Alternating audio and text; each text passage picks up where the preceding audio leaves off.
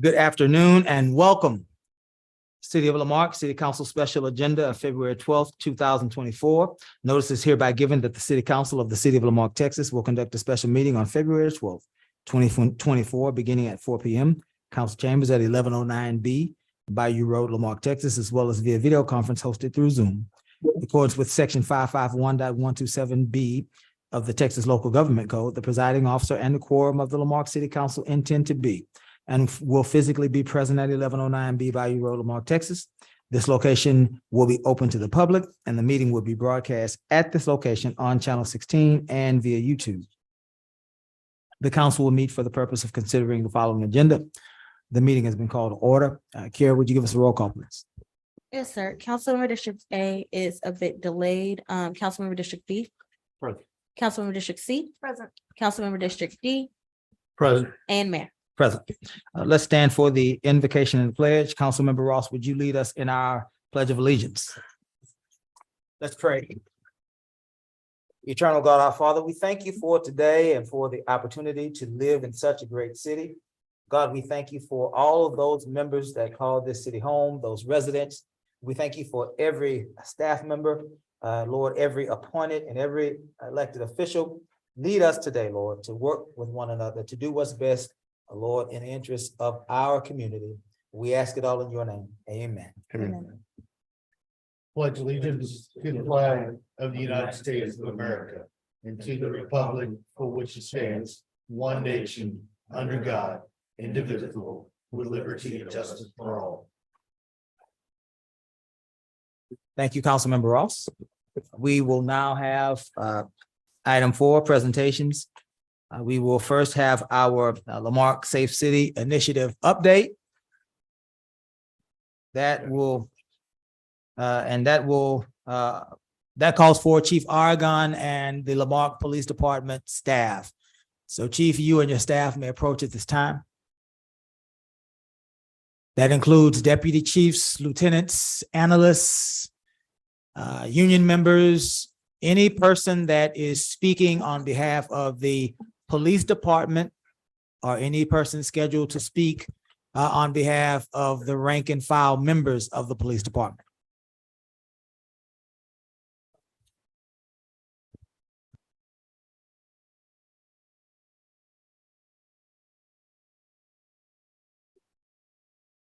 I'm ready, Mayor.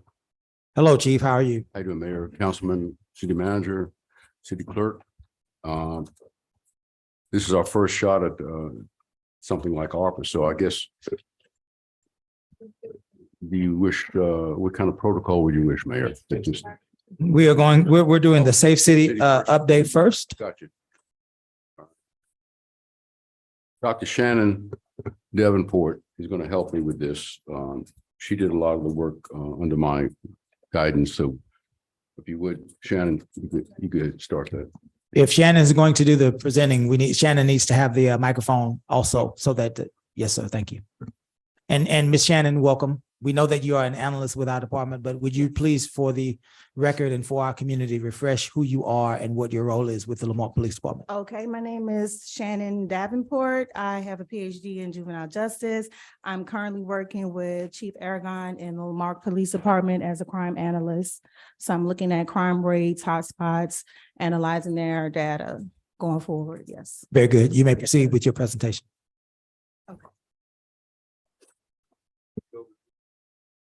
Mark Safe City, not initial document first. Not that one? No, it's not that one. It's the actual written document. The PDF. I think it's the first one on the list. I'll cover that. Let me hit the show. No, No. the one before it. The one that says LMSCI.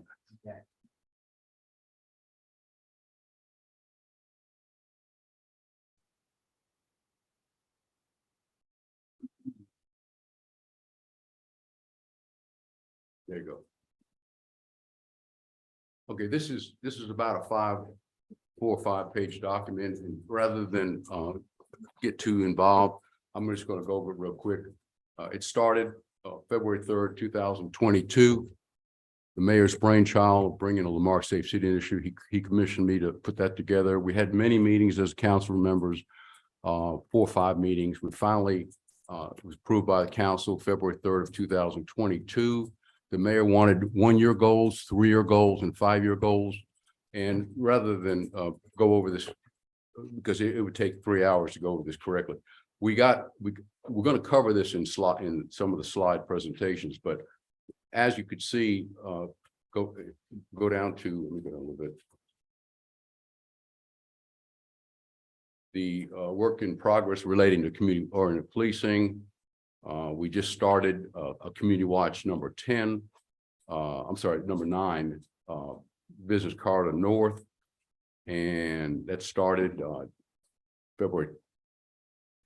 We started that in January, actually, but as of now, that's number 9. We're working on some of the things we're working on here. We're going to have another one, number 10, coming up in March. And we're down here. ComStat, that's a briefing we have monthly. In fact, we're going to have one tomorrow. It's where we actually bring all the sergeants in there, and they're responsible for certain areas. And we ask them what they're doing about crime in their areas. I think most of you have been to those briefings, okay? Going down, we have a gang unit, gang specialist. Lieutenant Gandy's kind of involved with that. There's 4, counting him at this point.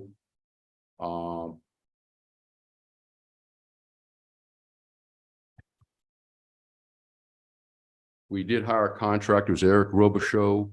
At this point, we received, you can see there, we received a no match, an incredible grant, $300,000 for it's a 3-year grant. It gives us the opportunity. You'll be seeing that in a budget amendment coming up to hire a crime analyst. Obviously, Dr. Shannon Davenport's been working with me on that. She's going to apply for the position. We have to advertise it and move ahead with that.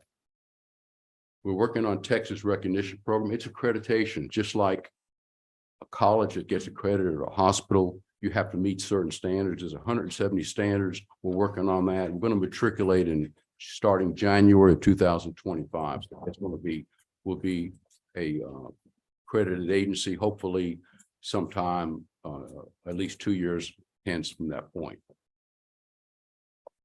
Our property room is one of our weaknesses. Don't forget, we really, over the years, we've had one person running the property room, and of course, the person had many other duties. Thanks to the city manager and all the other assistance we're getting from the staff, we're getting a handle on that. We have an extra person helping on that, so that's going to help us out a whole lot. I want to go down here to, we have the special agencies helping at the RCC, Resource Crisis Center. They're helping us with, they actually give me an individual twice a week, 8 hours each time. And they're helping us with, they help us with family violence cases, sexual assault cases, and human trafficking. So we're working with them. We're working with Gulf Coast Center. They came down, they helped us out. We've got a good amount of work with them, and they're helping us a whole lot because there was a whole bunch of concerns from council regarding all these agencies that can help us out with other things in the community. Okay, right here, this is a summary of things we're going to be working on. The law enforcement explorer post, try to get a boys and girls club. We've already had a meeting, Dr. Davenport and I, with community and schools. Big Brothers and Big Sisters came down. We talked to Core Moore.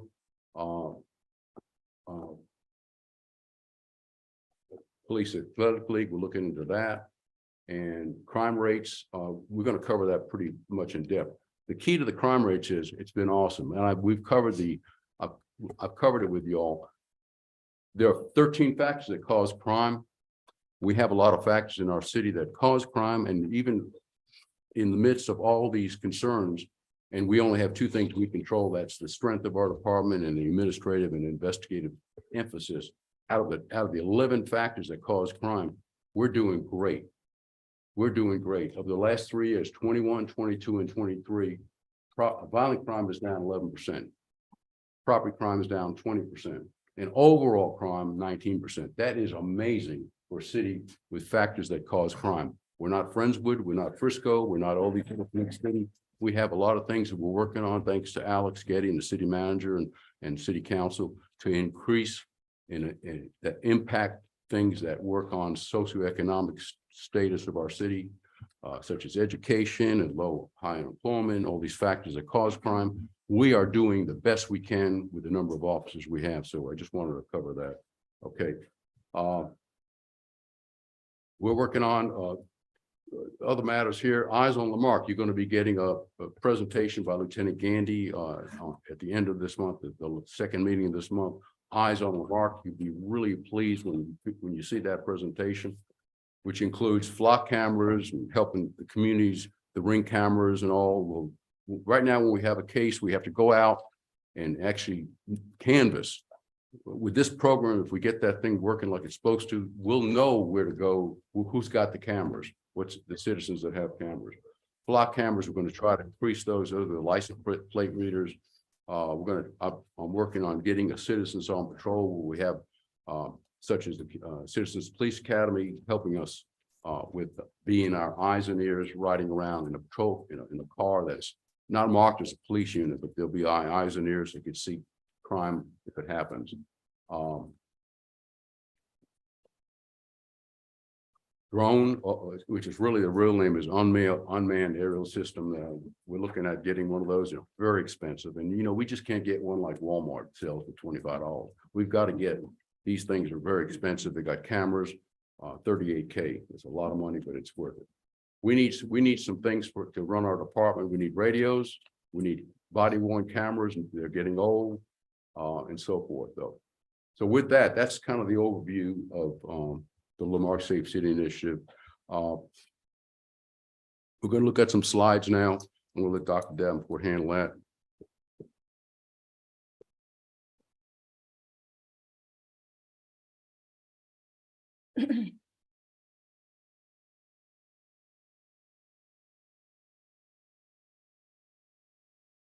Copy the other one first.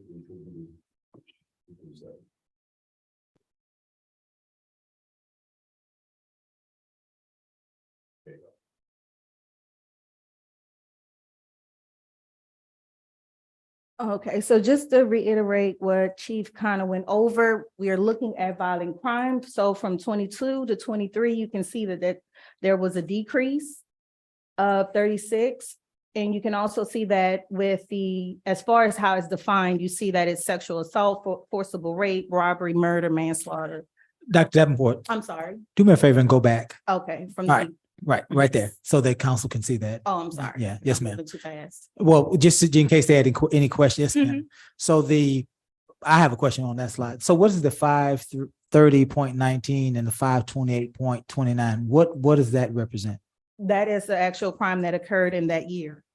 The violent crime rate, I'm sorry, that occurred in that. So there were 530. Okay, I got you. Yes, and Gotcha. then you see the difference with, Gotcha. yes, okay. Okay, gotcha. That's the rate per 100,000. Mhm.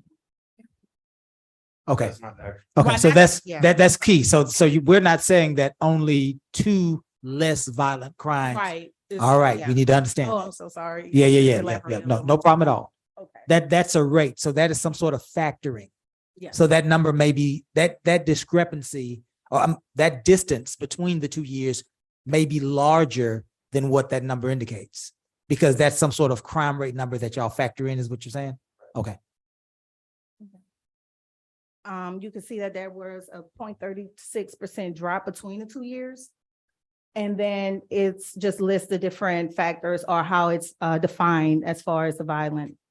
With property crime rate, you see the numbers roughly over 3,000. From 2023, you see a decrease of roughly over 1,700, and a 41% drop between the year of 2022 to 23.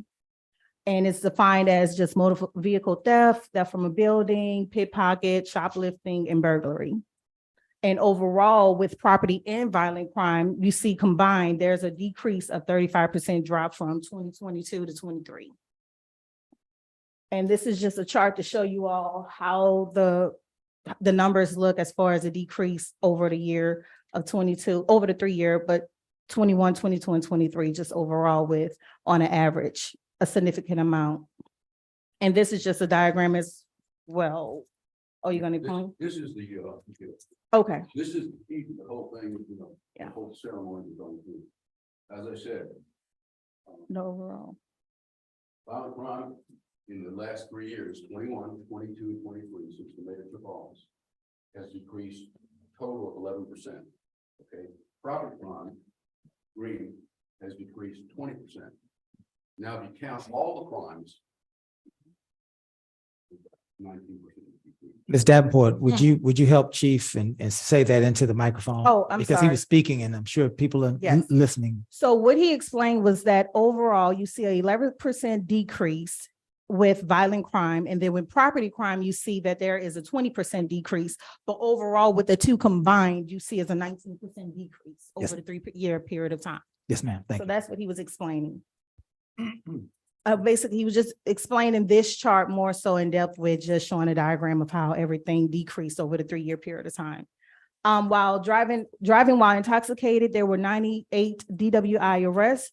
So those were combined as far as more over the year of 22 and 21, 23 had the most combined. And they're doing a really good job as far as taking action and using a conscious effort to increase enforcement and interdiction of the dangerous intoxicated drivers. So you see that there was, as far as arrest, 145% increase between the 2 years.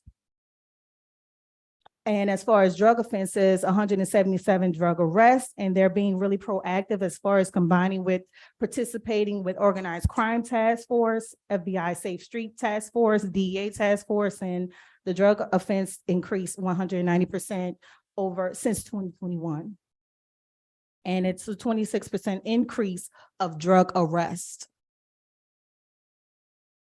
And calls for service, this is just information as far as for the public to be able to have contact with the individuals of the Lamar PD. So that's it for this slide.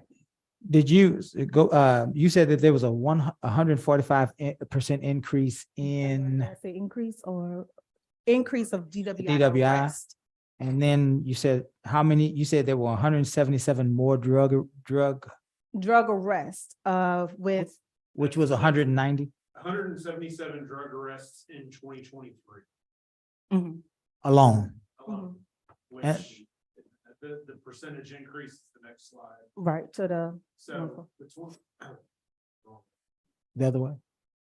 190% increase since 2021. over the 3 year period of time. that- Mhm. that Got you. Drug is put forward.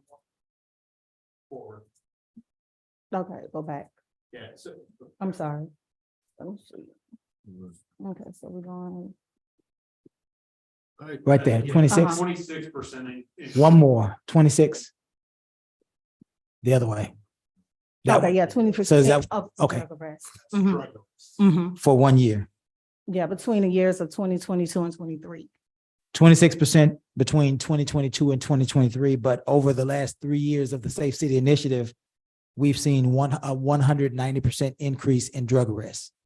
The 145% increase in DWI arrests, is that over 1 year or the 3 year Safe City Initiative? 1 year. Do you have a total for the 3 year Safe City Initiative or no? Okay, thank you. Ms. Davenport, you can proceed. Thank you. Okay, so.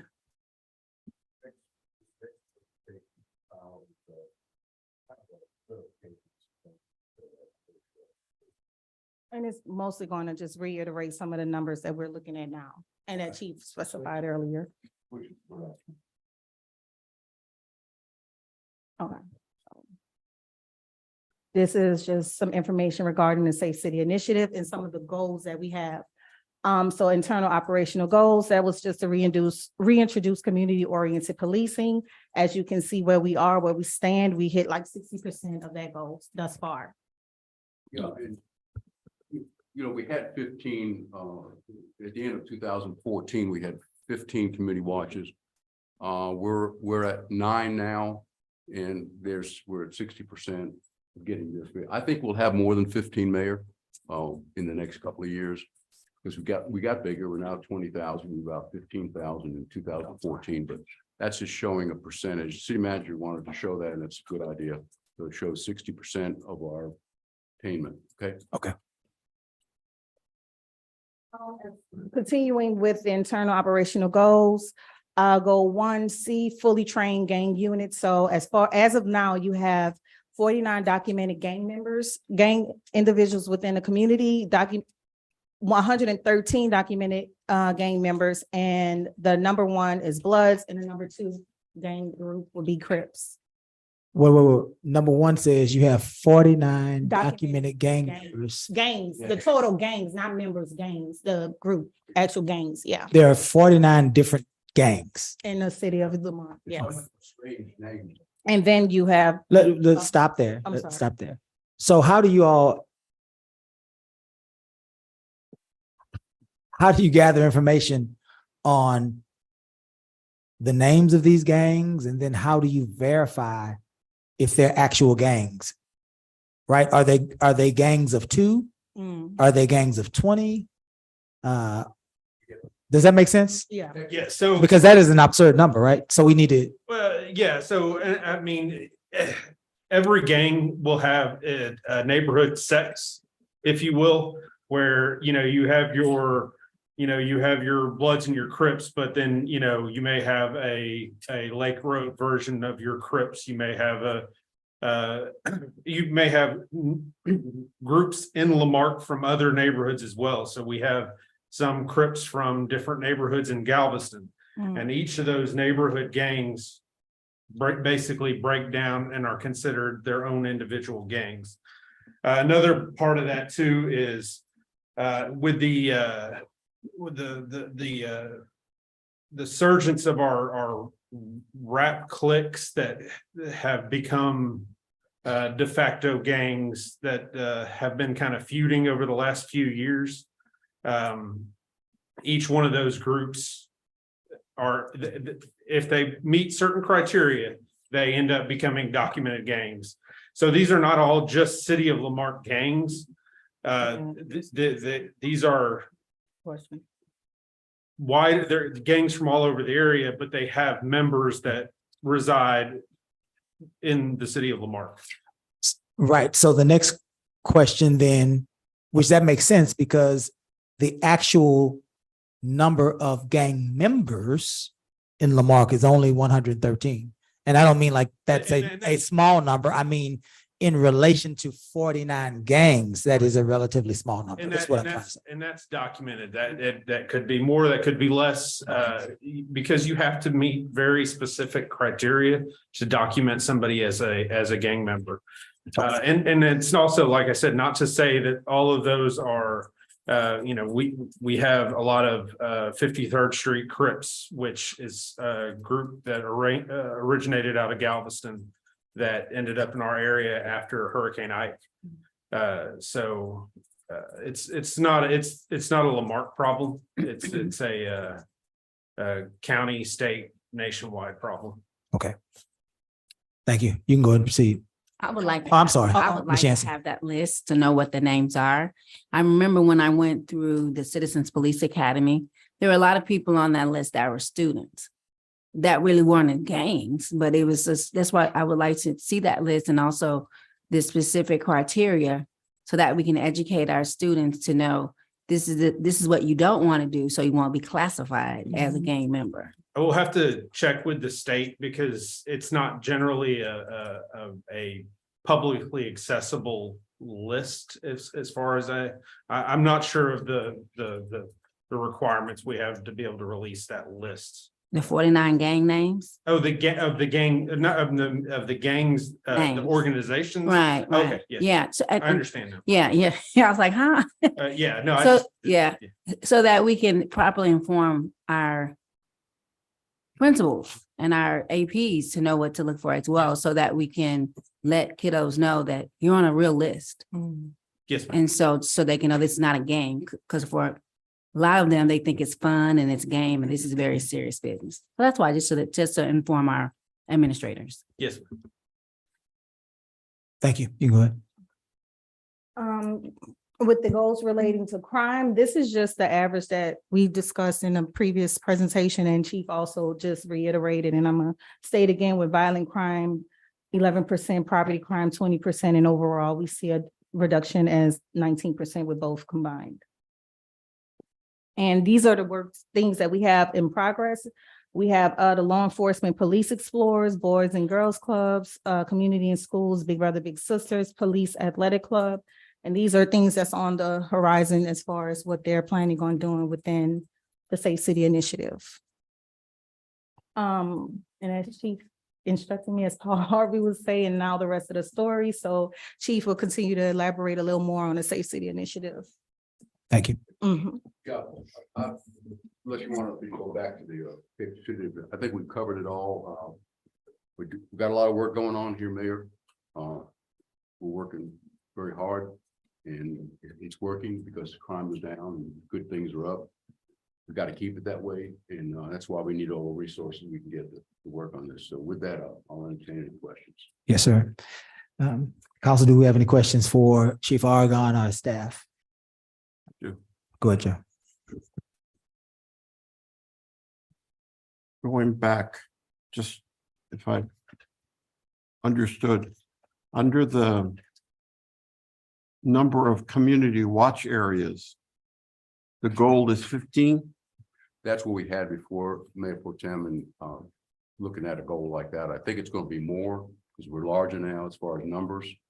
But we added two. We're adding two that we never did. We're adding city manager and EDC director Alex Getty talked about, hey, we need something for the business community. So we started one. It's called Business, Business Corridor North, which is the Walmart Sam's complex down to the Taco Bell. So we have a community policing officer that's working that area, and that's all, to all businesses.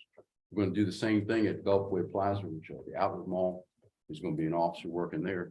There's a lot of businesses there, so we might have 17 or 18 at the end of the 5 years. But it's working because you can't. No one's going to deny the fact that they got an officer that's dedicated to them. They all like that. I mean, that's great.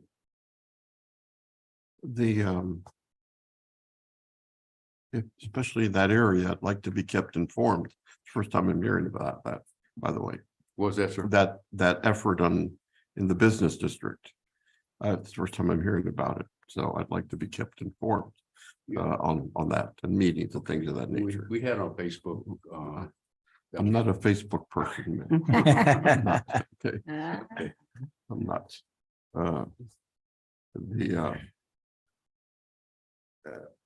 I hear Councilperson Yancey's interest in knowing the names of the gangs. I didn't grow up at a time where I was what's the word, confronted with gangs. Maybe they existed, Yeah.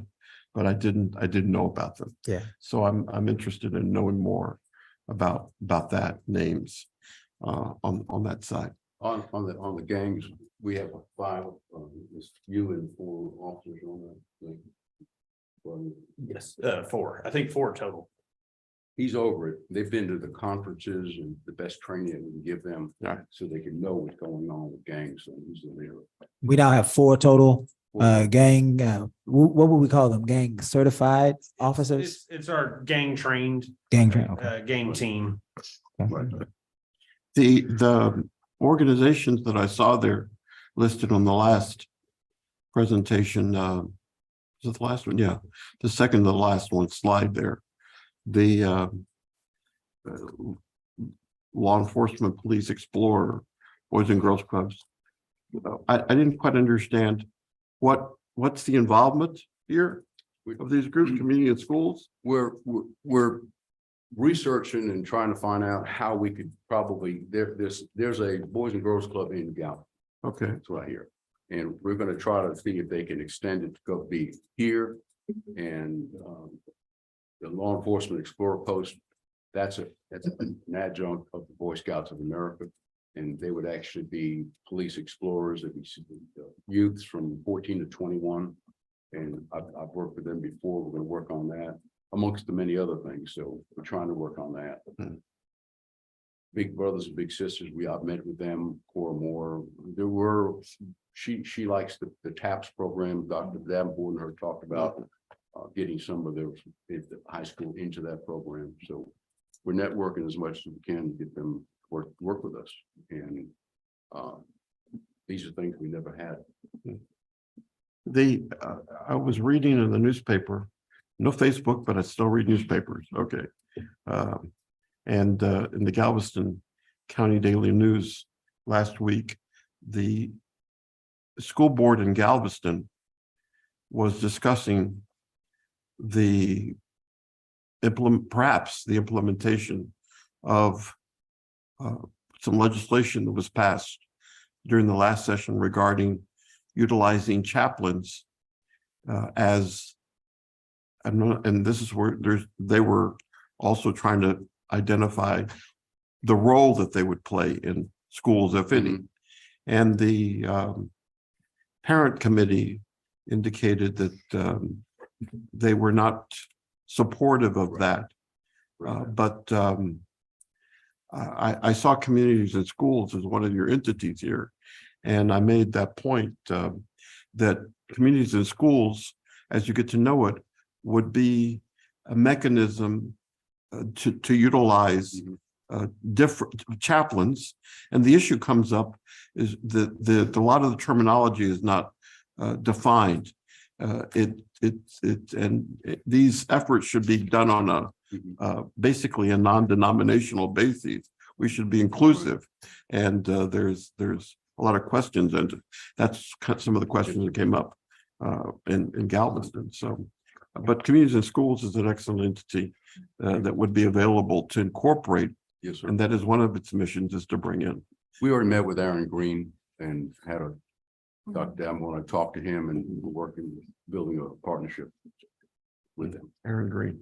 He's at the high school. Okay, I see. I guess this is to our statistician here.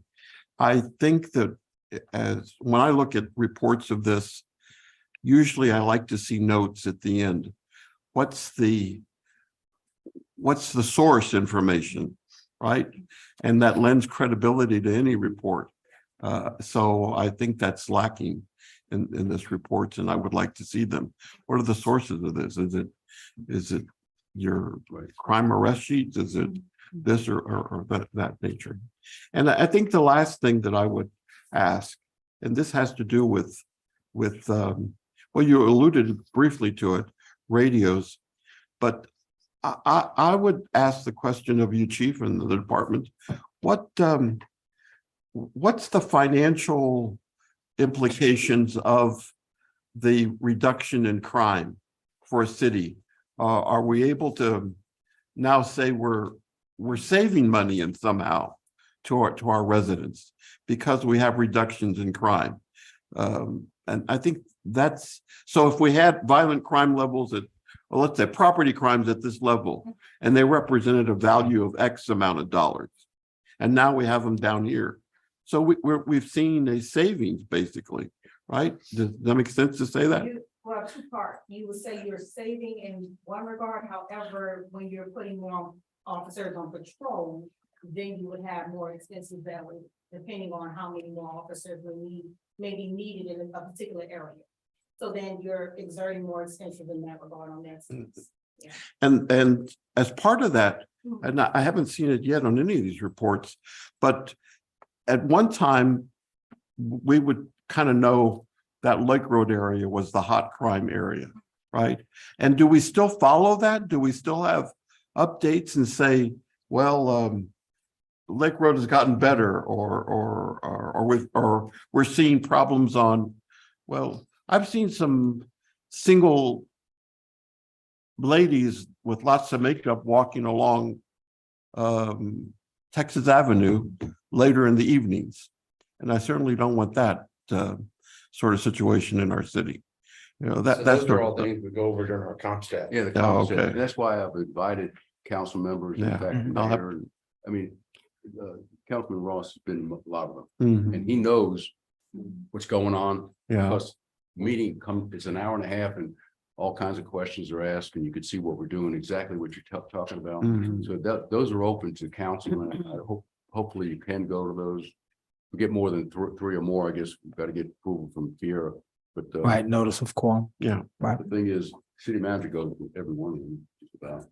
And, Well, once again, it's communication. sure, Just let me know when they're happening right. and I can schedule into already a very busy schedule that we all have, right? Next So one's that's- tomorrow morning at 8:30. And that's not going to work for me. Last minute. And you know, I hope to see you there. I've already 3 meetings scheduled for I tomorrow. think the mayor's gonna. Mayor Pro Tem says he has 3 meetings at 8:30, all of, So it's not. all at one time. So no. He's- And, let's see, well, that was those are all my questions. The clarity in terms of the sources. Thank you. Anyone else? I once again would like to reiterate the us getting the names of the known groups in the area.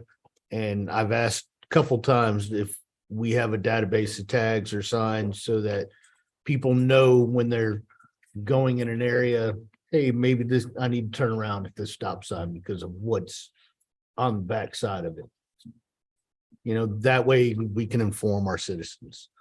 We used to do that. That was every time we went out to sea, we would do that with the family members and stuff like that to update them up in Washington State, what was going on. I think we as a city could do that with our citizens at least twice a year, you know, that would. So what are you saying again? I'm sorry. I got So- lost. Exactly what you asked. It's Okay. exactly what you asked for, but it also asks for specific tags. That way, when you go into an area, you can say, ooh, there's this going on here, or this group is here, and maybe I need to not be in this. area. When you say tags, you mean like graffiti and things of that nature? Graffiti marks, yeah, there was, Gotcha. there was a couple groups in Silverdale that nobody wanted to be around. Right, Especially if you were a military member and you would look for the signs, gotcha, and we would keep our families away from those areas. gotcha. Ms. Yancey?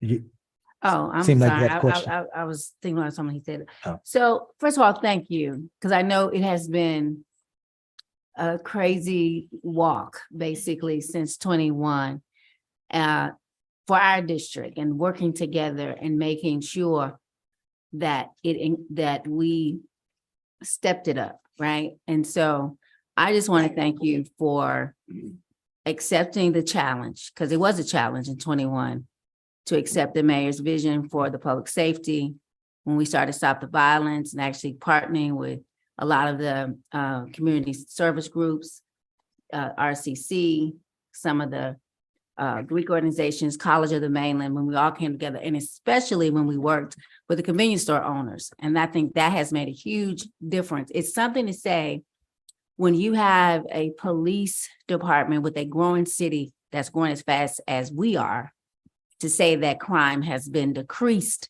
when in other places crime is up.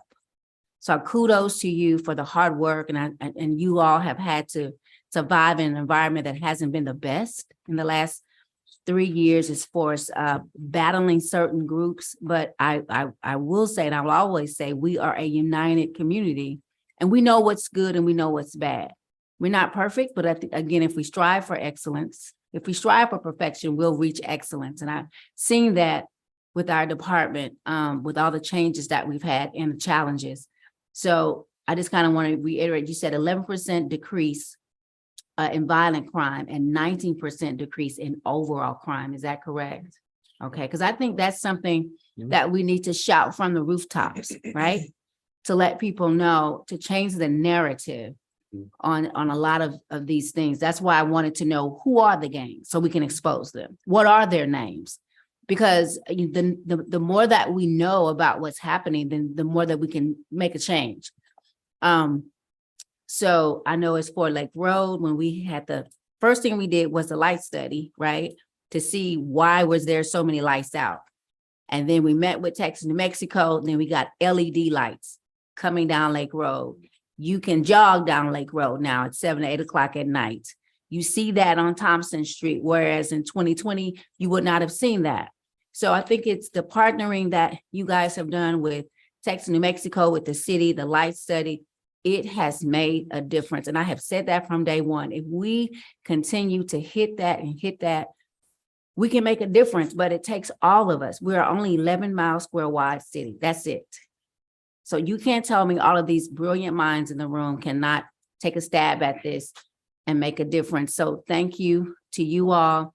And I've already asked what I could have. So I would personally take it to the principals and let them know, hey, these are the gangs. Because when I was in the Citizens Police Academy and saw those students who I know are not violent at all, but it's kind of chic to say you're a gang member. And I'm like, that's not cool. That's so-and-so's child. What is he doing on a police tape?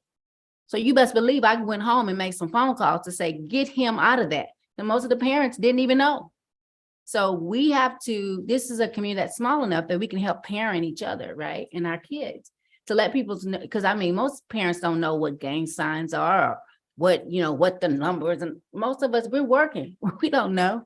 But with the rise of social media and all that, I think it takes us to make our parents aware of what those things mean so that when they see it, they can identify it. So I think this is that'll be a great teachable moment. But I just want to thank you because I remember those times as a pastor's wife. My husband's been pastoring in the area with 25 years. And I remember what they used to say about us. And I remember, and that's changing. They don't say that anymore. So I thank you for your hard work. And I just want to let you know that we see you. And numbers matter. The data says it all. So thank you so much, Chief, and your team, all of you, for your hard work. And let's continue to soar, because one thing we know, Lamarque people are still moving here every week. Houston now, the last data on Houston mayor, they said 1,000 people are moving to Houston every week. So we're getting some of that people that are moving out in a way. So Texas is growing. And so we just have to keep these growing pains that sometimes we have. That's just part of that growth. So sometimes we get frustrated, but we just got to cry it out, holler it out, come back to the table, and let's do a good job. But on behalf of that young man that when he came and talked about Pearl Street, and I just have to say this, Mayor, when you're in a classroom and you're talking to kids and you're telling them who you are, that you're a former teacher, but you represent them. And you have a young kid to say, Miss Yancey, when we first moved here from Louisiana, we used to duck and dodge on Pearl Street. And today we don't do that anymore. I will never, I mean, it caused a tear, because for me, all the countless hours that made a difference in a 6th grade kid to say thank you, because now I don't have to duck. So, and that's because of you all, because you all making it safe. And I just want you to know that you matter to us, and thank you for making Lamarque a much safer city than it was 5 years ago. Appreciate you. Thank you so much. Very good. Anyone else? Let me go back. Dr. Davenport, Mayor Pro Tem asked you about your sources. Certainly you have sources. Would you like to share with us what those sources are? Yeah, we're part of the grid system, the Gulf Regional Information Dispatch System, which is our consortium, as they call it, is Leak City.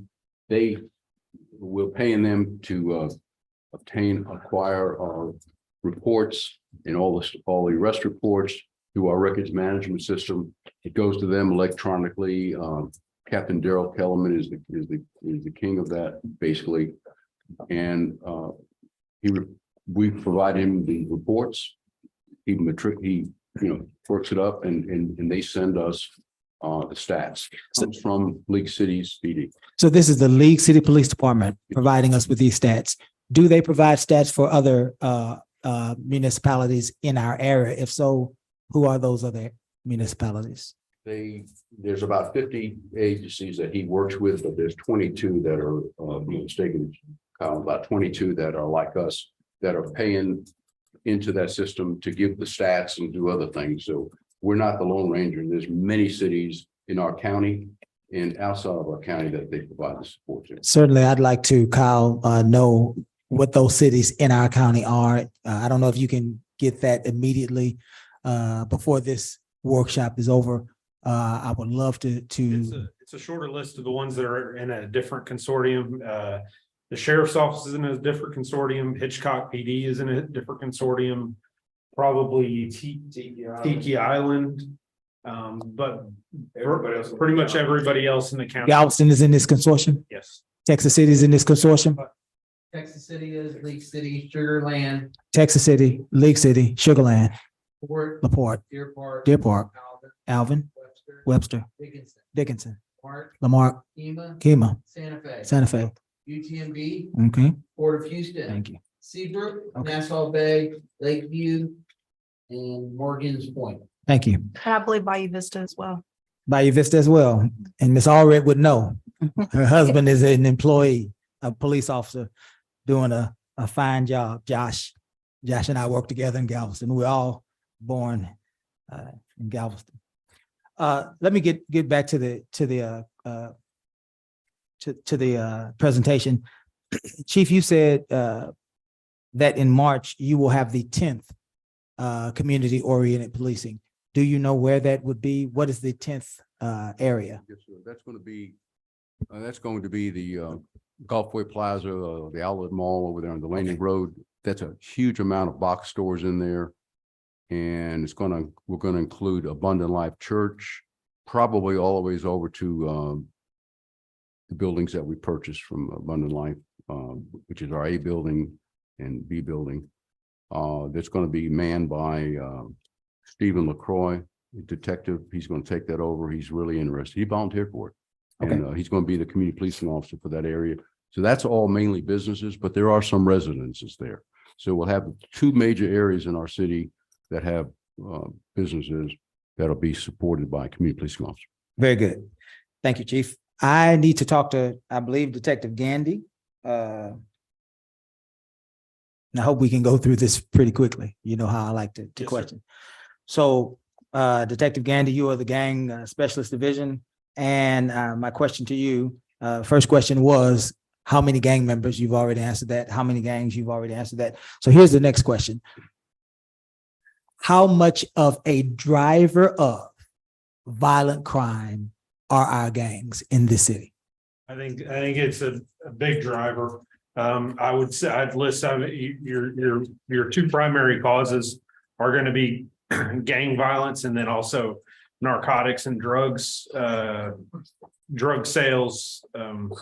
As PC as it may or may not be, marijuana sales in Galveston County are a huge driver. And a lot of the groups behind the marijuana sales are gangs and the rap groups that have segmented off into to be considered gangs. So predominantly, and Dr. Davenport, certainly you are an analyst. Please jump in if there needs to be any more information needs to be added.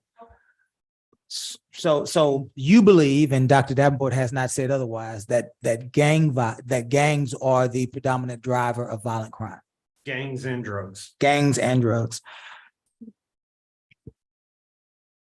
So let me ask you this: if gangs and drugs are the predominant factors in violent crime, my next question would be: are there predominant locations? And when I'm asking this, I'm asking not necessarily about geographical locations as much as I am asking about types of locations, single family homes versus multifamily complexes, right? Well, I mean, a lot of our crime originates, I mean, unfortunately, out of rental properties is a big part of it. Just because of the nomadic nature, people come and go.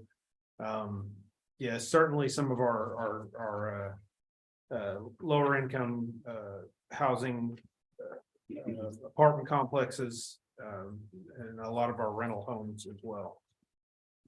So if rental homes, let's try to put these things together, because these are things that this council and councils before this council have been working on, and they all tie together, right, in municipalities. And so people don't realize that they tie together. So let's tie them together.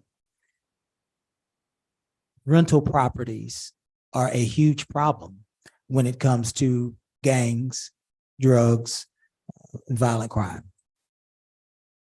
The rental registration ordinance that previous councils have passed and supported, one of the things that was designed to do was to help us to understand those factors, right? So that we can then come up with some sort of programming.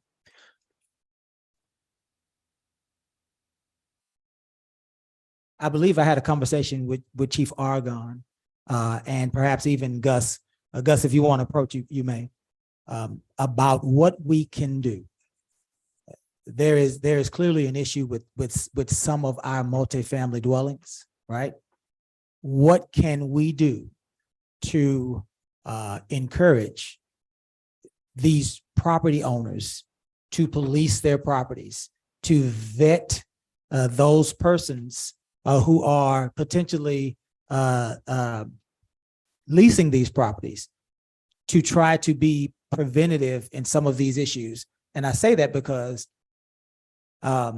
we know here recently, I believe it's safe to say, there was a shooting at one of our apartment complexes.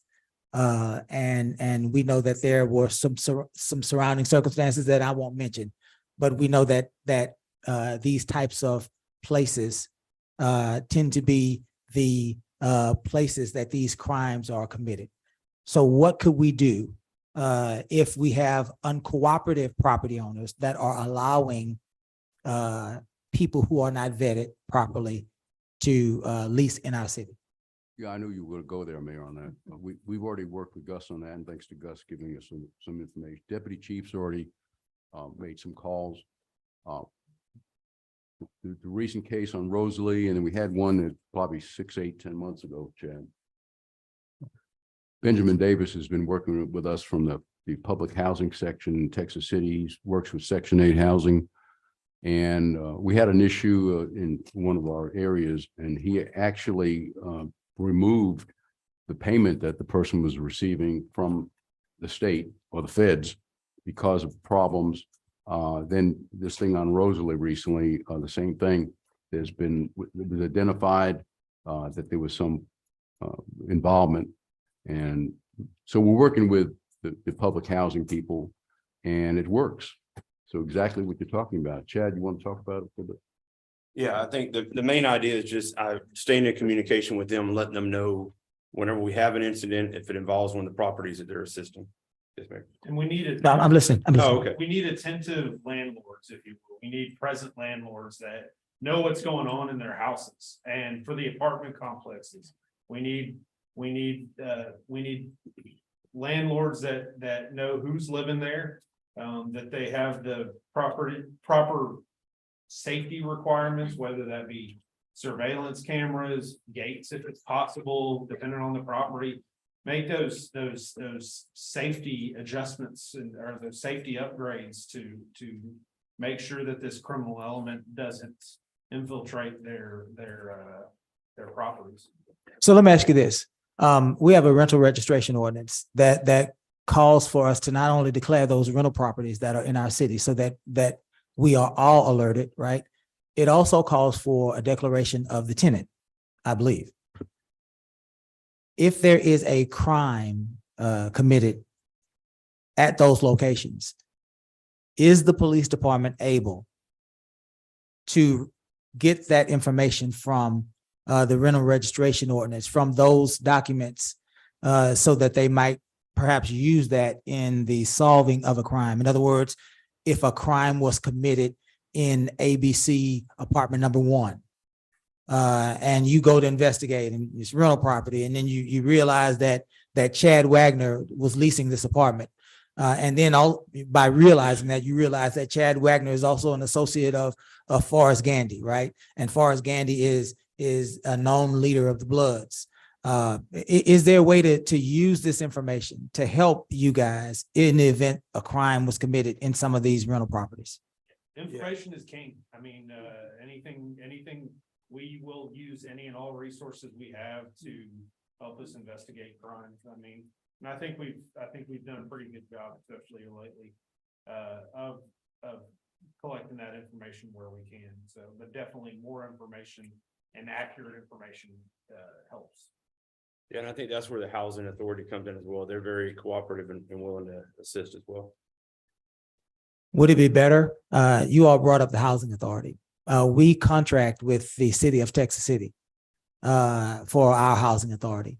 Would it be better for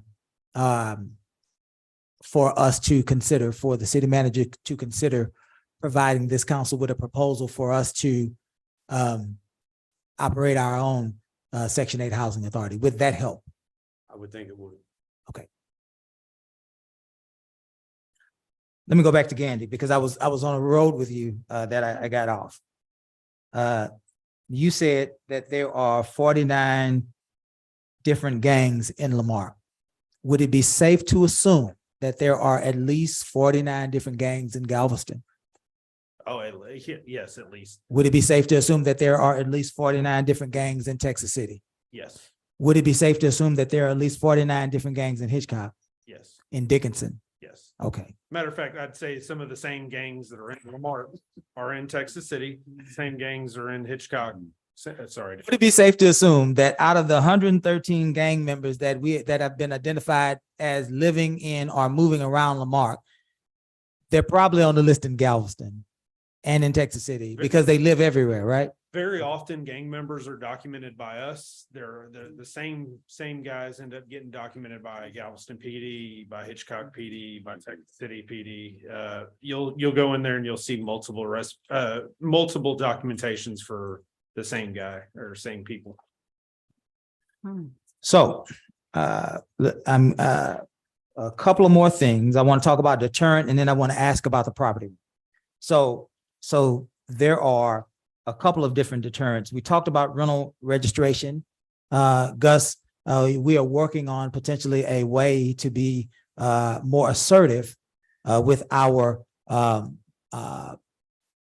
multifamily property owners to make sure that they're vetting people properly, right? And working with us as an agency to prevent and prosecute crime, correct? And increase just the visibility of the police department as a whole, as a means of crime. Very good. Number two, the second deterrent. I've talked to Chief Argon. He's suggested to me that we are close to a traffic safety team. That potentially we would have a traffic safety team that would enforce traffic law. Is that true, Chief? Yes, sir. With our grant that we received, the $750K, in that it stipulated that there'd be 6 community policing officers that would have a dual role. They would do community policing and they would also become part of what we call the neighborhood safety team. So here, one part of the week, like say half the week, they would be working directed patrols, working on drugs, working on trolling, hitting hot spots and so forth. The rest of the week, they would work community policing. Well, that directed patrol work, they're going to be doing traffic. I mean, they could be stepping up and working nothing but traffic enforcement. That comes from us. We can do that. So we would say today or for the next 2 days, we'd like you to work traffic enforcement. So that's where, we don't have to invent another team. That's it. They could do that. So between that and the SRT, special response team that comes under Lieutenant G-Rod, we have the resources to work that. We could even tell, Deputy Chief and I talked about it a few weeks ago. We could tell officers that are working the shift, we might only have 4 on duty counting the supervisor. One of them that your job today is going to be to work selective traffic enforcement. All we want you to do, Sarge, is keep him away from having to answer, or her away from answering calls for service, and work nothing but traffic enforcement. We can do that. So we have the resources to do that, and we're going to do that. And that's what I mentioned to you. And I think that if we are going to do that, Mr. Garcia, I believe that we should do that very loudly, right? I believe that we have the capacity now to say that if you are driving in and around our city, Yes, sir. that we are taking that traffic safety seriously, right? And so we are going to be assertive in making sure that so even that, right? If I am aware that our officers Right. are going to be more assertive than normal, more aggressive than normal in traffic safety. That would make me think twice about trying to commit crimes in our community. There are documented cases which makes me extremely frustrated. There are documented cases where people who don't live in our city Mhm. have enticed people who don't live in our city to some sort of gun battle in our city. And that results in crime stats for our city. But there are none of our members, none of our residents involved in some of these cases. And so I believe that we have moved into a stage of doing our jobs very loudly Mhm. so that everyone can hear, right? And so this neighborhood safety team is a component of that, I believe. I believe what we're doing with Gus, helping us to understand how we can be aggressive with these multifamily dwellings is another way that we can be loud. But the third and the most powerful way that we can be loud, we are going to certainly unveil this in the future. But we talked a little bit about it. And I need to say that Lamarque is an innovator in this. These flock cameras. Lamarque was one of the first, if not the first in our county. We were this agency to use flock cameras, right? Yes, sir. That's important. And I think people need to know that. So now as we contemplate the expansion of this flock camera system and the addition then of other surveillance equipment, right? This idea that ring cameras may be a part of this for our residents, this idea that perhaps our business community can have cameras also on this network of camera system, right? I believe that will be the most powerful deterrent. Because at the end of the day, wherever Chief Argon or Chief Wagner or Gandy or Rodriguez, wherever you may be sleeping in your bed, wherever our officers may not be, those cameras are, right? And they're watching. And so I think that will be the most powerful deterrent. The last thing I wanted to ask you about, because you suggested that you had a need, and we don't ever want to not hear your need. Property room is a weakness, you said. So if you would like to elaborate, Chief, we would certainly love to hear that. Yes, sir. Well, we've been a city since 1953. And just over the years, we've been kicking the can down the road as far as, cataloging and putting stuff where it should be. I mean, nothing's missing or anything like that. It's just that there's an overwhelming amount of work to be done in the property room, though. The city managers helped us out, gave us some more support, gave us, we now have a Detective Seipert, who's our cold case detective. He's the property room custodian. We're going to put an officer in there as soon as we get some more availability to help him. We've got a part-time position in there now. We have a vendor helping us out. So we got the resources, finally have the resources after numerous years. I had the same problem on my first run. One person handling the property room. Well, it's not going to get done. I mean, it's too much work. We've got, we moved stuff around the building at the PD. We've got a room now. We got 2 rooms that have evidence in it that's secured. So we're on the go. We're doing a lot of good things in the property room. Deputy Chief's over the property custodians right now. That's one of his other duties. So we're getting there, and to be accredited, we have to have everything straight. They're going to look at a piece of evidence. They go say, "Oh, there's that rubber band. Show it to me in the computer, and then let's go look for it. You need to find it." Then they're going to find a rubber band there and say, "Show me where it's in the computer." That's going to happen, and we're working diligently on that. So our property room needs to be continuously worked on, and I thank the city manager for helping us get there. We never would have got there with one person. It just didn't work. Yeah. Okay. Thank you. Last thing we want to say, and Ms. Yancey brought this to my attention, not everyone in our community, perhaps not even everyone in this room, knows what a flock camera is. So if we could just, the last thing we would need you to share with us is just a basic understanding of what a flock camera is. Whoever would like to take that. They're license plate readers. They just kind of collect, they collect license plates.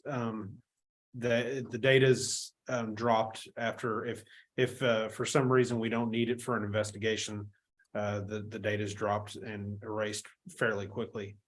And it just gives us a leg up, instead of looking for a white SUV, we'll be able to know which white SUV we're looking for example. So that's kind of they're strategically placed throughout the city. Like you said, we were one of the first, or I think the first in Galveston County, law enforcement anyway, that got the cameras, and now virtually every municipality in this area, in this county, uses them or has access to them. So they're an incredibly important tool for us. Mayor, Lieutenant Gandy put together a superb presentation that's going to be coming up on February 26th, Eyes on the Mark. And you'll see all this mentioned. The city manager received to review the presentation. I was very pleased. It talks about everything you wanted as far as cameras and all the stuff that goes along with that. Very good. Very good. Thank you, gentlemen and ladies. Are there any more questions for the police department? Hearing none, thank you. Caesar, are you ready to transition to the next? We are ready. Thank you, ladies and gentlemen. Gus, Gus, you? Oh, there were things. I was wondering why you.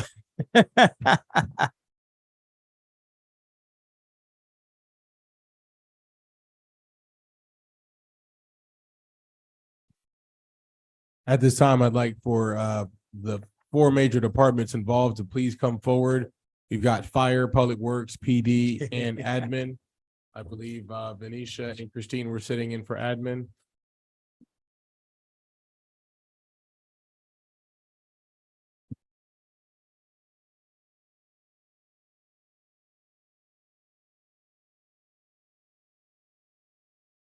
I can start with it.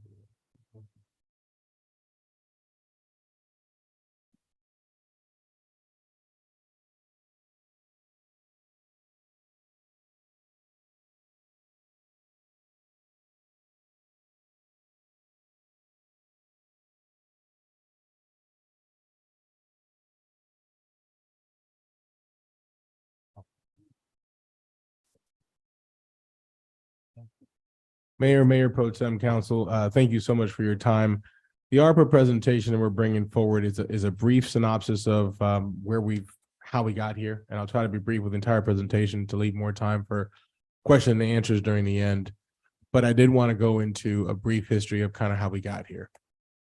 Those that don't know, we were awarded the ARPA funds of roughly $4.3 million. As part of this, we do have for our grant administrator, we do have a total amount owed to them of $213,500 over the course of the entire grant cycle until all the funds are expended. Thus, we also have been not just sitting with these funds idle. To date, as of end of October 2023, we have incurred $177,000 of interest, which leaves our bottom line number. That's why there's a difference between the two numbers of roughly $4,255,698.37. So for the sake of numbers, our usable amount is that 4.255 number. Okay. And our grant works is the contractor of record that was selected to be the grant works, the administrator for this particular grant. Through balancing, I can remember at the very tail end of 2022, we put out this survey. We allowed folks enough time to respond. We were recognized as one of the better responding ARPA surveys that were sent out through the community. Thus, we did get a chance to go present in Denver, Colorado with some of the items that we gave. Here's some basic demographics of our respondents, and also noting things such as age and gender, but we did get a good representation of our entire city, and we're noted nationally for that response. This is so nobody knows, so everybody understands, part of the ARPA survey is it did track where the respondents responded from. So this is a map of our city and where some of those folks were actually residing and who actually made the responses to the survey. As a rough synopsis of that, we also had, we calculated these responses. We also had a focus group right in this room. I see some of the members of that focus group that were here that day when we had this presentation. And the priorities were on water line repairs, street lighting, stormwater, and actual street repair. We do know that these were the 4 highest voted items on the survey.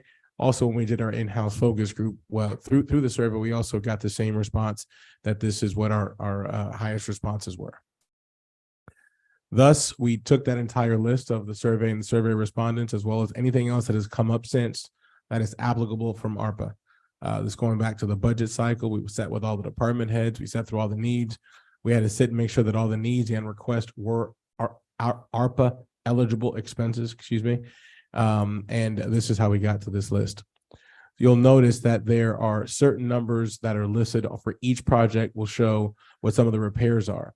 You'll notice on the last slide is a table that the public will see in a second, but council's received a printed copy of it. That's why you see 3 columns. The first column is what was originally put. The second one that shows the second round shows what the actual first line of cuts were. And then the third is what was recommended at this time, unless you tell us differently based on that. And that's why we have all these leaders here from each division to talk about those specific areas should any questions arise.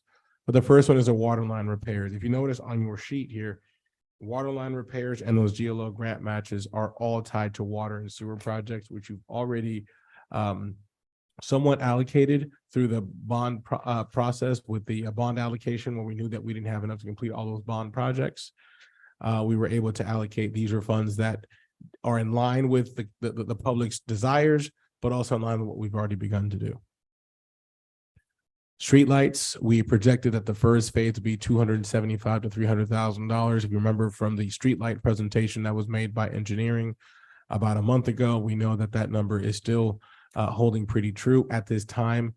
We have about 165,000 roughly that we're recommending at this time today for the streetlight allocation to kind of get the ball rolling with phase 1. Continue the ball rolling with phase 1, excuse me, because we've obviously, as Councilwoman Yancey mentioned, we've already started that with changing all the lights out to LED.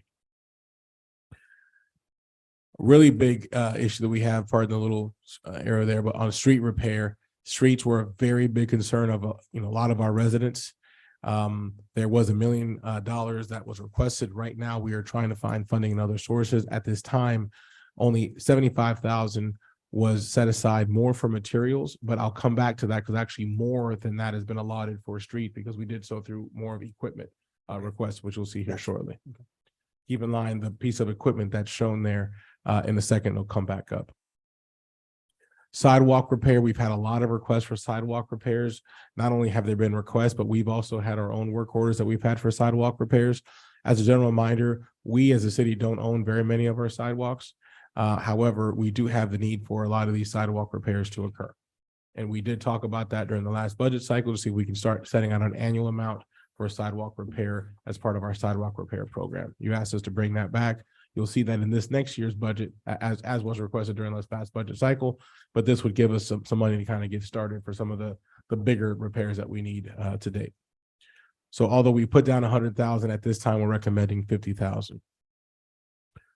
Here we go into some of the other requests, such as the concrete saw. This is tied to street repair. Primarily 15,000 is what's being requested. An asphalt roller so we can do a better job. I think we all feel that we could probably improve in self-inflicted. I believe Amanda here, who is representing our public works department today, can speak to the fact that this would make us better at some of the repairs, the street pothole and some of the patch repairs that we need to do. Thus, we're requesting to purchase this piece of machinery for our staff to be better equipped to do so. Skid steer. We talked about what this piece of equipment does. I actually drove by Mainland Tool today. This piece of equipment rents for $275 per day. And that is a very good price, even at a rental. I've seen them go as high as $500 per day to rent out this piece of equipment. This is one that we could use almost every single day. We've talked about this in the past. It's here being brought up again for recommendation. This is a picture of one of the models. It may not look exactly like this, but this is one of the models that is a DuraPatch pothole patcher. Again, to make us more equipped with the actual pothole repair. The significance of the model that we're looking for that costs $105,000 is, as you know, asphalt, once you heat it, pretty becomes obsolete. You pretty much have to use all of it. In this case, we can put only what we need, and it is allowed to be reusable in this sense. So that's why we're looking at this model to be more efficient with the asphalt. We don't want to throw away unused asphalt when we put it for actual repairs. This mini excavator looks familiar from that other picture that you saw a second ago from the other slide. This piece of equipment costs about $175,000. It is also known as a mini excavator. Again, all these prices are projected quotes. We have not put these out to bid yet. We would need your approval before we proceed, but this is what some of those are. We've talked about some of the work that we've done with the Public Works Center. This, now that Fleet Services is falling under Kyle's command, he was able to start finding some quotes that may be better suited for this pole barn. If you remember, this is a piece of equipment that was damaged in one of the storms. To my understanding, it may have not been properly insured. This is a current picture of what it looks like now, and quite frankly, it may look a little bit worse than this. As much as we can do to clean up the area in the yard, which we have done since, this is still a needed piece of equipment. There does nothing for us to have all these expensive pieces of equipment if we are not properly protecting them when they're not in use. We talked about an ambulance remount. I want to take a pause here and talk about ambulances. And I know Chief Merriman is probably much more educated on this. The original request was for $290,000. Chief and his team have been very diligent in being able to find a remount opportunity for us to be at $178,000. That's why we're recommending that recommendation. But I would not be remiss of the fact that we have two other remounts that were, you gave the approval for them to be done, I guess, even prior to my arrival. October of 2021 was when this council, or council in general, gave approval for that. However, it was not completely budgeted. We've already received one of these remounts, one of three. The second one is being worked on. The one being recommended here, you've already approved and recommended for us to get 3 remounted. This would be the third that is being recommended. The stretchers, obviously, you guys know that these EMS vehicles come with a need for stretchers. Right now, I know that they're in need of 3, but at this time, we understand that we need to spread the wealth. Fire said that if we can just at least recommend for 1 to be on this recommendation today. CPR devices, a lot of the ones that we have, and Chief, you cut me off if I'm incorrect. One of the things we talked about doing for providing better safety was also not only to have better life-saving equipment for fire, but also we talked about the fact that right now in our city buildings, we do not have a single AED available for public use, meaning if anybody has an emergency that any of us have to enact, although we are getting AED certified through our program that Chief is running, we do not have any AEDs, and which has become a common practice in case of a need to provide CPR services. Jaws of Life. This is a very expensive piece of equipment, but I do want to make sure everybody knows our current unit is over 20 years old, and any vehicles that remain prior to 2010 cannot cut through some of this new material that some of these electric cars are being made out of. Hence this request. This is one of these needs that's not budgeted, but it is one of those one-time expenses. Our police station, we've been at this a while. You guys, you have some funds. You've already allocated $500,000 through the bond allocation that you did a few months back. We are hereby, the original request was to have at least $1 million requested from ARPA. We are requesting if we could do possibly 500,000 from the ARPA funds, or any number close to that here today with this recommendation. We all know that police needs a new station, and we're working diligently to see what upgrades we can do. So let's not run past that. So Yes, sir. so the council's clear. You are recommending $500,000 for the police station. Sounded like you said toward a new police station, but then at the end of your statement, it sounded like you said toward the upgrades of the existing, so that we can be clear. Certainly. Thank you, Mayor. Great point. I apologize if that was confusing. So part of the needs for the police station are, 1, to get a new building, but 2, also to upgrade some of the current conditions. There's some property in the back that's not best being utilized right now. I think all of our PD here in house would probably agree with that. We'd like to add some fencing to that area, properly pave that area. Right now, I believe it's grass and it's got some trees that are dying there. We would like to reclaim that property for its best use. That's one of the things. We also know that there are some needs of the current building that are probably a little bit lower hanging fruit. Chief mentioned some of them as far as evidence and so forth. But the real good, the good majority of what we're requesting for is to put towards a building. We know we've heard quotes as high as $14 million. We know that we're not in a position to do that right now, but we do want to start making, putting our best foot forward and making sure that PD understands that we are supportive of them having a police station and that there is some stuff that we can start doing with smaller increments and start getting a new police station in phases if possible. Here's a big one. We've got a very big need, and I see that Ms. Christine's here in the room now. Ms. Christine, if you could join us at the table, along with Ms. Phoenicia as well, in case this comes up to question. Software replacement. We have a software that is obsolete. It has come pretty much to end of life. The software company's already told us that it is just a matter of time before they pretty much pull the plug on us. They told us they will give us about a 1 year heads up on it. We are running the same software, I believe, that has been here since prior to Kyle, maybe if you can speak more to this, it's been here for probably a good 30 years, the software we're using. So the software is at end of life. It will no longer be supported. We're already having challenges with it. I believe you guys remember Susie brought this to mind quite a bit. We thought it was going to be closer to the $200,000. We know now it's going to be even more than the $485,000 that's been recommended. We've seen some preliminary quotes come as high as over $800,000. It is extremely expensive, but it's one of those things that we may not. I mean, talk about a screeching halt. We may be coming to a screeching halt if we don't get something put in place here soon. And this would encompass utility billing. This would encompass finance, obviously accounting, all of our accounts payable, accounts receivable, you name it, HR functions, payroll. I mean, this one software is pretty much what we utilize for everything right now, putting in requisitions and so forth. So this is a dire need that we knew was coming, and we know the end of life, it says 2026, but we know at any given time that it's already crumbling. We talked about the utility client software upgrade. We know that it is $48,000 for a 1 year, includes the implementation. This has been a request by several folks from our residents, something that's been supported by council. We told you we'd bring it up during the Arbor presentation. We are recommending for the first year and the integration fees. We do know that it is roughly, Venetia, correct me if I'm wrong on my numbers, approximately $36,000 per year to run the program. If you could correct me on those numbers, the implementation is roughly about $12,000. That's what the 12 of the 48 are.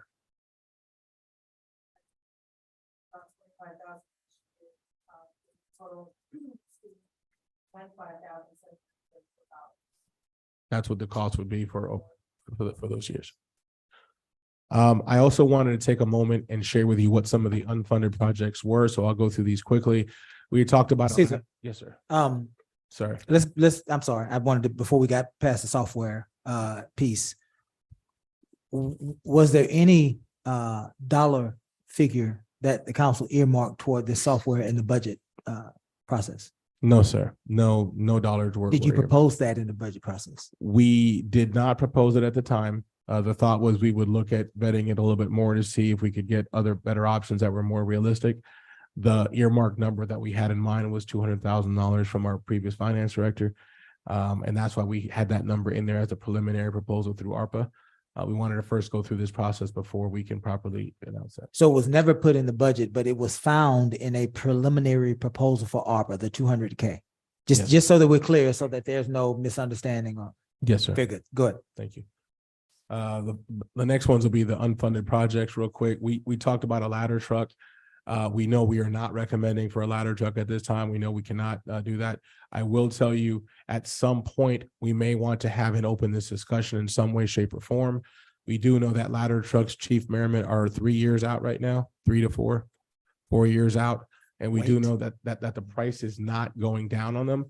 We do know that for some of this future development that we're starting to get phone calls about, that we will need to probably get invested in one here soon through whatever measures necessary. But right now we felt that with the needs and requirements from the survey results from council, from our regular needs, it was probably not the most prudent to do that at this time. The radios, you heard mention of radios. There's radios for both PD and for fire. One of the things that we have tasked all the staff is that in future, we're going to properly put a certain number of radios each year to replace, so it's not so much all at one time. But unfortunately, a lot of these radios are becoming obsolete. Cal has been working with both PD and fire on some of these radios and camera situations. A lot of them are becoming obsolete pretty quickly. So we may need to move a little bit faster than we probably would want to. In that, we also have the police software upgrades. As we know, this was the Motorola contract we talked about a year and a half ago. We've been paying for this through in-house funds, through our operating funds. At this time, we are recommending to continue doing so to the best of our ability. We do know that it's putting undue stress on our operating funds, but we do know that it is necessary for us to keep things moving forward, because there's another one that is just falling down. It will no longer function by 2025. The body worn cameras, we know of the need of this, but unfortunately at this time through these funds, we do not find it prudent unless you say differently, right? Just for our recommendation to date. These are some of the Motorola radios for the PD, how much they were requested and what we are recommending at this time. Chief mentioned the cost for the drone. Again, with all the other repairs and requests that were made, it's not recommended at this time. Here's a big one, and I'll tell you right now, this picture is a picture of inside of our records room to date. This is after we did a huge cleansing and purging of files that we were allowed to actually get rid of. This is what the records look like today. Our entire, what would have been our second mini conference room, has now been converted into a records retention space. As Chief mentioned, Chief Aragon mentioned, there is a lack of space for them. We have not only have we removed all their records and moved them here to the City Hall in one of our vaults that was pseudo our second conference room. We have also moved courts back to City Hall to give them more space to allow for their record keeping. But these are all documents that can be digitized. And once they are, we will reclaim probably close to, I don't know the measurement, but pretty close to probably 500 square feet of space, of office space that we now are not able to use because we need to keep these records. We talked about dash cameras. Again, we know that there's a need. We've gotten police cars, but right now we would have to absorb this through our actual operating budget as well. Same through with printers, printer devices, citation devices, printers. These are also needs that were laid by the police department that we do need to start allocating on an annual basis. So please, although all these things have not been recommended today, please don't think that they're not a need. It's just we probably don't have the best use of these funds to do so unless you tell us differently. It's council's will. K9 officer, we currently you did approve for one through the budget. We do know that the police department of our size is probably best suited to have two. We do have one that is is getting near that age of retirement. So we probably would need one here. We're not recommending now at this time. We're hoping that maybe in next year's budget we could attain this, or also searching for grant fundings as well. Outfitting the police cars. These police cars are very, very hard to attain. As you know, we've had to go as far as Georgia and are looking to go even further to get them, but they're also extremely expensive to get outfitted. And so request was being made to something else that we are looking to absorb through our operating budget for this next budget cycle. These are needs as well. We also have some other City Hall records that we need to get digitized, most of them being either development services and or other departments that we would need to digitize. We are not recommending that at this time. We're looking at other forms of doing this in-house. We talked about fencing at Mahan Park. We know that we're continuing to be aggressive with grant funds, so we're not doing that at this time under the ARPA funds. We're not recommending that at this time, as well as some of the park upgrades. They were able to get some parks upgraded through a recent grant and some of the mandatory park fees, but we will continue being aggressive through parks and or sponsorships to try to get these upgrades taken care of. Stormwater. The $440,000 that we had put aside was specifically for our Wisteria folks. I am happy to report that we are nearing announcement of a possible grant that we've attained, and that's why we thought it would be more prudent to better use those funds towards some of the other repairs. Some of the other things we talked about the flock cameras. We do know we're recommending this for $120,000. We have this as part of our CIP draft that we presented to you. Our goal is to get an additional 40 in addition to the 9 that we have. for a total of 49 cameras, if we're hopefully get it up to 50. This would probably make us the most flooded flock camera city around. But it is also a huge deterrent to crime and one that we highly support. And as Chief mentioned, this would be one of the big components of our Eyes on Marque program. There's another item that we talked about, the asphalt zipper, and essentially it allows us to do bigger street patches and bigger street work. We're recommending $50,000. The machinery itself costs $250,000, but they do have a financing option over 5 years. We would like to cover the first option here and then look at maybe putting this as part of a street maintenance plan and part of our budget for the subsequent next 4 years, if it's possible, under capital improvements. Thermal imagers is another one that has been brought up for firefighters at $65,000 that is being recommended. And then we have our final total of all of our projects. This is the sheet that you have in front of you. This pie chart to the left delineates exactly kind of the spread of how we're assuming, again, unless you say differently, of how they'd be separated, with roughly $498,000 for fire, $485,000 for administration. That includes the water usage app, as well as the finance software, should you approve of such. This includes $620,000, the current list of recommendations for the police department, and roughly 2.6 for public works, because those were the needs that were most addressed from this dais, most addressed by our public, most addressed through workshops, as far as focus groups, and also most recommended through our surveys. Thank you, Caesar. Let's get some things clear so that we can put some of these things into context before we open it to council. I believe you said that the number one issue was water, correct? Yes, sir. And it seems like that our commitment to water on this capital improvement plan with the ARPA funds is probably inadequate, but that's because we have about $4 million additional dollars coming from an HGAC grant that we are earmarking primarily for water. Would you help us with that? Yes, yes, Mayor. This is only one grant, ARPA funds, right? Yes, this is only for ARPA funds today. We did receive $4.1 million grant through HGAC, through what's called a MIDMOD, which is to address 2-inch water lines that we have requested specifically for District D. We have other pending applications out there, but that's the only one that has been announced to date. And the $1 million is an allocation that was made pseudo through the bond allocation discussion that we had a few months back to put towards some of the project that we started doing, such as the Main Street water line project that we didn't have enough funds for the bonds, as well as some of the other water and sewer projects that we have pending. And the other thing you mentioned was some of these items we possibly can absorb through this year's budget because we are about 6 months in. And what happens in municipalities is councils approve funding for salaried positions, but it takes some time, right, to recruit and to add those positions. So during months of vetting and going through the process, those dollars are saved.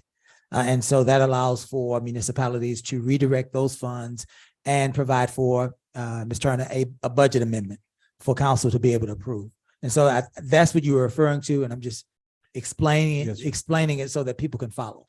Yes, Mayor, absolutely. So, and it's two-part. Some of these commitments that we would make, if you do approve some of these items on the ARPA list, would require for us to do some future add-ons for consideration to our budget under the actual operating account or capital payments, depending on which you chose to do it as. So there are some potential commitments to do it that way. But yes, a good majority of these things, for example, specifically the one for Motorola for the PD that was recommended and was mentioned, those were some expenses that we have been absorbing through our annual budget. Now, Kyle, correct me if I'm wrong, for two of the four $64,000 payments thus far. So we've already absorbed 2 of those payments, and we do have one more due at the end of this fiscal year as well that we hope to also be able to absorb. Very good. Last thing I want to mention before we open it up is we talked a little bit about a street maintenance program. Council has already approved streets. And so we were looking at not only acquiring the equipment through ARPA, but earmarking perhaps potentially some of those resources from the Republic agreement that we have, and some of those resources from the waste management grant. Waste management historically grants cities monies to help improve those cities' conditions, and certainly it's about $75,000 a year. 50,000, I believe, was earmarked for Bayou Fest. Another 25 for youth services. Potentially, those monies, along with the Republic monies, could be earmarked towards street maintenance, primarily because one of the main destroyers of our street would be these trash trucks. And so I just wanted to make sure that we were all on the same page before we open it up to council. Council, do we have any questions as it relates to this capital improvement presentation by Mr. Garcia? Excellent presentation, very clear. Thank you. Thank you, Mayor. Council. You, Very good. never the shy one, huh? I appreciate it. It was a succinct presentation. I'm challenged, however. I'm challenged in this context that, and we've spoken about this, and city manager as well. I'm not seriously going to consider any of this stuff until I get an updated financial statement sheet for this city. We have not received one. I don't know where we're at in budgets. I don't know what we've spent. I heard the presentation, and Chief Merriman and City Manager, you both had commented about this, and it just shocked me when I heard that we spent so much time back in 21 on making sure that the money was going to be there for the ambulances, and then to find out, as you did, City Manager, that allocation was not properly done. We have a financial director who was sitting here listening to that, and that was not done. So I'm very reluctant to even analyze needs and priorities under this very generous American Rescue Fund dollars that all cities have enjoyed, and one of the few works of bipartisanship that was done. And until I know where we're at financially, that's my obligation here as one member of this council. So that's all I have to say. Ms. Turner. And Mayor Pro Tem, I understand that, and I'm going to be working on that. Because I'm going to go back to the software. Our software is horrible. I have a list of things. I asked my staff to give me a list of problems with STW, and they did, and I've witnessed it. Even getting viable reports for you is an issue. The system is very archaic. And I'm just going to plead with y'all that is, finance needs it. We need it bad. STW is going to be going away very soon. I think they extended it another year because I talked to them and said, we're not ready yet. So I know your needs. To provide you what you need is going to be a manual process. And it's going to take a little time because we're trying to wrap up budget, FY24 budget. We're in the middle of audit. And I know it's a priority and we're going to get it to you. But I just plead with you that this software is an urgent need and we have to have a decision on this. Thank you. If I can, I also want to just reiterate that even if and again, we weren't asking for an allocation tonight, we were providing you an update. Even to bring you such an allocation, it would be part of a budget amendment. At that time, Mayor Pro Tem, we would need to provide you that information anyways. So we are working on bringing that to you by the first meeting in March. Christine and her staff is working on that. If there's any way we could bring you to the next meeting, we will, but it's going to take time for it to be accurate. We are trying to unweave a very, very, very deep web. Having said that, I did want to talk about the timeline for the software. And I did want to talk specifically about that. It could take as long as 18 months to implement if you gave the word go. So it's not something that we purchase today and then tomorrow it is active. It is something that is of grave need and it would take some time to actually get going. So. And that, no further question, that concludes my report. Is the problem with the software, your inability to gather information and make reporting? Is that the primary problem? We can gather the information. It's just an extremely manual process. Okay. STW does not have a good reporting system. What I've been sending to departments is the budget to actuals monthly. You know, the 18th, I finally have a close date for them to work with. By the 18th of the month, then they get their budget to actuals. So they'll be able to see line items, how much they're spending, what percent they're at, you know, for the fiscal year. But now just creating a report that's viable for council to see and city manager to see where we are with property taxes and things like that. So I found a report, but it wasn't done since, I think it was March of 23. No, it was, last one was April. April, that was- okay. So I tried to dig, I dug around and found one, but it's not anything that you can trust. You know, it's numbers that you enter into a spreadsheet. So I'm gonna have to recreate that because I can't find where the actual Excel spreadsheet is. I saw a PDF. That's the best I could do. So, but yes, Mayor, we'll be working on that. We'll be working on that, Mayor Pro Tem, to get something like that for you. Okay. Okay.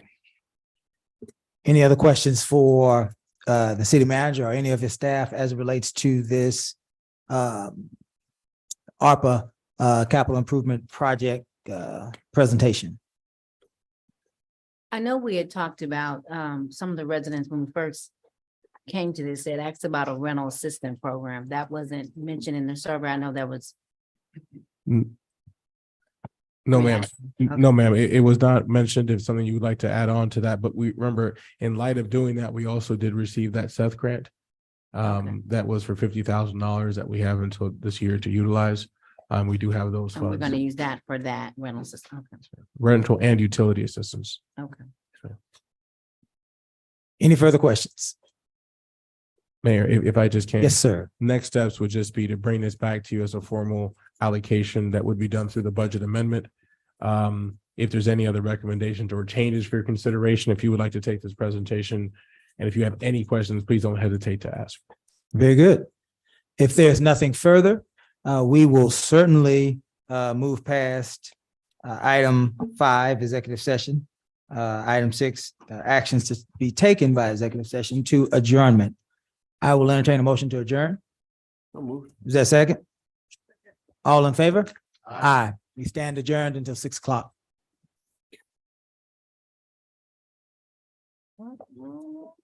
Thank y'all.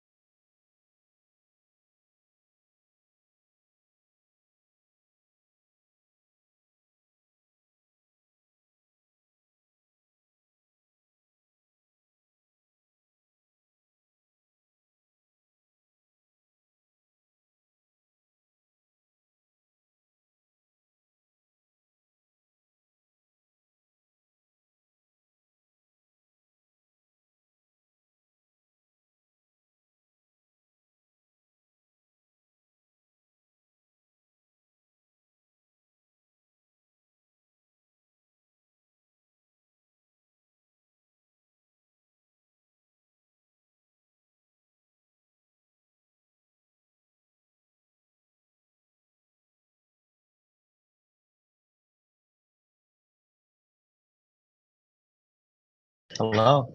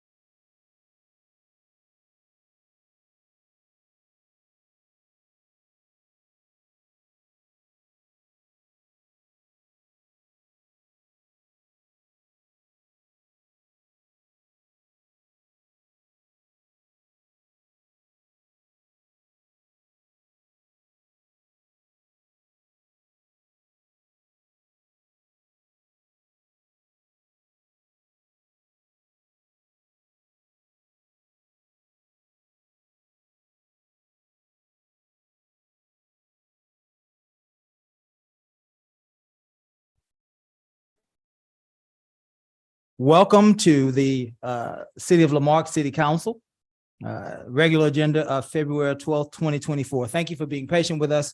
We had a council workshop from about 4 p.m. to about 5:51. And so council had to have a break in between. We are back. So now, again, we are moving into our regular council meeting. Notice is hereby given that the City Council of the City of Lamarque, Texas will conduct a regular meeting on February 12th, 2024, beginning at 6 p.m. in the council chambers, 1109 B Bayou Road, Lamarque, Texas, as well as via video conference hosted through Zoom. According with section 551.127B of the Texas Local Government Code, the presiding officer and the quorum of the Lamarque City Council intend to be and will physically be present at 1109 B Bayou Road, Lamarque, Texas. This location will be open to the public and the meeting will be broadcast at this location on Channel 16 and via YouTube. The council will meet for the purpose of considering the following agenda. The meeting has been called to order. Kiera, would you give us a roll call, please? Yes, sir. Councilmember District A, Present. Councilmember District B, Yes, present. Councilmember District C. Present. Councilmember District D, Present. and Mayor. Present, thank you. We will now ask Mayor Pro Tem Joe Compion to lead us in our invocation and Councilwoman Kimberly Yancey to lead us in our pledge. Stand if you're able. Oh, God, we come here before you today with much gratitude. We thank you for being a God of love who's with us now in this very room. Never leave us or forsake us. We thank you for making each one of us in this room, every person we meet, every citizen of this city and person in your own image that's worth dignity and has infinite worth. And finally, Lord, we thank you for the calling you've given every one of us here before you to be good stewards of this city and to love our neighbors as ourselves. In your holy name we pray. Amen. Amen. Pledge allegiance to the flag of the United States of America and to the republic for which it stands, one nation, under God, indivisible, with liberty and justice for all. Thank you. We are now at item 4, presentations. 4.1, presentation of the Deputy City Manager announcement. The Deputy City Manager is a position that was created by council, but is by charter appointed by our city manager. And so we will hand this part of our meeting over to Mr. Garcia for a very important announcement. Thank you, Mayor. If I could please ask Mr. Joshua Pritchett to come forward. After a very thorough search, we had a great abundance of candidates who applied. We were very, very surprised by the pool that we were able to receive. We sat here in this very dais and had a very well-rounded group of outside panelists who came and graded folks.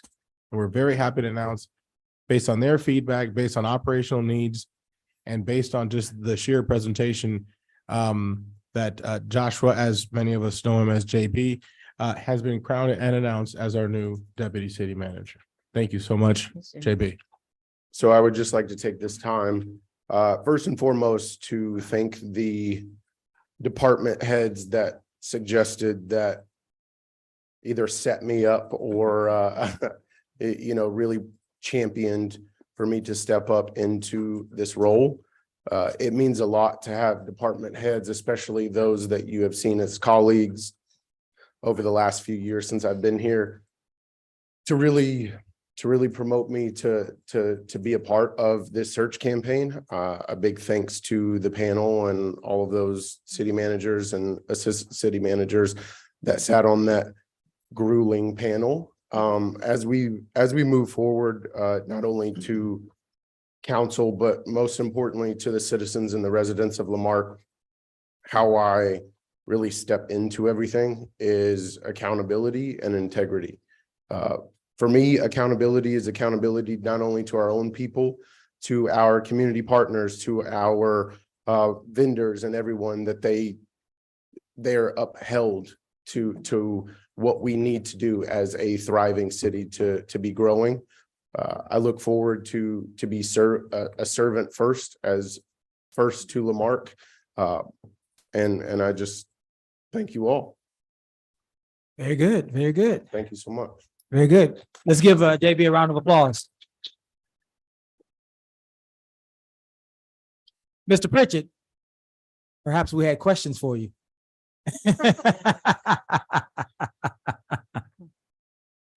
I don't know that we do, but certainly I wanted to make sure that you were available. Absolutely. Council, do we have any questions for Mr. Pritchett? Very good, JB. Thank you. Thank you. Item 5, citizens' participation limited to 3 minutes per person. Comments from the public will be heard at this time. Any person with city-related business who has signed up to speak to the council, limited to 3 minutes. If you're wishing to speak, you give the mayor or the presiding officer your full legal name, the address, and the item you wish to speak about. In compliance with the Texas Open Meeting Act, the city may not deliberate on comments. Personal attacks will not be allowed, and personnel matters should be addressed to the city manager during normal business hours. If you are visiting with us via phone, you may press *6 to mute or unmute yourself. If you are visiting with us via the Zoom platform on a smartphone, a tablet, or a computer, certainly there is a microphone icon on some portion of your screen. You may mute and unmute yourself. If you are attending in person, when your name is called, you may approach the podium to the center. Let's be mindful that we address council as a whole. And certainly we cannot name names because those are considered personal attacks. You will all have 3 minutes to speak. Kyle, are there any persons online wishing to speak? Very good. We'll move now to those that are here in the present. First is Seth and Dorothy, I believe it's Sharp. Yes, sir. Welcome. Name and address for the record, please. Good evening to the council there. My name is Seth Sharp and my address is 3003 Jefferson right here in Lamar. And my concern is I have some pictures here, if I may present them where we just Yes. look at it right here. I've been a citizen here, say in Lamar, right at 40 years. And that's the street that I live on Jefferson there. And the potholes have turned into sinkholes. And each time that I've addressed, I think this is about my 4th time here during the 40 years that I've been there. And each time they keep saying it's the budget and budget. But my concern is I bet no one that looks at that have a pothole on their street. Especially, I would say, dare to say that here for city council. But my concern is that even the workers that come out there, they dump the asphalt in it and they don't even pack it down. They just drop it in there like that. And when it's really big, they'll run it over with their truck. So I don't know if that's a new learning phrase, but I asked the guy, you said, well, we really know this street because they call it Apache. And I say, wow, with that many, he says over 1,000 patches in the street there, and they're constantly patching it up. And so I would like to know that if you can order, what we can say that without 40 years and everything that I call the city works or wherever they call, and they keep saying, you're on the list, but it's the budget. But out of a 40-year budget, I mean, we can't get our street paved. So that's all I have to say. Yes, sir. Thank you.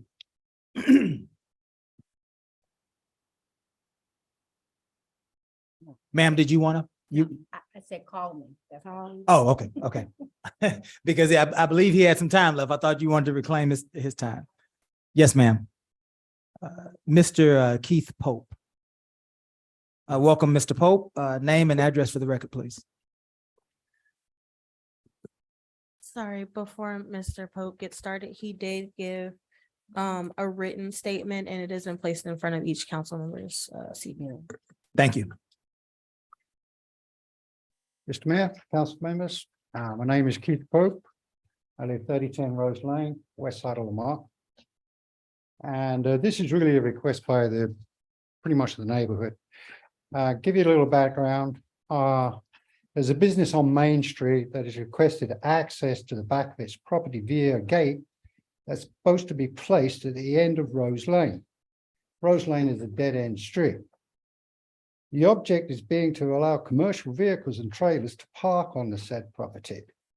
The house and property face Main Street and has 2 rather large culverts, city maintained, already there either side of the house. The property owners of Rose Lane have requested the following justifications, and ask you to consider them, probably more.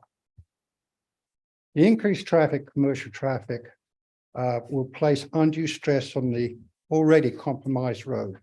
We've already heard one road complaint, there's going to be more. The road in question is narrow, is barely wide enough for a garbage truck to get down.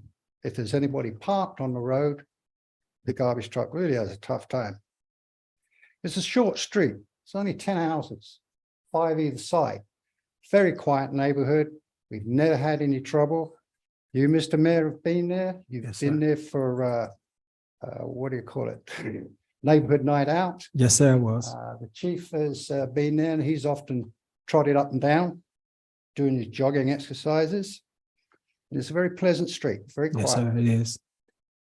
Mine has already been tracked down the street for, I believe they're beginning to try and make access across a small ditch. And the parking area in question in the middle of that property in a 2-inch rain event usually floods 3 to 4 inches. I've been back there myself. I know I leased the 4 property for 8 years, so I know the terrain. The raising of parking level would jeopardize all the properties around because that flood water has to go somewhere. And it's going to be into our neighborhood. An 8-foot chain link fence topped with barbed wire has already been constructed to deter thieves. A gate access for theft via Rose Lane thus exposes the entire street to opportunistic theft. And I think the chief will testify that we never had any problem on Rose Lane. The previous owner, several years ago, tried to do similar. His request was denied. So what has changed? I don't know. Returning to the background of the opening statement. The property in question faces Main Street. As mentioned, it has 2 coveted access points either side of the house. You may finish, Mr. Rose. Finish your statement. We have 3 minutes, but you are almost finished, so we'll Okay. certainly. The get- west side abuts a city-maintained utility easement and could have, clear and it will give clear entry to the back if he had not constructed a newly modified modest steel building and a large chicken pen, big one. The other side, the east side, also has culvert exit entry, but that has been turned into a very attractive front yard. It is nice. But his vehicles tear it up. And that is his argument into making a hole through Rose Lane to get to his back 4 acres. From this, it can be concluded that poor planning on the owner's part will be a dramatic inconvenience on the neighborhood's part. We don't need an answer right now, but just ask you, please consider what's going on in our small neighborhoods. Yes, sir. Thank you. Thank you, Mr. Rose. Ms. Pope.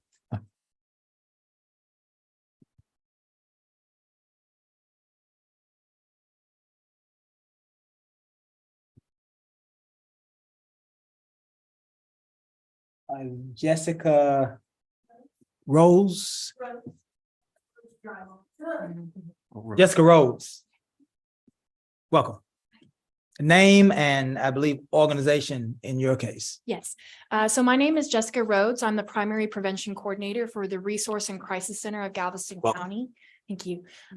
So today we're bringing forward a memorandum of understanding with the Lamarque Public Library. We are hoping to start a prevention program so we can introduce youth education programs to the libraries in our communities. Since the Resource and Crisis Center serves all of Galveston County, this is what we're trying to do with each city within the county. We've already got some programs started at the Rosenberg Library on Galveston Island, but we would love to bring some to the mainland. So that's what we're presenting today. Some of the things that I've worked out with the Lamarque Public Librarian, Amy, is working on financial literacy classes, college education, and application courses, and then also job training. So bringing these resources to our youth within the Lamarque city, so we can offer opportunities for everyone in the community. Very good. Thank you, Ms. Jessica. Pamela Mann. Welcome, Pamela. Name and address for the record, please. Pamela Mahan, 3010 Rose Lane, Lamarck Council, Mayor. So this is from October the 22nd, when I did not come up here. These are some items of importance to me. First, we still need a sewer clean out in front of 3030 Rose Lane before the neighbor installs the new part of the fence. There's been a lot of excuses, but something needs to happen. A lot has been spent by myself and other neighbors who have new sewers, but it's still backing up in our homes. The next thing is, I want an explanation why the inside of my PVC is orange. It was replaced after the February 21st freeze. And then this last year, when they dug up across from the shell at 45 in Maine, and all of our water lines broke again. This is what comes from my new meter into my home. That's just part of it. And then the other thing I need to know is, why do I continue to have discolored water in my home? I know these aren't my favorite things, but it appears that the consideration in our neighborhood is just kind of lacking. Thank you very much. Thank you, ma'am. Caesar, is Rick or someone available from Public Works to visit with? They are not, Ms. but I Mahan? will make sure I get the information so I can follow up with both Ms. Mahan and Mr. Pope. Very good, thank you. John Jones. Welcome, Mr. Jones. Name and address for the record, please. Thank you. Good evening, John Jones, 2502 Duroy Road. I have a couple of pictures I'm happy to share. I also have a bunch on email, which I'm happy to send Yes, sir. to any council member who wants to view. My issue is the condition of the road. I'm on the dead end side. Oh, thank you. So I understand it being a dead end road. It doesn't have a whole lot of travel. But the top level of asphalt has failed completely, almost the full length from Maine down to the bayou. It is down in many places to the second level of asphalt, which is exposed and deteriorating. In some places, it's down to the substrate, which is also deteriorating. So I believe there's some of my neighbors here. We're all used to running the gauntlet of the potholes on that road. So you start out and you miss the big one across from the environmental place, and then you got to kind of squiggle around through the other ones. So we all do it. Every citizen that lives down there is avoiding all those potholes, and there's a cost to that in vehicle maintenance, and there's a cost of annoyance with having a road to live on. And I've only been there about 3 or 4 years. If there's other neighbors here that have been there longer, they know the same story. Listening to Seth's presentation doesn't give me a whole lot of hope.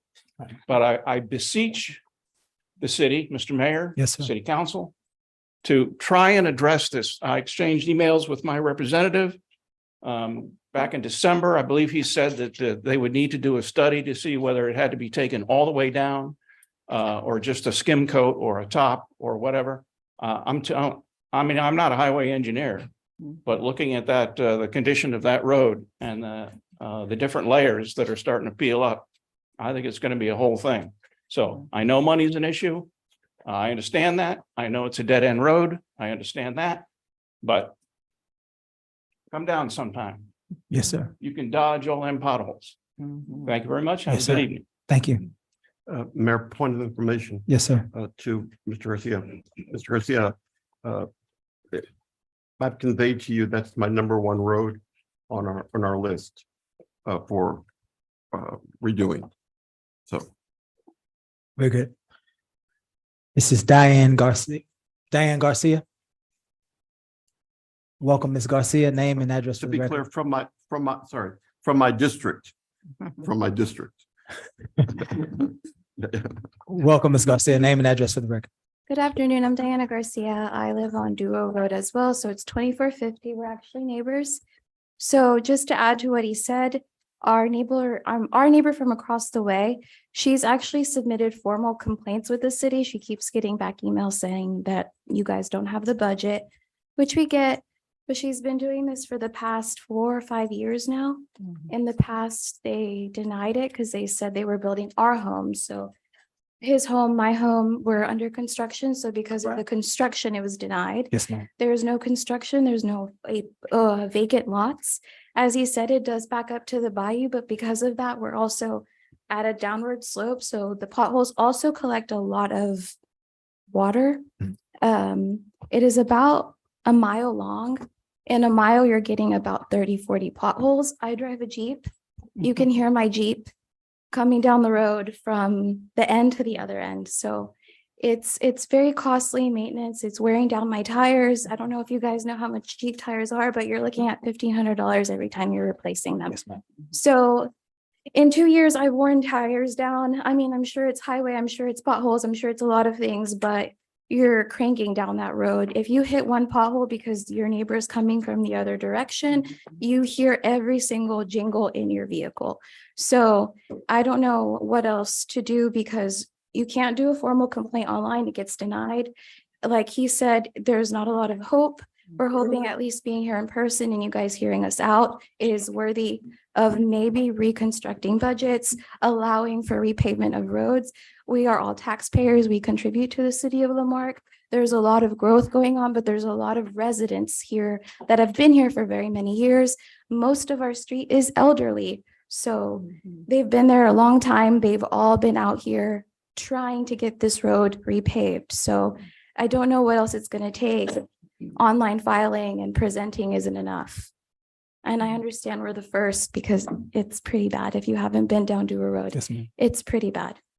So I'm actually surprised because we have 4 or 5 Lamarque police officers on our road. So I don't know why they're not here because they should be.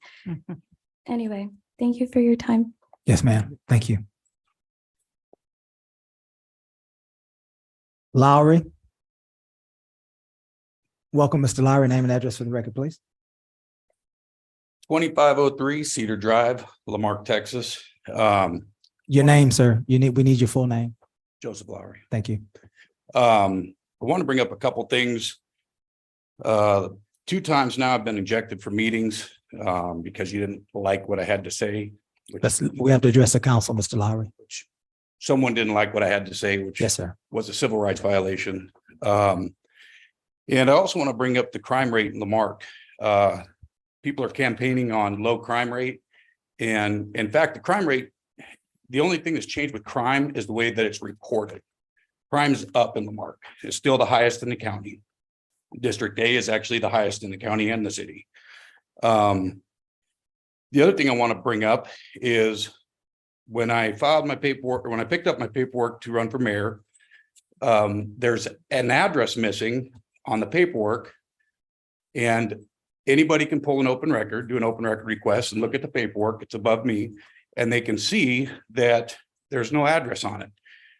Our charter says that you must live in Lamarque for 12 months prior to running for election. And you must maintain residency for 12 months if you run for election. And somebody up here is violating the charter. That's all. Thank you, Mr. Lowry. Point of information, League City Consortium crime stats have reported that crime is down in the city of Lamarque. Violent crime is down 11%. Property crime is down 20%. Overall crime in the last 3 years is down. You cannot rebut. This is a point of information. Overall crime, point of information. Overall crime is down 20%. You cannot. Your time is up, Mr. Lowry. So your time is up. How do we Mr. go? Lowry, please. How do we Mr. go? Lowry, we cannot- this we is cannot- not question and answer. It's not. He's rebuttaling. I am Presiding providing, officer, he has the right to I preside am over the providing a point of information. He rebutted. He I am spoke back to providing a a citizen. point of which is information. out of line. Gus does not preside I'm over still this in my meeting. 3 I am the minutes. presider I'm still of in my this 3 meeting. minutes. He's had his I'm three, still he's in my had his 3 minutes. time. I have provided a point of information, just like Mayor Pro Tem did. His time has passed. He cannot rebut me, and I am not rebutting him. So he needs to be removed from the podium at least. This is not right, and you know it. Again, the mayor is the presiding officer. If there is incorrect information, all of us on this council have the opportunity and the responsibility to provide a point of information. Mayor Pro Tem demonstrated it so professionally in the last citizens request. I just asserted point of information. Clearly, crime is down according to statistics. And so we'll move on. William Douglas.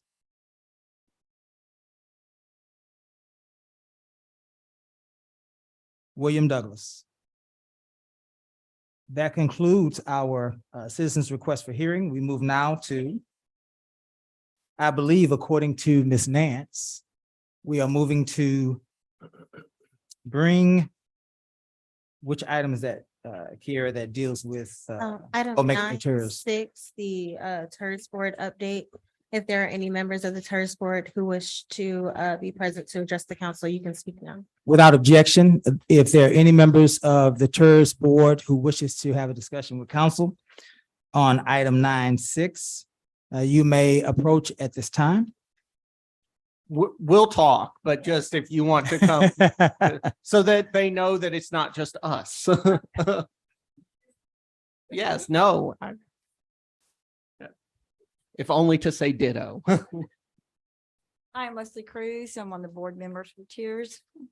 I'm Cheryl Farrell. I'm on the TERS board also. I'm at 34 North Flamingo. and Very good. 37 North Omega And Street. we're just here to let you know that we're still out there. Our roads are in bad condition too.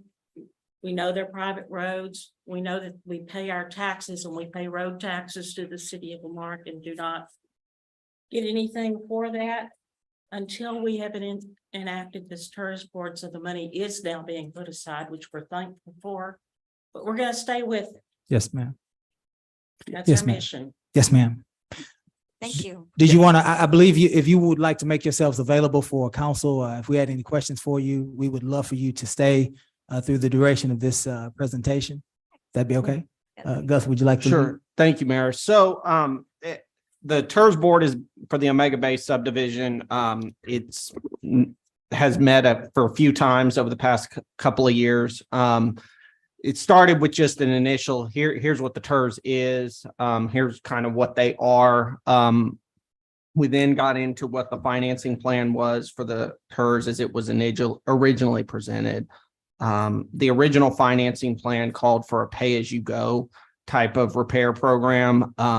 After a review of the finances, the TERS board has come to the decision that, while a pay-as-you-go method may have been appropriate at one time, they would like to pursue something. It's really not appropriate now, given just how long it would take to do a pay-as-you-go. You'd be doing small segments every year or every couple of years that would not be very efficient. So given that, the homeowner or the board also met with the consultant who set it up, who assisted the city, Sue Darcy, and met with the financial advisors for the city, Stifel. Stifel was present at the meeting last month. And the TERS board has decided to pursue a different approach. More specifically, they want to pursue a debt financing option that would there would be debt issued that would be secured by the TERS receipts to fix all the streets. The first hurdle that has to be cleared, and there's actually been a lot of work done on this, is the streets in Omega Bay, as the board members have said, are private.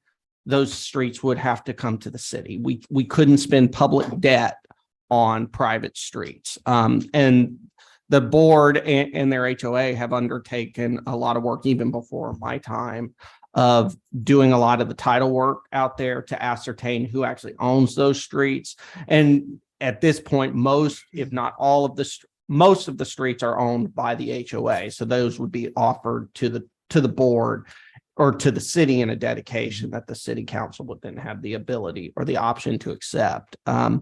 The small, there are a couple of portions of the streets which are not owned by the HOA. Those are in dead end, those are on dead end cul-de-sacs, for lack of a better term.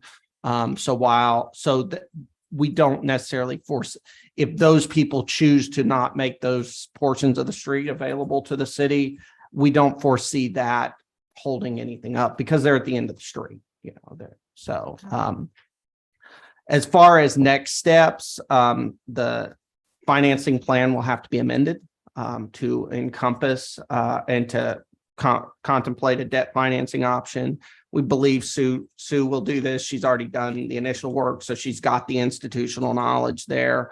And then also we're in the process of reaching out to the county and the school district. Currently, the only ad valorem taxing entity in the area who participates in the TERS is the city of Lamarque. Should TCISD or Galveston County choose to participate, the amount of money going into the TERS would be greater, which would expand the financial wherewithal of the TERS to reconstruct the streets. So the next step is that while we're working to meet with the county and the school district, the next step is for the board to adopt or prepare that updated financing plan, which would then be adopted by the board and the council. So right now there's nothing imminent coming down the pipe, but we also didn't want you to not hear from us for years. And then all of a sudden we show up and have done 2 or 3 years worth of work and y'all go, well, what's that?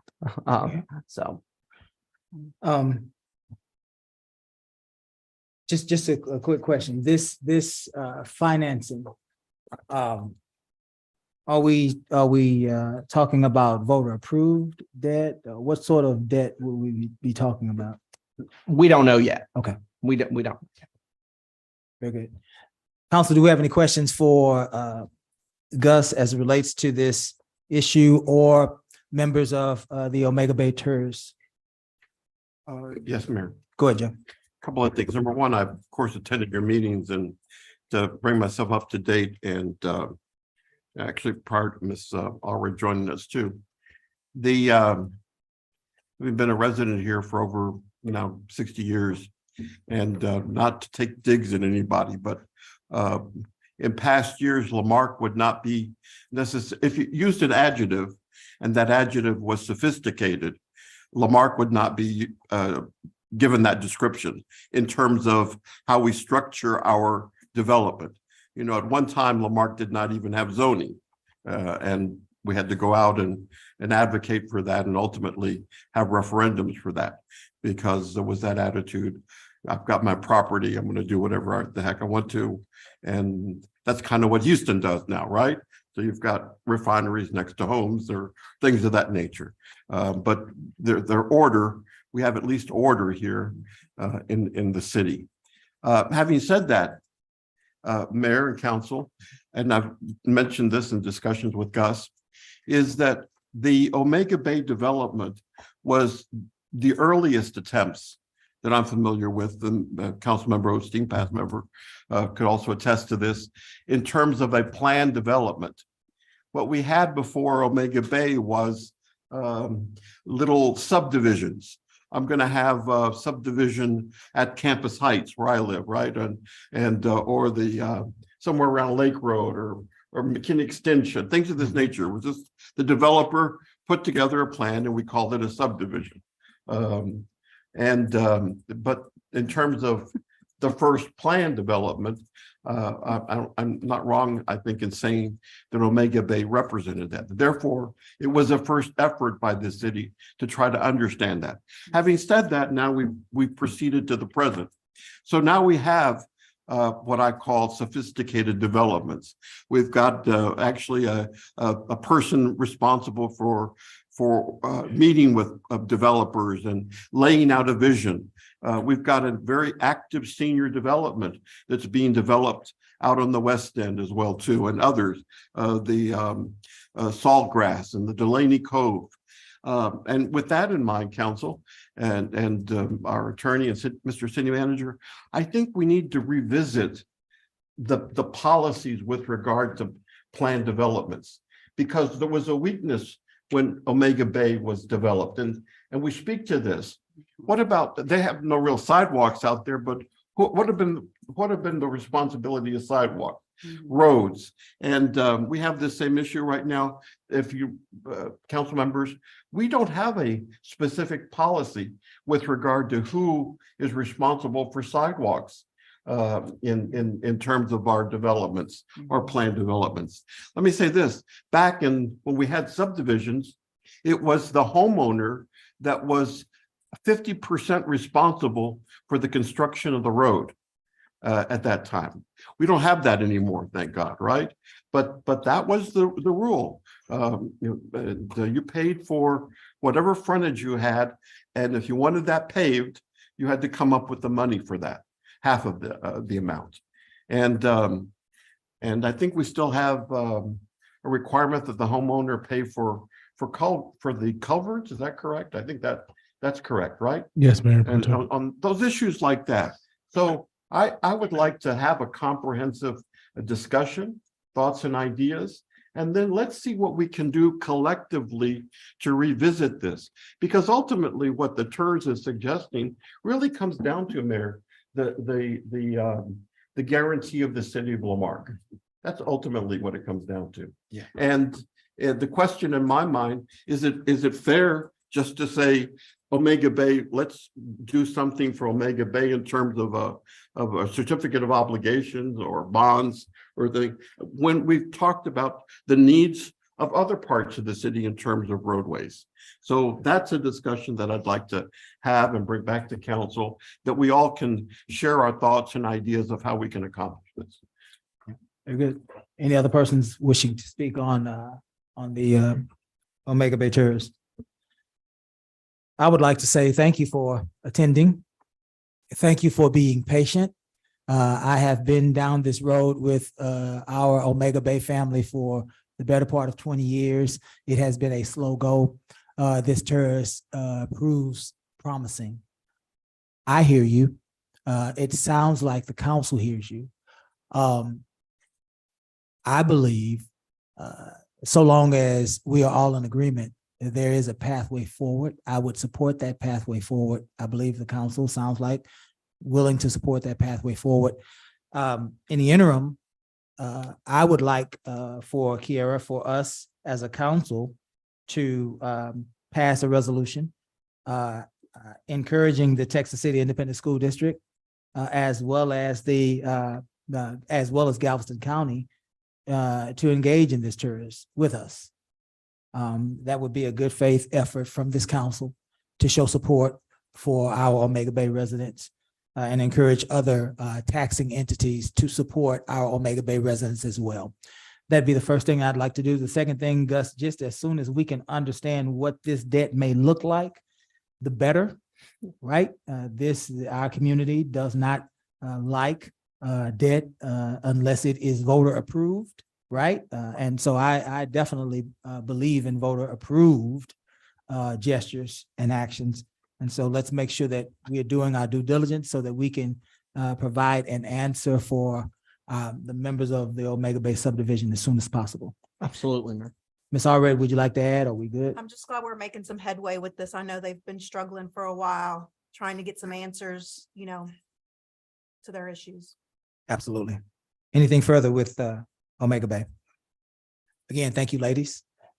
Yes, ma'am. Let's move right back now to our regularly scheduled program, and that sounds like item 6, public hearings. Conduct public hearings to hear public input on 6.1. Ordinance number letter O-2024-0001, creation of a heavy industrial zoning district. Kiara, we are closing the regularly scheduled meeting at 6:50. and we're opening the public hearing at 6:50. Are there any persons online wishing to speak to item 6.1? Any persons online wishing to speak to item 6.1? Are there any persons here in this meeting wishing to speak to item 6.1? Any persons in the meeting tonight wishing to speak to item 6.1? Hearing none, we'll move now to item 6. I'm so sorry. I was looking down. Yeah, these are representatives of the railroad. They can speak now during public hearing, or if y'all want to hear from them on the item, it's up to them and y'all. Yeah. Let's deal with you. Let's deal with it on the item of the ordinance. We usually try to reserve our public hearings for our residents. And so let's keep in custom so that we can definitely allow them a chance to be heard. Item 6.2, ordinance number letter O-2024-0002, issuance of a conditional use permit for a battery energy storage system located on parcel 304858 on FM 1764. Again, are there any persons online wishing to speak to item 6.2? Are there any persons online wishing to speak to item 6.2? Hearing none, we'll move to those that are in person with us tonight in this meeting. Are there any persons here present with us tonight wishing to speak to item 6.2? Any persons present with us here tonight wishing to speak to item 6.2? Hearing none, we will close the public hearing at 6:52. 6:52, and we'll open our regularly scheduled meeting at 6:52. item 7, old business, 7.1, ordinance number letter O-2024-0001, creation of a heavy industrial zoning district tonight because of the public interest. And we want to thank those members. First and foremost, this council would like to thank members of our community, the residents of this great community that live around this area. You have been very vocal. We have heard you. We are responding to your concerns. We would like to also thank members of the Planning and Zoning Commission here with the city of Lamarque. We have heard you as well. This council has had a joint meeting on last week with the Planning and Zoning Commission, a very productive meeting. And in response to those concerns that were elevated by our community and our commission, the Railroad Commission is present with us tonight because they want in good faith to share their concern because it is our community's concern. And so we will allow them to approach at this time. The time is now. Welcome, welcome, welcome. We are glad that you are here with us tonight. Please identify yourself as well as any members of your team that are in the audience. Thank you very much. My name is Kenny Corley. I'm a lawyer for Texas City Terminal. And this is Jason Haley. He's the vice president at TCT. And Romero Barba, president of TCT, is also with us.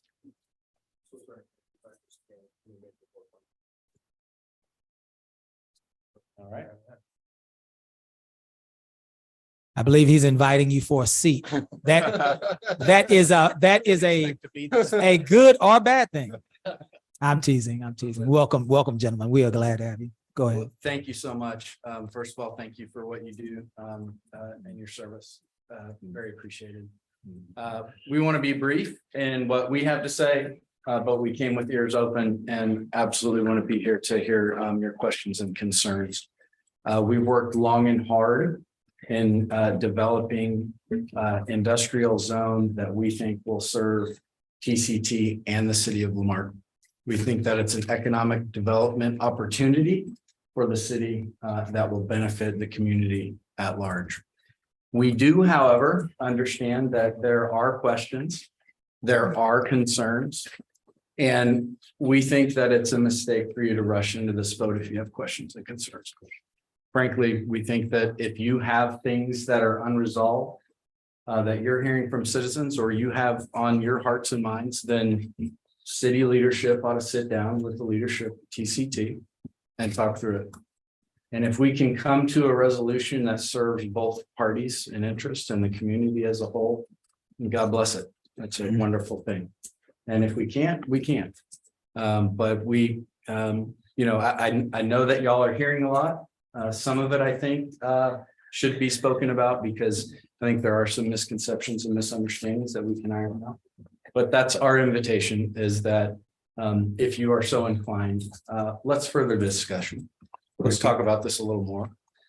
We don't want you to make decisions without being fully informed and having your questions answered. There's one other piece that I want to add to this, and I hope that hear me when I say this, please, because I don't want this to be heard as a threat. But sometimes I think there is a misunderstanding of the choice that exists here. And especially when we hear from citizens about this. What we hear sounds like there's a choice between developing the property or not developing the property.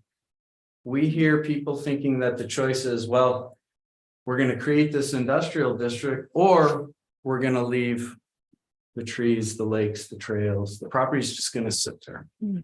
And I want to be frank and full candor to those citizens. That second option is not a real option.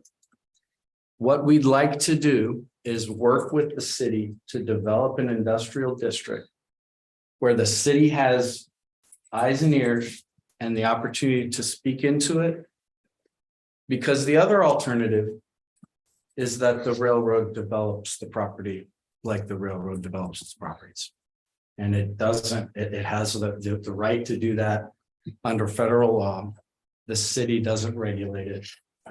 The things like buffers that we hear people talk about, they don't exist.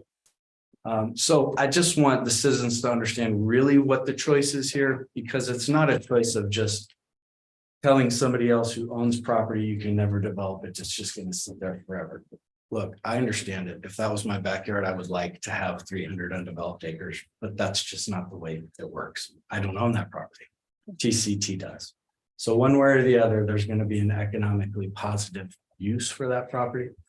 And we hope that we can work together with you in a way that comes to a solution that serves out. And I believe Jason has may have some comments as well. But thank you very much. Thank you. Yeah, so I'm Jason Haley. As Kenny said, I'm the vice president for Texas City Terminal Railway Company.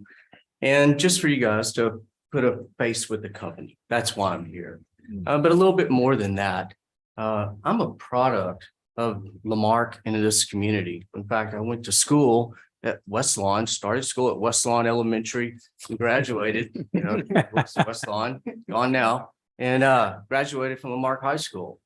In fact, I guess one could say that I have deep ties to this community. In fact, the beautiful new elementary school across the road here is named after my father, Jimmy Haley. So a little bit about Texas City Terminal Railway Company. We've been in business for over 100 years. Okay. In fact, the founders of Texas City Terminal Railway Company helped establish the city of Texas City. So we have deep ties to the community there, and we're good corporate neighbors and citizens for more than a century. I mean, we have to be that, and we're going to continue to be that. And we want to be that way for the city of Marque.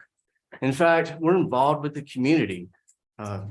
In fact, our president, Ramiro Barba, he's the chairman for the Texas City Marque Chamber of Commerce. So we're involved in the community, and we want to stay that way. We want to partner with you. And I'm happy to be here. Thank you.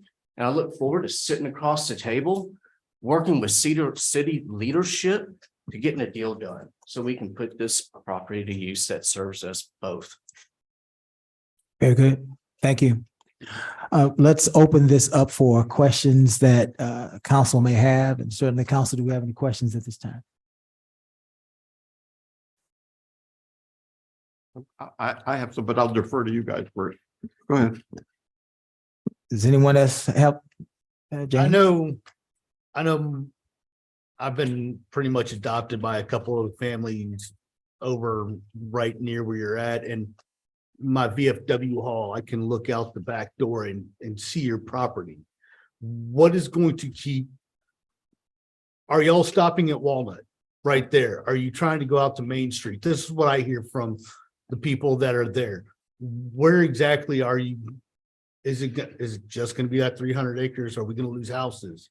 Or, what's the smell going to be like? What are your guarantees that suddenly breeze comes through and we're not clogged out of the VFW with the odors coming out of that area or the sounds coming to us? What are you going to do to make sure my residents aren't scared out of their homes? those are what our people are talking over there.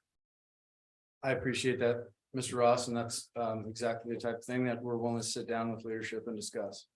But there are several ways that we can try to address those type of concerns, and we hope that we can come to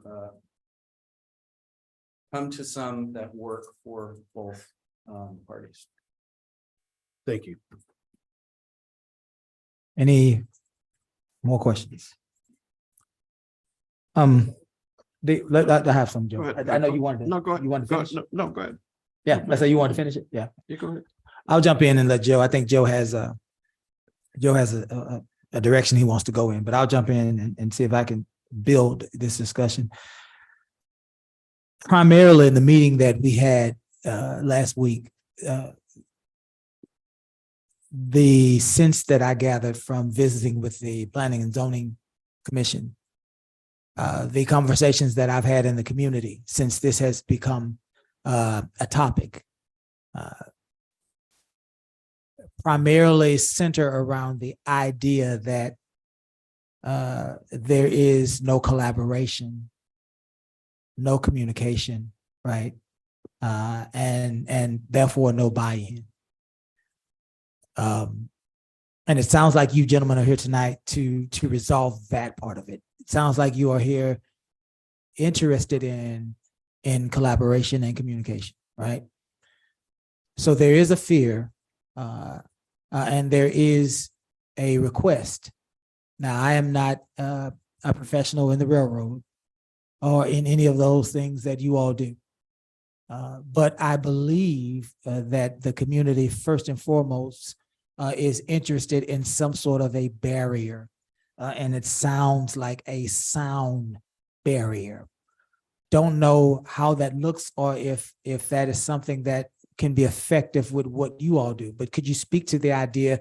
Many of our community members would like some sort of a sound barrier, a gate with some sort of material on it to limit the sound to less than 50 decibels inside of a person's home. Could you all speak to that concern?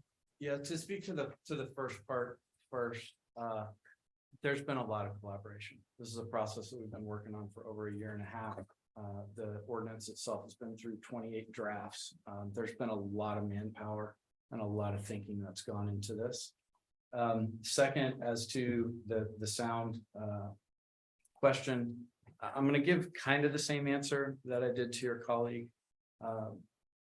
Building the Great Wall of Lamarck to try to stop sound from moving is probably not an economically viable solution. It's probably cost prohibitive. And moreover, I think there are other ways to address that, such as space and wood, like trees. Okay. So those are things that I'm certainly not making any decision about now, and I understand none of you are either. Right. But we want you to know that we hear what you're saying, and we're willing to sit down and try to come to a solution again that enables the economic engine to happen, but also does its best to try to protect citizens in the area. So what I heard you say is you hear our concern and about some sort of a barrier or some sort of a space that would limit sound. And I think that's the most important thing that we need to hear, that our community is concerned about sound. You all heard that concern, and you have just said to us that there are other opportunities perhaps to address that, one being space, the other perhaps being trees. Nobody's deciding anything tonight, but you heard us, and you're thinking about how we could accommodate the community as it relates to sound. Would that be a true statement? Yes, we're willing to sit down and discuss those issues with you and see if we can come to a solution. You said earlier in your presentation, and I want to be clear to make sure that I understand it, that there is no such thing as a buffer zone. Did I hear you say that?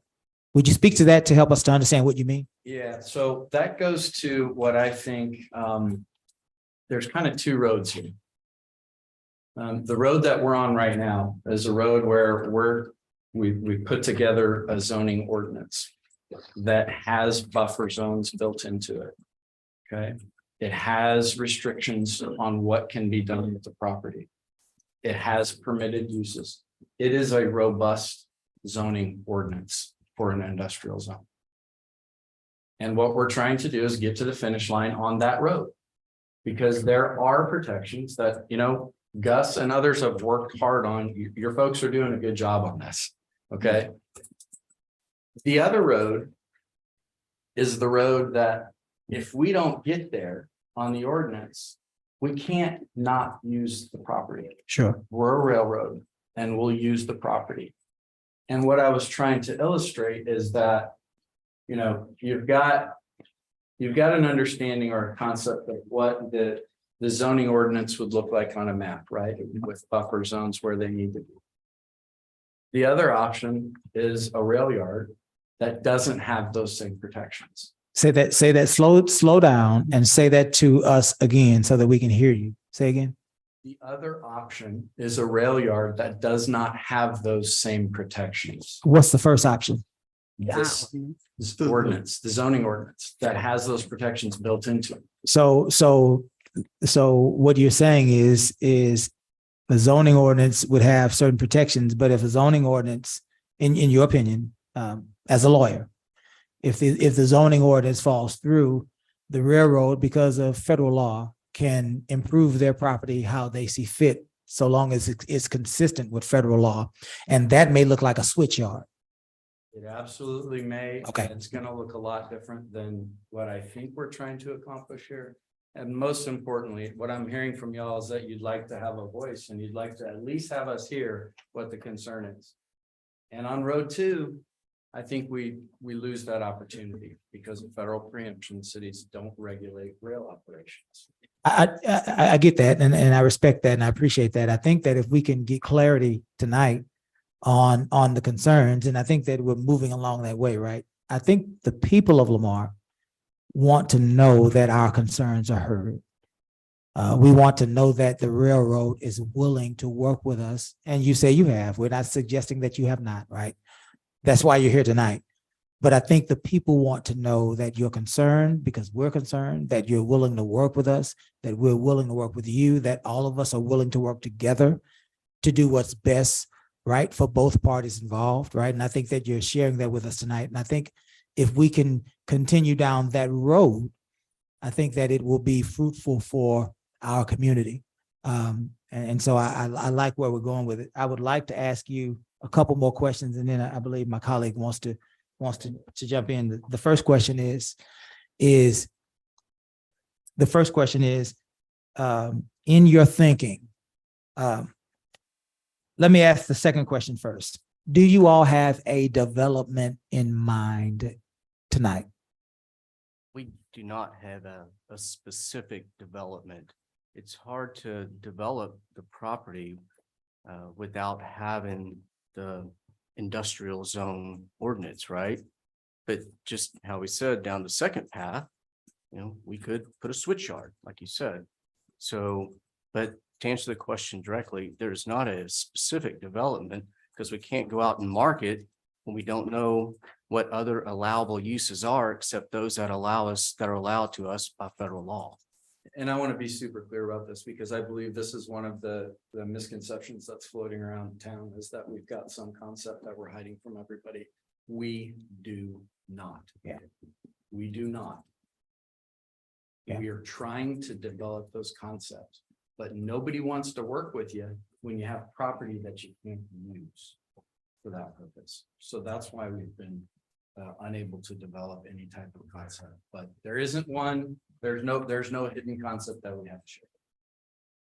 That brought one more question to mind, but before I get to that question, the last time that we had a discussion years ago about developing this property, I believe the tracts of land were divided into 2, where the majority of the, in that case, I believe there were tanks, right? I'm not saying that there will be tanks, but the bigger point is the more dangerous elements of an operation, right? Even if it's just a perception of danger, would be developed closer to Highway 3, right? and less away from the neighborhood, right? There were 2 tracts of land. In that scenario, which is not tonight's scenario, let's be clear, the tanks were on Highway 3. So I guess my next question is, if there is a development, if we're able to move forward with that, what is your thoughts on making sure that if there are more dangerous elements of your operation than others, that you all might be able to design it in a way that it is farthest away from our community members? Could you speak to that? I think that's a fruitful discussion to have. Okay. Yeah. I mean, how the proper, it is a large property. And where things are situated is a fair consideration. I think it's a good discussion. Very good. Last thing, could you and Gus, you said tonight, and I believe you, but certainly we want to make sure that we have it for our community. You and Gus certainly have put together a zoning ordinance. You said that it was quote unquote robust. And it sounds like to me that means that it is very conservative in favor of the municipality. But we would like certainly to have some sort of a comparison. And so if there are other zoning ordinances out there or other ordinances in other municipalities that speak to these types of developments, we would certainly like to have that in our possession so that we can say to our community members, listen, there are 5 or 6 other similar ordinances in 5 or 6 other municipalities. Look at this one in Lamarque and look at how we are even more restrictive in our negotiation to provide for greater relief for our community. Again, if we can do that, certainly I would like for us to put that in council's boxes so that we can have those conversations with our community and certainly have that as another bit of information so that we can prove that you all have done due diligence in addressing concerns from our community. We'll work with Gus. Yeah, we can do that. We'll work Yeah, with Gus. that would be important. Very good. Thank you all for listening. Certainly those are the things that I gathered from my visits with planning and zoning and with the community. Mayor Pro Tem, I believe, wants to have time with you tonight, so we'll turn it over to Mayor Pro Tem. Thanks. A lot of the discussion that we're having now, Mayor and Council, is really something that would occur after a project has been identified. We bring it through the processes that have been set forth in the proposed ordinance. They still have to go to our development team, meet other requirements that we may look for, but it's a discussion that goes on. It's so that's why I continue to urge us to we're not taking action tonight, but I continue urging us to kind of get closer to the acceptable heavy industrial zone ordinance. And having said that, we all understand that at the heart, and Texas City Railway has been a major player in the history of Texas City. And by the way, Mayor, if we look for a zone, we only have to look to Texas City in its zoning ordinance for a similar type of heavy industrial zone. So the railway has been a major collaborator, a major corporate partner of the city of Texas City. We hope and we certainly believe, I believe, knowing these guys, that that's where we're going here in Lamarque. As I think I'm having met with the guys, I'd like to refer them to Texas City Railway as an entity that is a capitalist entity, but it's a capitalist entity with a soul. It has the thoughts and the concerns of its community as part of its choices that it makes in terms of development of the property. I also want to remind council that this is an opportunity for us to also finalize the unfortunate litigation that exists between us. We need to get that behind us. We need to clearly clean up what needs to be cleaned up in the final agreement, Gus, and proceed forth. The other, and part of that then, taking a good faith step is the passage of this particular ordinance. So what I've heard tonight is that as some next steps, we're still going to continue to exchange some ideas on some of the concerns that have been expressed with the input from our listening campaigns. And between you guys, the lawyers, then try as best as you can to incorporate those concerns in this document without being so specific that you guys can't do anything. I think that's the other concern that I have. It's got to work for both. It's got to work Appreciate it. for on that side. So I guess at this whenever we move on, I guess we're going to finalize we've already exchanged some of the concerns. The mayor's indicated them, and the next step would be what, you guys going back to the drawing board kind of and tweaking the document. Yeah, I'd like to speak to, the last thing I'd like to speak to is just time. You raised a fair point, sir, that this has been a long process. Yeah. And I'd like the council to recognize that it's been a process in which TCT has not been able to productively use property. So time is a concern for us. We've been pushing this as hard as we can. I do think it's a unique opportunity to solve not only this problem, but other problems that you mentioned. We'd just like to speak with you quickly. Yeah. We don't want this to turn into, well, hey, let's go back to the drawing board. We've been pushing this cart hard for a long time. If we can fix some rough edges and make this work, then let's figure it out in the short term. Yeah. And if it doesn't work, we tried and it didn't work. But that would be the only additional ask, is that we give it our attention as quickly as we can, because I know my clients would be angry if I didn't at least ask for that. Yeah. Sure. Council, any farther? I just would like to say, I appreciate the frankness, and also the opportunity that they're giving us. And I feel like if we can get 99% of what our citizens are asking, that's a lot more than we get on the flip side. I agree. Councilwoman Allred, I believe, represents Yes, I do. this railroad property, and so. Mayor. Yes, I just got some clarification, and Gus for clarification as well. Tonight is your hearing first reading, right? We do know that you want to come back regardless of what you decide tonight, assuming that you were to pass it. We have 2 weeks before our next meeting. Correct me if I'm wrong. No, we need to work with them because to come up with the changes that will then come to council on first reading. Right. Now, Okay. we need to meet before 2 weeks from now. That's the point I was trying to make. Yeah. That if it's possible and prudent, if we could try to get that scheduled rather quickly, because today is essentially our deadline for this next meeting on the 26th already for us to put the agenda items together for us internally. Absolutely. Gus, is there an opportunity for planning and zoning to convene in this? Is that a Kiara question? Yeah, probably not, because it's just gonna depend. P and Z is gonna have a lot of notice stuff too. Is there, let me back up then, before we even get into that. What's our P and Z quorum? Is it 3? Yeah, it will be, yes, Who said that? 3? there's 30, yes. So is there an opportunity then to invite the chairperson and the vice chairperson for a conversation with the railroad in these 2 weeks? I think that'll be really important for that conversation to take place.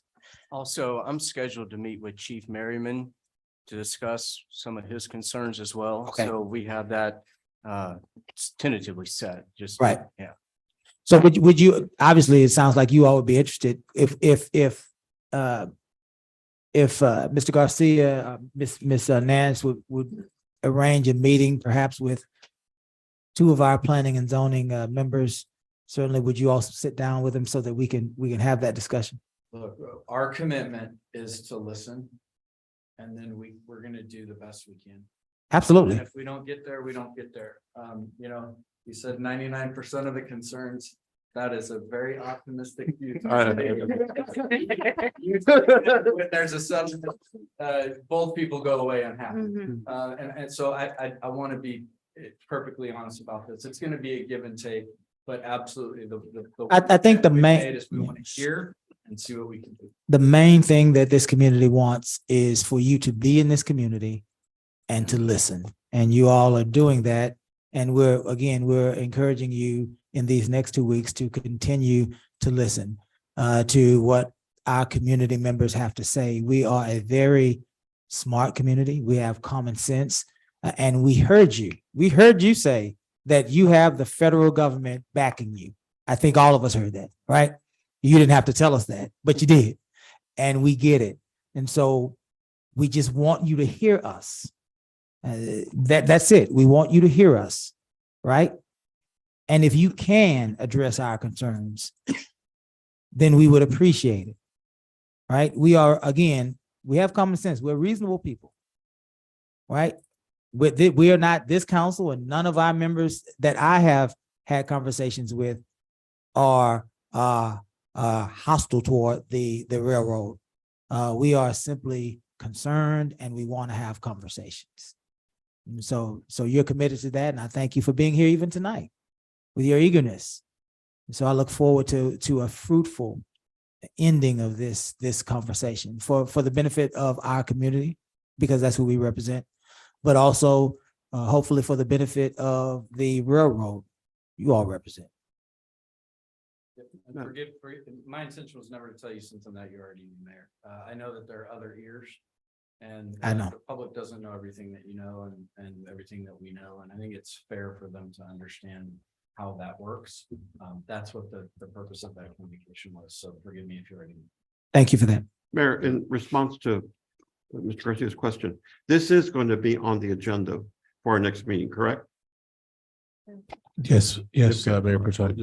Barring that you say differently. With the revised documents there. Okay. All right. Any further discussion? Again, as I think we're going to call for a table here so that we can make sure that we get all of this conversation reduced to some sort of a document. But I want to say on behalf of the citizens of Lamarque, we thank you for attending tonight. I know that it is difficult to be a railroad and have to do business with communities, in particular small communities, but we in the small community part of the world realize that transportation and commerce are important to our country. And we want to be a part of that process. We want to be good Americans. And so we understand our obligation to our country, but we also want to be cared for. And we also want those concerns that we have in that sacrifice to our country to be heard. Thank you for hearing us tonight. Absolutely. Thank you. Mayor, one quick item. I want to express my thanks to Jason and Romero. And Romero, by the way, just will be leaving us soon here for the port for the Texas City Railway. His replacement, I had a pleasure of meeting. I work already with him on the Transportation Advisory Committee of the Houston Galveston Area Council. So we already have a relationship there and understand our thoughts and work collaboratively together on many other projects. But Romero, thank you so much for your time here and your service to the Texas City Lamarque Chamber of Commerce as well too. Absolutely, absolutely. Thank you, gentlemen. We are now going to entertain a motion to table. Is there a second?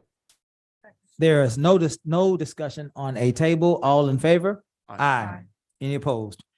Item 7.2, ordinance number letter O-2024-0002, issuance of a conditional use permit for a energy storage system located on parcel 304858 on FM 1764. This is the second and final reading. Mr. Garcia. Yes, thank you. We do have members here from the organization. Should any questions need to be asked? There were no comments during public hearing, but we do welcome you in case the council has any additional questions. This item passed at the last meeting. I believe it carried 4-1 vote. It is before you for second and final reading.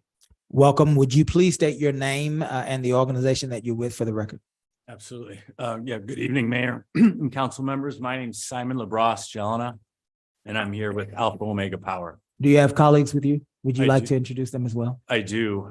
Guillaume Dufay, who's SVP of EPC and Development, and Dino Merrigan, who's the landowner. Very good. Do you have a brief presentation or would you just like to entertain questions? I have the same presentation as last time that I can go through, if you guys would like me to. Council, would we like to entertain questions? We don't need you to go through the presentation. Council, are there any questions for Alpha Omega? I don't have any questions for them. I just want to make just two quick observations. Absolutely. Of course, I'll continue to be opposed to this, but more particularly, this particular group is a new group.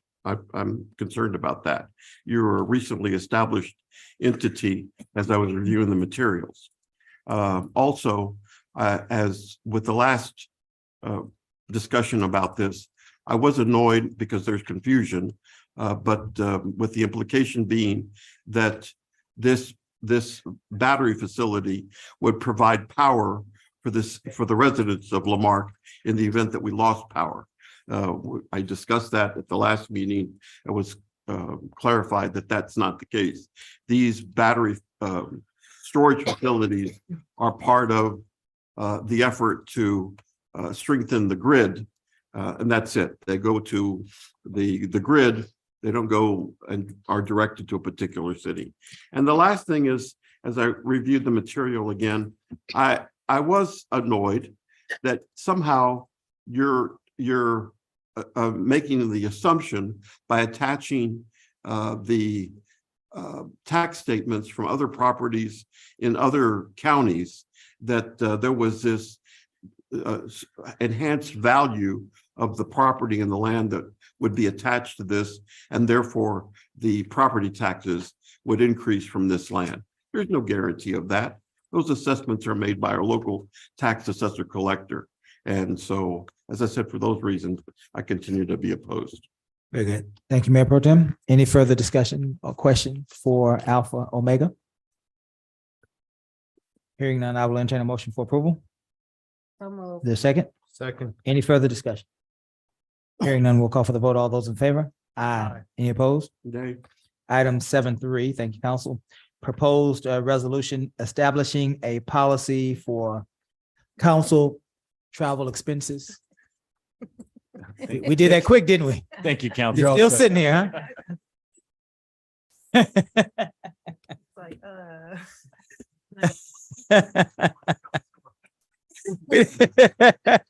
We know it's great. It's fabulous, man. It's going to be wild. But we heard you the first time. I'm kidding. Let's go back to business, council. 7.3, thank you all for attending and good luck to you. 7.3, proposed resolution establishing a policy for council travel expenditures. Again, this is the first year council has traveled for education and edification purposes, representing our city in various different training and meeting settings. Within the last few councils, that desire for knowledge has increased, and the opportunities to gain knowledge from conferences, from presentations and things of that nature, networking opportunities, those opportunities have increased. Council's travel budget is about $3,000 a year, which allows us to attend 2 to 3 conferences, more like 2. And so because of that, and because of this continued effort of being good stewards of taxpayer money, I have, as mayor, the leader of this council, proposed that this council adopt a resolution that we would all agree to, so that it would guide us in this travel process. And so that's where this comes from. The last time that we met, I believe Mayor Pro Tem was trying to wrap his head around what we were trying to do. I think that we've had some discussions that get him close to where he can understand what we're trying to do. And so now, Kiara, you've provided for us a new ordinance. And so tonight, council, let's get into this to make sure that we can have our voices heard. Who wants to begin? If anybody. Well, both this one, all this also extends to other follow-up. The statement here, well, first question, is this the same policy that's applicable to employees as well? Because as I reviewed policies from other cities, local cities as well too, the policies with regard to attendance at conferences and things of that nature are applicable to both employees and council members. This is specifically for council members. And so if we're going to take any action, I think we build upon what is our policy that exists for employees with regard to the attendance and travel and things of this nature, as opposed to now imposing upon the city manager, our finance director, and the city secretary, Kira, a whole new other standard of what to follow and what to track and things of that nature. That's number one.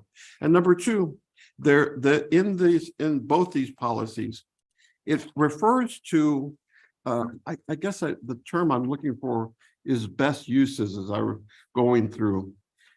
These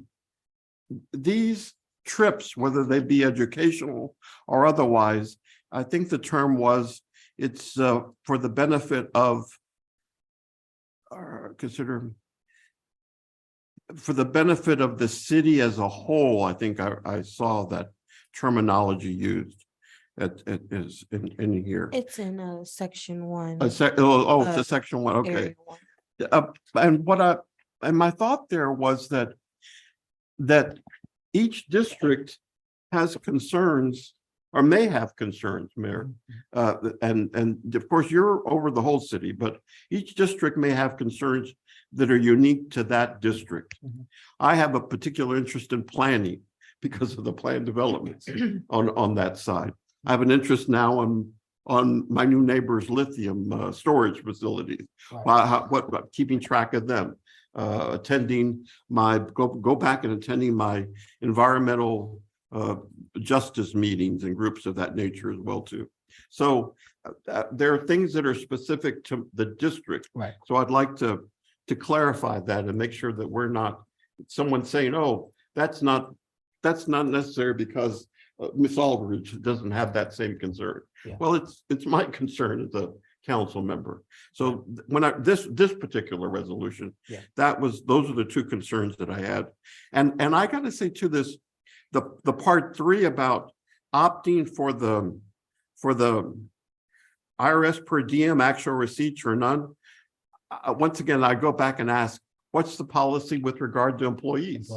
What do you guys do? We should be under that same scenario. I don't know if employees do that now or not. Those are the concerns that I had with regard to this particular. Miss Christine. Did you want to address? I saw you had your hand up earlier when Mayor Pro Tem was Yes, speaking. Miss Christine is also approached to speak. This is almost a mirror of what our employee policy is. It's just in the employee travel policy, it often refers to the employee. So this is just kind of like a condensed version of that for the council. I think the other one's like 14 pages long. I don't think you guys wanted to go through all of that. As far as, I'm gonna try to remember everything that you said and try to address it. And then obviously, Ms. Christine, please feel free to jump in or correct me if at any point.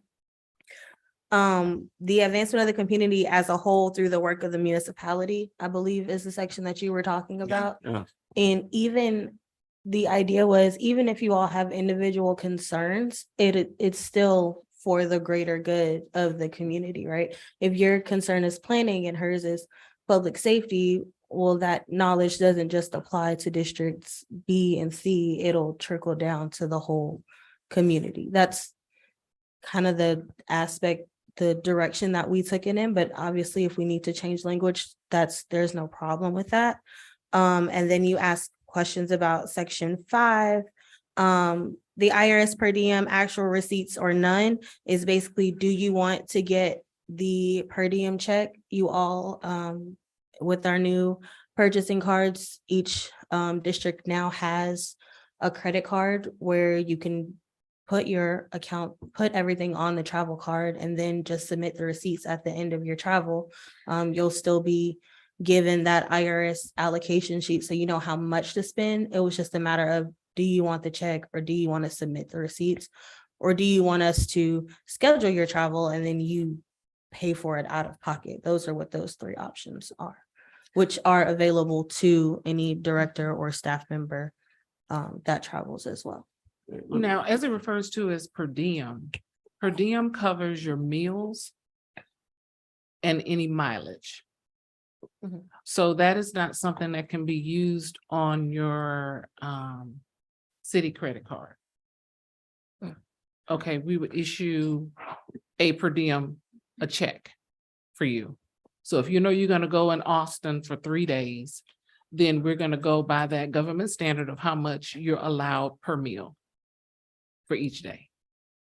And Yeah, then if you have mileage, same thing. Yeah, that's the confusion too. Mhm. The card that's new Right. is just for housing. When we get to a little, because we had the problem arise, we get to a place, Marion, you know this, It the declines. card was declined. Yeah. And then we'd had to put it on our own or go scrambling. Mr. Garcia one time had to cover for several of us too, because he Yes. was so kind and on that side, right?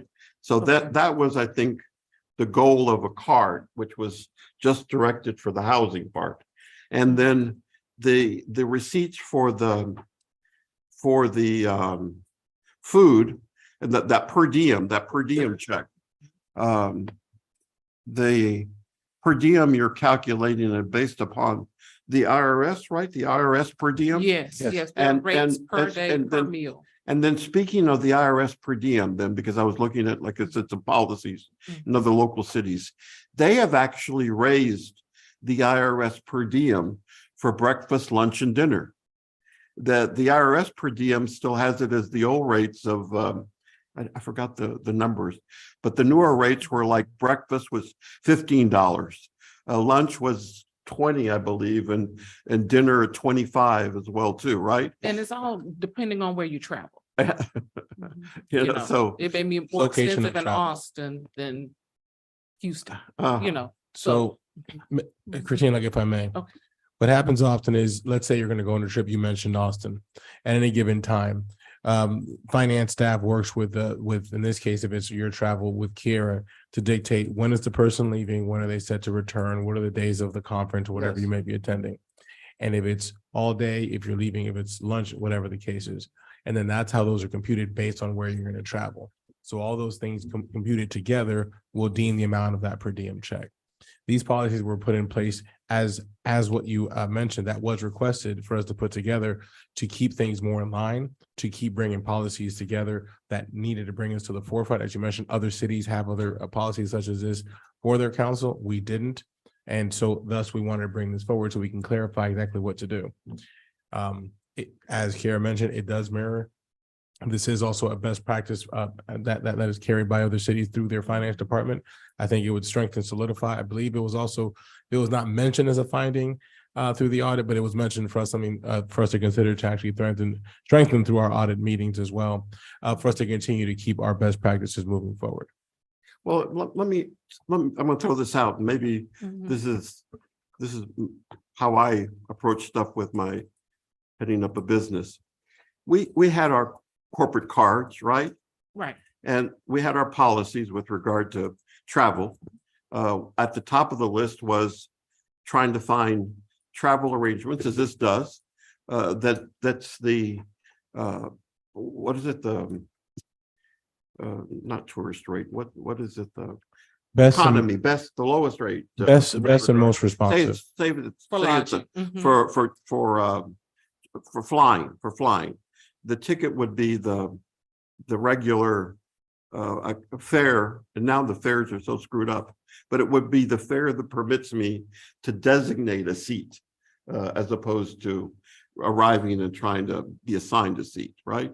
So, but that's, you guys are taking care of that on the front end side, Kira, right? In terms Yes. of arranging stuff. Right. So now we go to the conference. And if I were to say to you, I don't need any, I don't want you to get me a check for my travel, because if we have a policy that says breakfast is this amount, lunch is this amount, dinner is this amount, then I'm going to use my card then to go ahead and spend based upon those amounts.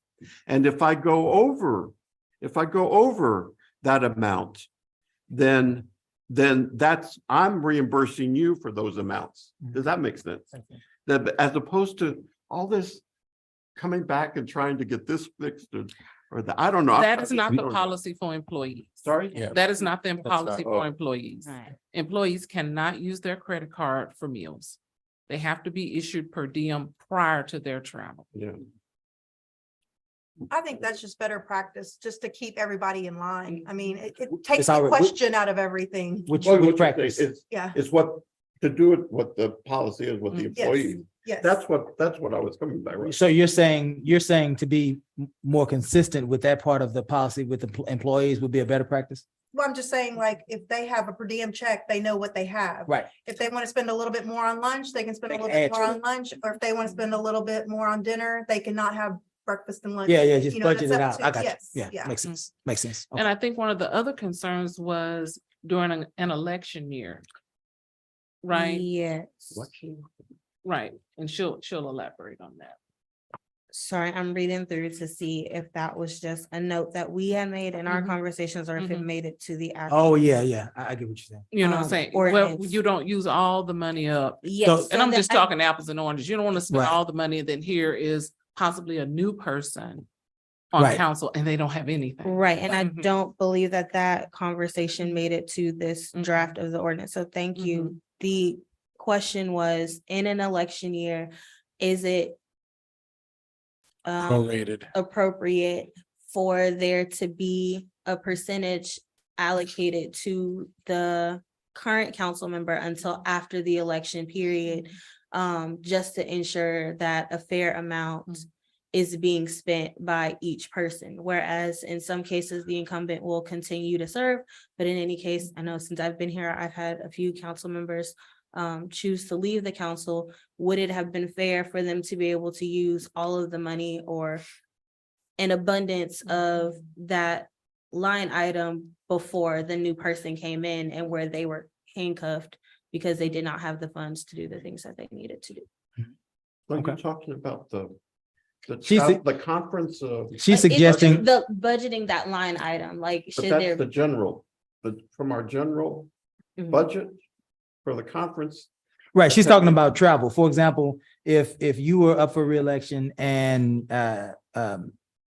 she's basically saying, if you're up for reelection, would it be appropriate for you to expend the entire travel budget, knowing that you may not win reelection?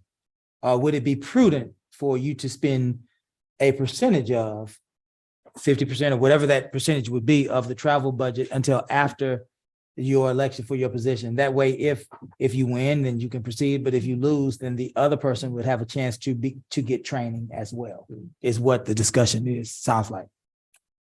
I think we need to, I'm real big about custom and best practices.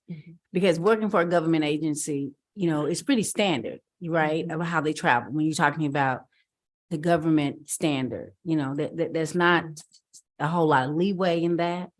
The other thing, Mayor, that I want to add to what Joe was talking about things that are specific to your district. My district has pretty much all the schools except one that's in Lamarque. You got Main Prep, the high school, Abundant Life, and then you have homeschools. And then because of my background, what I bring to the table is education. And I consider myself to be a lifelong learner. So for me, it is important to bring the best information back to the table and not, because what happens is I'm a big believer the more your leadership knows, the more your company grows. If you are not consistently studying and researching your craft, you will get stale. So I'm a big believer in that. And that wasn't always the case here in Lamarque, right? And so we have challenged ourselves, as we have challenged our electorate as well, to compete with our sister cities. And so when I saw this, I don't have any problem with the policy as it reads now. It's pretty standard. But I want to make sure that we understand that we all bring something unique. That's why people vote for us. That's why we're in office. And one of the things, and this is why it's important, there may not be a stadium in Lamarque today if I was not at that meeting at the facilities representing the city of Lamarque. Because when we were at that meeting, it was mostly educators. I'm an educator, but I was there representing the city of Lamarque. And so when a question was made, because it wasn't a part of the bond package, they just wanted a high school. When the issue came up and they said, Ricky Nicholson said, we want to add a stadium to the bond. And it got real quiet. Board member Nikisha Paul said, yes, we do. Because most stadiums were not being passed on bonds. So they were afraid to add it, that perhaps it wouldn't pass. But when I stood up and say, the city of Lamarque will support a stadium. Why would I support a stadium? Because when you have games in your city, they will shop here, they will eat here, they will stay here, rather than have to drive all the way into Texas City, and they get that revenue. Right. So wherever I go, not only am I a teacher by trade, but I'm always thinking about how would this support my city? How would this help my city? So it's important that those of us that have multiple gifts continue to learn so that we can be in those rooms as educators, right? So that we can bring that to the table. So I don't have a problem with that. I think this is part of our growing pains, right? As we grow as a city, as a collective, that we have something to monitor ourselves. So when those questions come about, we can say, this is why we do them. And I know for me, education and the city, I'll never forget, there was a councilman that said this, and thank God he's no longer a councilman, but he said this to me: my job is not to take care of children. I'll never forget that, because when a community abandons their children, that's a problem, because it's about safety. And at the time, I wasn't even living here when I heard him say that. And I was just appalled that a sitting councilman would say that children didn't matter. I understand what he's saying, city and education, I get that. But how do you govern a city and not think about your children? There's no way. So that was one of the reasons why I moved back, because I just thought you cannot abandon your children. So with that being said, Mayor, I don't have a problem with this. I think this is something that for future councilmen as well, now that we've made Lamarque look so good, everybody wants to run. Which is good. That's what you want.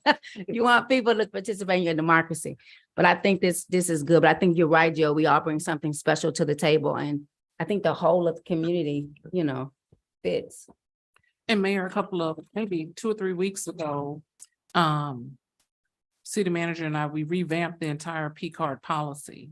So every employee that touches a credit card has signed a policy, just like you signed. I know you had to, all of you had to sign, stating that you'll abide by those policies. We didn't have anything like that before. And P card issues can be a bad issue for a city if someone got a hold of it and we don't have any policies in place. Yeah. So that's very important to me too, that we had to do that. Yes, ma'am. Any more questions on this resolution? I certainly want to say again, in an effort to be transparent and for council to police itself, this ordinance is appropriate. I don't believe that any member of this council is trying to assert their view or their perception of what is good or adequate or beneficial training or anything of that nature. I believe this resolution will provide for the opportunity for any of us to take part in travel based on our understanding, and that's the important part of this. After this is passed, whatever each individual council member chooses will be justified by them to their districts.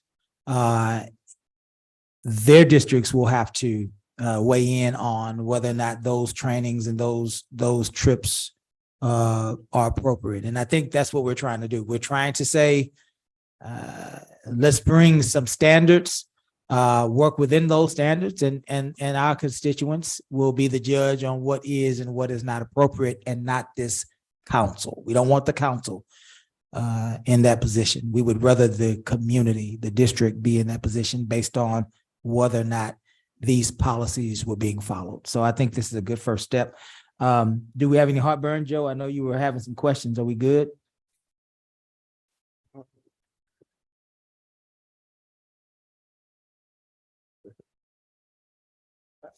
Once again, I don't think the question's been answered. Is this a similar policy that the employees have, or is this looser, or is it more expansive? So it's a very relatively similar to what the employees have, except for, I think we determined in this conversation, that one line that allowed for council members to travel with their P cards and submit receipts afterwards. But it sounds like Finance Director Turner would prefer that you all receive the per diem checks. Yes. Which we've done before. That's standard. Okay. There's no further discussion. We will then entertain a motion to approve. So moved. The second, Second. all in favor? Aye. Any opposed? Item 7.4, proposed resolution establishing a policy for discretionary council expenditures. Again, about approximately 3 to 4 years ago, the council budgeted for its members $5,000 per district, including the position of mayor, so that we would be able to support activities within our district that would bring a benefit to the city of Lamarque. What would some of those activities be? Starting a community garden would be an activity. I, as mayor, use parts of my discretionary funding to provide for a progress report, a quarterly progress report to be mailed to every house in Lamarque, specifically speaking to what the council has done in that quarter. That's what I choose to use my discretionary funds for. But they can be used for various opportunities within council districts to enhance the life of those members of that district. And so we are now trying to put a policy with that. So we'll certainly open this for a discussion. Kara, do you have anything to add as it relates to this discretionary policy? No, sir. This one is a little bit more expanded than what you saw at the last meeting, simply because we were asked to separate it. There is one provision I'd just like to bring everyone's attention to, because I know currently the way you guys expend these dollars would just be submit to me in writing that you want to use them. We did kind of structure it a little bit more just for audit keeping purposes. So I just wanted to address that. And I think that's one of the few changes that have been made from the last time you saw it to this time. Very good. What does that mean? The line 8? Yes, sir. Starting with line 8. So Can any you read it, expenditure Yes. Okay. There. exceed 1,000 would require a second council member to support. That the one? Yes, sir. So now there will be a form that everyone will have once we get this passed. And it's basically just one as a way of record keeping to say, like, this council member asked for X, Y, and Z. But even in the last item, we talked about keeping more in line with how employee expenditures go. For us, even as directors, we have levels of approval. We have to get, we can't just spend money of our own will. So here it just creates tiers. So council members can spend up to $1,000 with just their own signature of that currently $5,000. If you go from 1,000 to 3,000, you just have, just like getting an item on the agenda, right? You get a second person to agree with you and there's 2 signatures on it, and anything above that $3,000 mark would be required to come to the council. Right. Kind of in line, obviously the numbers are a little bit different, but kind of in line with how staff expenses go. Could I also ask for clarification? Yes, sir. 5, and I was looking at once again at the policies of other cities. This states any organization receiving funds from the city or a council member must be in good standing with the city of Lamarque and the state of Texas.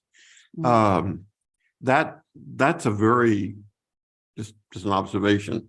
Any organization is a very expansive group. What I saw in policies from other cities is it specifically designated nonprofit organizations as opposed to any, because I would have some problems myself when I look at these requests.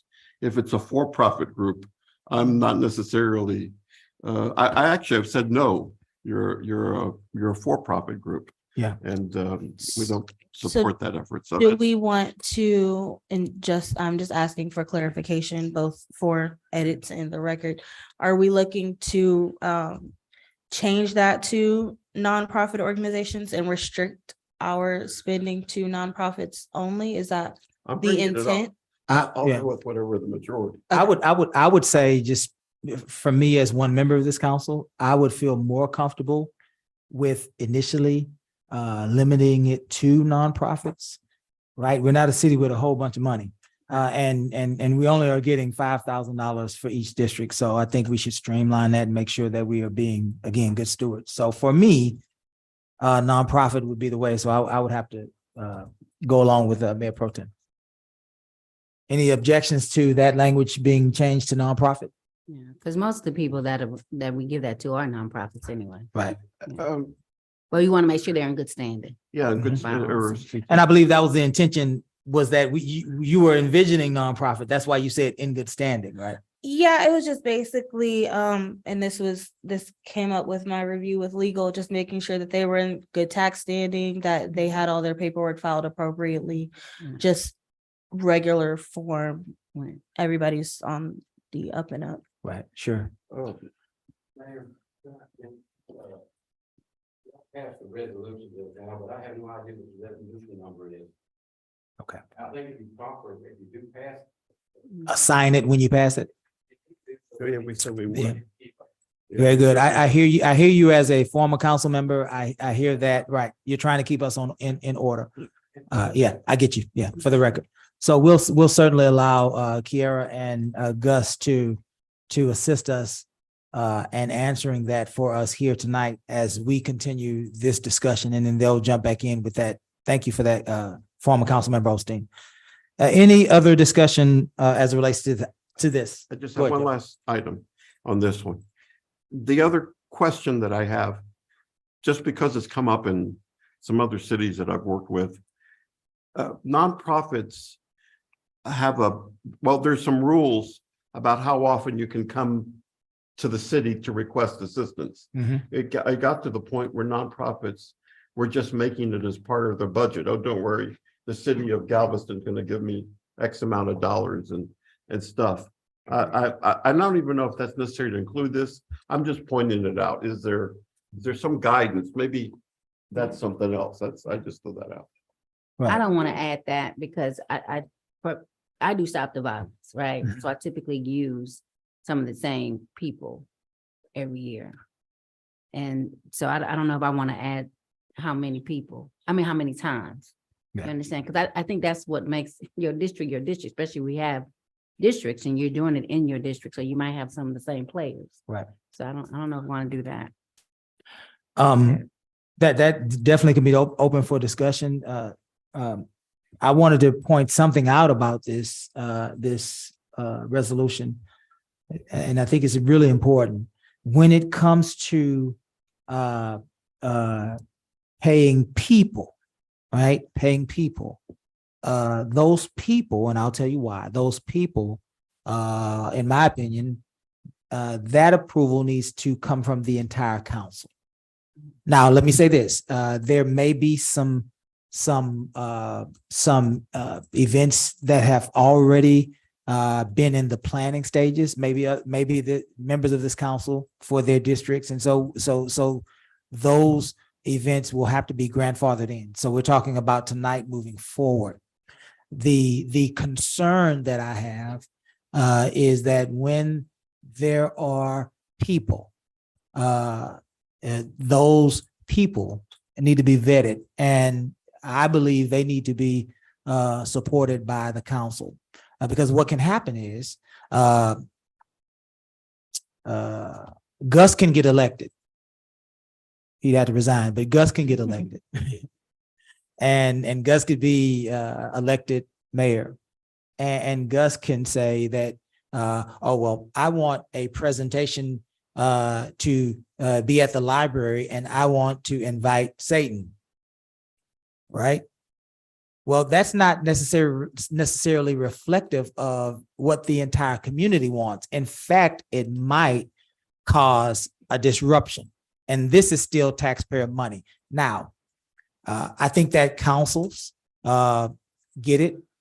And I think that a 5-member body would ensure that these potential people are vetted for what they bring to the table, right? So I don't believe that any council would say, well, I don't like what this person or that person has to say, so I'll vote against it. I think that every council, and I'm optimistic as a council member, would say, is this person properly vetted to be able to, regardless of what the subject is, right? Is this person properly vetted? We don't want to bring a person here and pay taxpayer funds, and then later on we find out that there was something nefarious or otherwise that would cast some sort of bad light, not only on our city, but on that council person who in good faith attempted to bring an enrichment to our city. So that was the thought behind that. Again, that has nothing to do with any plans that have already been made. That is in future reference. Let me give you a real-time example of this. There was an idea years ago that former Councilwoman Casey McAuliffe recruited a transgender person to read to our children. That was a lie, and regardless, we're not speaking about that tonight. But the point is, what if that were true, right? Then the community and the council would certainly have to have an opportunity to understand that. And so that's where that thought is coming from. If that makes sense. We want to make sure the community is aware of who is and is not participating and offering things in our community. Any discussion on what I just said? Very good. Any discussion on this proposed resolution? Now, former council member Osteen reminded us that that 7-3 did not receive a public resolution number. Do you have one for us tonight? Yes, it would be resolution number 2024-0006. 2024-0006. Very good. I will entertain a motion to approve 7-4 discretionary council expenditures. So Sorry, moved. one second. Are you guys making that motion with the amendment, with the nonprofit amendment Yes. or without? Yes, with Ms. Yancey, were you making a motion? I said so moved. Is there a second? Second. Any further discussion? Hearing none, we'll call for the vote. All those in favor? Aye. Any opposed? New business Just, item. sorry, before, Yes, just ma'am. for the record, that is resolution 2024-0007. Very good. Thank you. And so obviously new business has 1, 2, 3 proposed, 2 proposed ordinances in the resolution. So now sounds like after we pass it, you're going to give us a number. So I'll pause. Thank you. New business items presented to the council for discussion and possible action. 8-1 proposed ordinance issuing a conditional use permit for the construction of a data storage facility and showroom located at Galveston County Property ID number 752487. Mr. Garcia. Thank you, Mayor. This is an item for a data storage facility, as was expressed in the agenda. And this item is being brought to you for your consideration. We do have the property owner here. We do have Kathleen available should any questions arise, but we're ready to entertain any questions you may have on this item. Anybody have any questions for Mr. Garcia as it relates to item 8.1? But where is this at? Yes, that was my question. Thank you. Certainly. If you see the package that's attached, it is off of 1764. It's off of 1764, not too far from the recent item that was just passed this evening. It is on a property that is slightly to the back behind that other property. That's the other district. Yes, that would be in District B. Yes, sir. What is the I'm gonna bring Kathleen. I'm gonna say this again, and God knows you and I've worked so much for so long together, right? So, but on these things, somebody should let council members know this is going on in their district. This is different than the like Omega. No, I'm not just any activity. It just makes sense if it were me, right? If it were me, when I had my 122 offices across the state of Texas, something affected that city, that office. I let the franchisee owner know, this is, by the way, we've got the city council is going to be considering this. It may impact that, or it could be something in this economic development. That's the sort of, that's my expectation, Kathleen. You know, you've heard me say this before, you know, because a lot of times, truthfully, God knows, I was suggesting to somebody that's a TV producer the other day, please, let's do a point of view thing on my day between the Transportation Advisory Committee at HGAC, which takes up so much of my time. I gotta say that with that amount of money, that's over $1 billion, $2 billion, this stuff. And the agendas and the HGAC, it's nuts. And something like this, it just gets by me. And I just like to know a heads up. That's all. Well, I apologize for that. No, I would hate but I would hate to say, oh, council, we possibly have this person that's calling and wanting to know, maybe do this, and then waste your time when it hasn't gone to planning and zoning. I don't have an application yet. Now I can do it. I can certainly let you know, especially when they actually do put an application. Mayor Pro Tem, your request is duly noted. We will make a note to do that for yourself and all council members. I would just like that, remember when we had what was it, the stuff with when you were doing the zoning enforcement, right? We asked that you let the council member know when there was some action that was being taken in a particular district. That's gone away now, by the way. I don't hear about those things anymore. Mr. Chief Merriman, I hope you're listening to me, that when something's happening, Ms. Chamber, something was going on in an area that the council member. Mayor Pro Tem. For zoning, for zoning action. And we will make it a point to make everyone. Instead of me getting a call or any one of us getting a mayor getting a call, God knows the mayor gets all the calls. I just tell them to call him, by the way. And but just to give us a heads up. So duly noted, Mayor Pro Tem. Kathleen or Caesar, whoever would like, so we know where it is. Talk to us about how this is different from the battery storage, facilities. This is a data storage. As in, So data servers, those kind of things. And I think we have the owner online on Zoom to give you a presentation for it. Or she was, I believe. Anyone online, Kyle? There's 3 people on. Okay. Is there a person? Probably them. Is there a person online representing the conditional use permit for the data storage facility? Yes. Hi, could you guys hear us?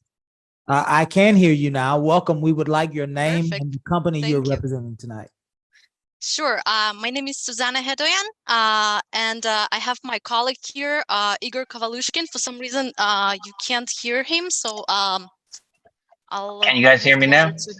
Yes. Yes. Okay, I do apologize. I've had some technical difficulties here. I don't mean to interrupt. Good evening, everyone. I'm a board member of Data and Energy, and I would gladly answer any questions that you might have. I also do have a presentation. It's the same one as we presented last time, and I will gladly explain what it is that we're building and address any questions that you might have. Does he have a presentation? Can you share the screen? So the presentation. Are you referring to the one that's in the packet? Planning zone. Planning and zoning. I'm here. Groundbreaking for the high school. Just The same day? Okay, that's. yeah. That's why I stayed behind. Is he? You give us one second. We're gonna pull up that was on the screen that we have. Okay. What we do have. Okay. Okay.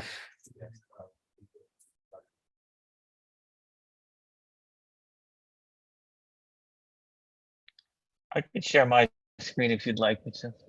That would be easy. That'd be easier. Yes, sir. If you can make that happen, that would make this quicker. Absolutely. Let me try if I can actually do that. Did y'all understand where exactly this is gonna be? It's Can you let me know if you guys can see the screen? We can. Okay, now. Okay, let me okay, so this is a brief presentation that goes over who we are and what we're doing exactly. So I'll just go through the slides quickly. So this is a cover slide, Data and Energy Inc., empowering growth through innovation. So Data and Energy Inc. is a company with over 6 years of experience. We specialize in land acquisition for the purpose of data center build-outs and its supporting infrastructure. The core of our business primarily consists of mixed-use data centers for various applications, such as crypto mining, cloud services, web hosting, as well as various machine learning, automation, and AI large language models. And we also offer data center management services. And we strive to go beyond the basics through the creation of a positive impact in our areas of operation by attracting local talent, thus fostering economic growth in the region. Now, onto the project.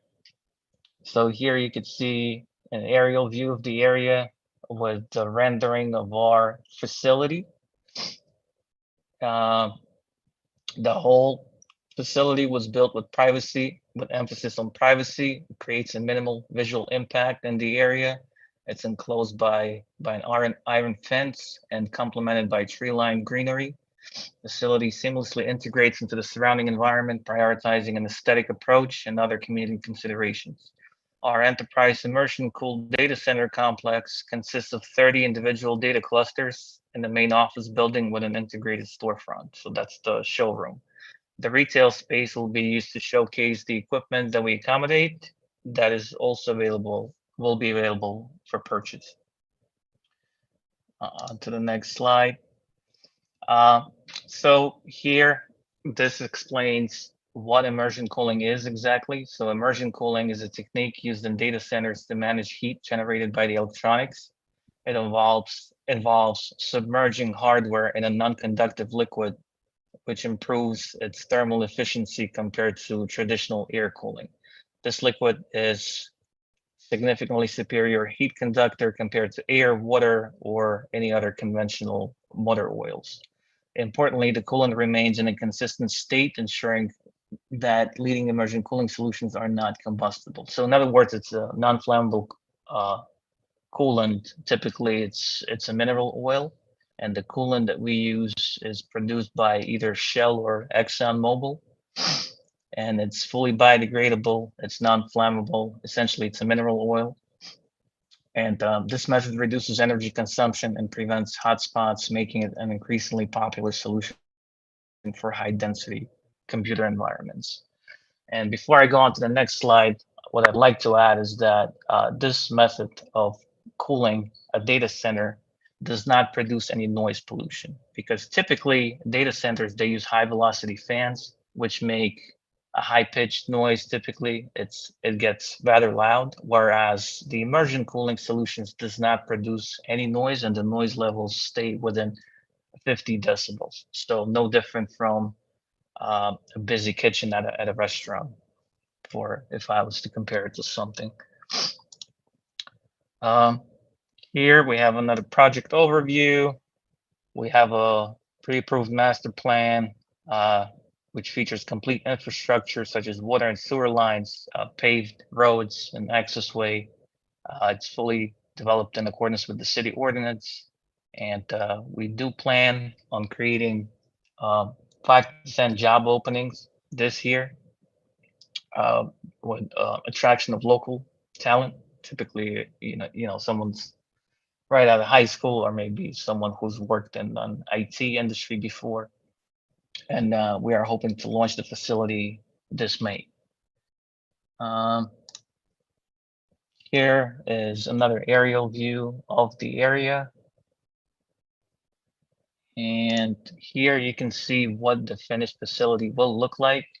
So on the left side of the slide, this is going to be the main office building with the showroom. And on the right portion of the slide, you can see the data clusters. This is what they look like. And here you can have another look at them. So that's what the data pods look like. And here you can see some of our past projects. This was an indoor data center for a company called Wadham. This one was in Kentucky, I believe. And this one was built for Block Fusion in New York. Now, these are all old-fashioned air-cooled data centers. So these were essentially noisy and not very appealing. But this new one is a cutting-edge immersion-cooled data center. These are our technology partners. So these are the companies that we work with on this project. You can see HP here, Dell, Luxor, NVIDIA, IBM, Lenovo. And this concludes the presentation here. How do I stop sharing? Thank you, sir. Council, do we have any questions for this presentation and for these members of this organization? That slide that had the entrance, what's that road? What's the entrance onto? What road provides access? That road's gonna be developed.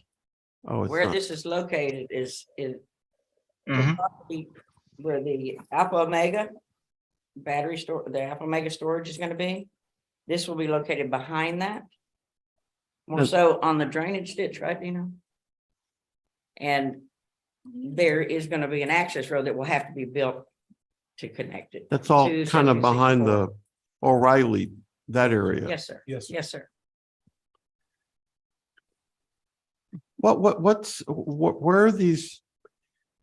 Why are these storage energy? What's the word out on the street about Lamarck? Why are we? We are open Why are business. we being Dino. overwhelmed by these? That's the word, open for business. We are open for business. Isn't that right, Dino? Mayor, Pro Tem Mayor, Go ahead. like if I can. One thing I will tell you that I did some research on this, just looking at it, and I can tell you that we're constantly talking about being innovative or different. And this one is not your typical data storage facility. Mr. Igor, if I'm not mistaken, mentioned of it being immersion cooling. It is very unique. And I can tell you it's a very sought after type of data storage center that is new and up and coming. And because of how much more technology we as humans are relying on, data storage is a big need, very big need, something that I don't have to go very far to ask, because Kyle right here next to me knows that we struggle with that sometimes ourselves. So it's something just for us to consider. You ask why, I don't know the why us, but I can tell you, I can't speak as much. I'm not as versed on the battery storage as I did a little research on this. And it is pretty interesting, some of the new changes that we're having. And it is retail. It's retail, so Is that's there- sales tax associated, is that right? Could you explain the retail sector of this? Yeah, so the main office building will have a showroom built in, which will essentially showcase the type of equipment that we can host at this facility. And you'll be able to place an order. And if an order is placed on premises, obviously we'll collect the local state tax and any other applicable taxes. So we'll have large clients visit to, inspect the facility to see if it meets their standards, if they want to host with us. And then they could see the type of equipment that we host, and they'll be able to order it through us right there on the spot as well. So it will serve as a showroom. Does that means that it's subject to sales tax? This retail will be, yes, Yeah. Yeah. yes. I spoke with them about that. And how many acres is that of land is that on? Is this something acres? 3 acres. 3 3 acres. acres. So I guess this would be for Igor. What is the give us an idea of the gross sales of this of outfits such as yours? What's the annual gross sales? That's honestly rather hard to predict because that's not the primary purpose of this facility. So first and foremost, it is a data center, a rather high tech one at that. It's immersion cooled. The retail aspect primarily serves as a showroom. And if we do have someone fly out there typically to sign a contract with us, they'll be able to do so, but we don't actually inspect that many sales, done on premises. Essentially, it is a showroom. They could buy something there on the spot and then host it at the very same facility.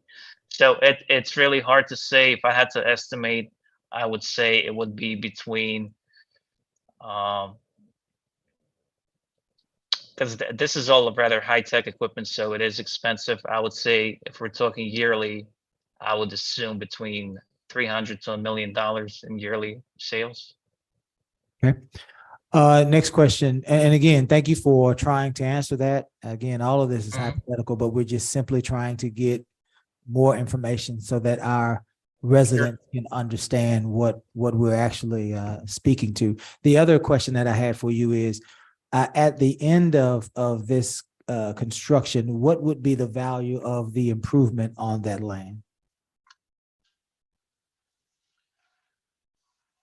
Are you referring to the tax assessment on the property?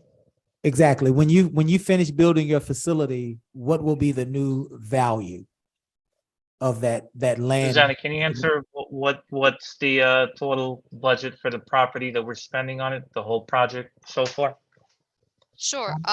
We can't speak obviously for how much the property will be assessed because that's something that the tax assessor will do. But we can say that at this point, we budgeted $10 million for the project, and that's not calculating the building area yet. So I would say roughly we would look somewhere between 12 to $14 million investment, and then obviously will be assessed based on expenditures that we will have on the facility. So and ma'am, go ahead, ma'am. I'm sorry. I'm sorry, Council. So and as any other construction, obviously that's what we budgeted, but right. But I've never seen a construction that would go right on the dot with the budget. So I do expect it to be around $12 million in total. Have you built has your company built these storage facilities before?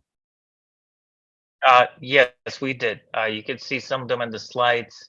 If I had to estimate, if what you're asking is what would be the value of such data center if we were to build it for resale, I would estimate it close to $20 million if we were just to build it and sell it to another company. That's what we're trying to ascertain as we vote on this. Yeah. What would be the economic impact? And it sounds like there is a potential minimal economic impact sales tax wise, $300,000. It sounds like when you are done with the construction of this facility, it may, and again, we won't hold you to it, but it may be worth $20 million. Yeah, absolutely, because yeah, the those are- investment alone into the infrastructure will reach close to 14 million combined. Very good. And we're just trying to make sure that our residents understand what we are talking about as it relates to economic impact. That's a lot of property tax, a significant amount of sales tax, but more importantly, a lot of property tax revenue. So, Council, do you have any other questions for this organization? I have some questions. Ms. Yancey first, and then Mr. Ross. How many jobs did you say this would create? This endeavor would 5 create? to 10 roughly. It's not very employee intensive operation, so 5 to 10 on-site employees. I understand, I'm sorry. And are there any type of environmental hazards or anything with having this type of data storage? No, not at all, because the coolant that's used in immersion cooling is non-flammable and is biodegradable. Essentially, it is a form of mineral oil. So there is really no hazard, none that I can think of, honestly. And it's important to know that it doesn't evaporate also, so nothing goes into the air. Right, so there are no fumes or anything like that either. Okay, thank you.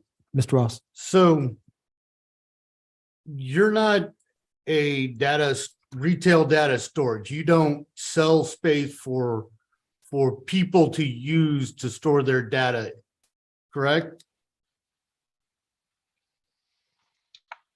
We do. We sell data storage space through other companies as well. For example, HP Enterprise, who we buy some of the equipment from, will be attracting clients for us. That's Hewlett Packard Enterprise. Essentially, we do, but it's more oriented towards enterprise scale clients. So it's rather large firms with I would say I would call it medium to large size enterprise, whatever their need might be, whether it's for cloud services or AI or machine learning applications. That really depends on the client, but it's not very small business oriented. So what It's I'm more getting for a large entity. to is the one in the city of Lamar is going to be a showroom for other large companies to come out and you to set up a data storage facility at their process or at their thing. What you're predominantly going to be doing in the city of Lamar is data mining and crypto mining, which is a high drain on power off our grid. And we, as a council, would be remiss if we didn't ask how we are going to get the drain off of our infrastructure back to our grid.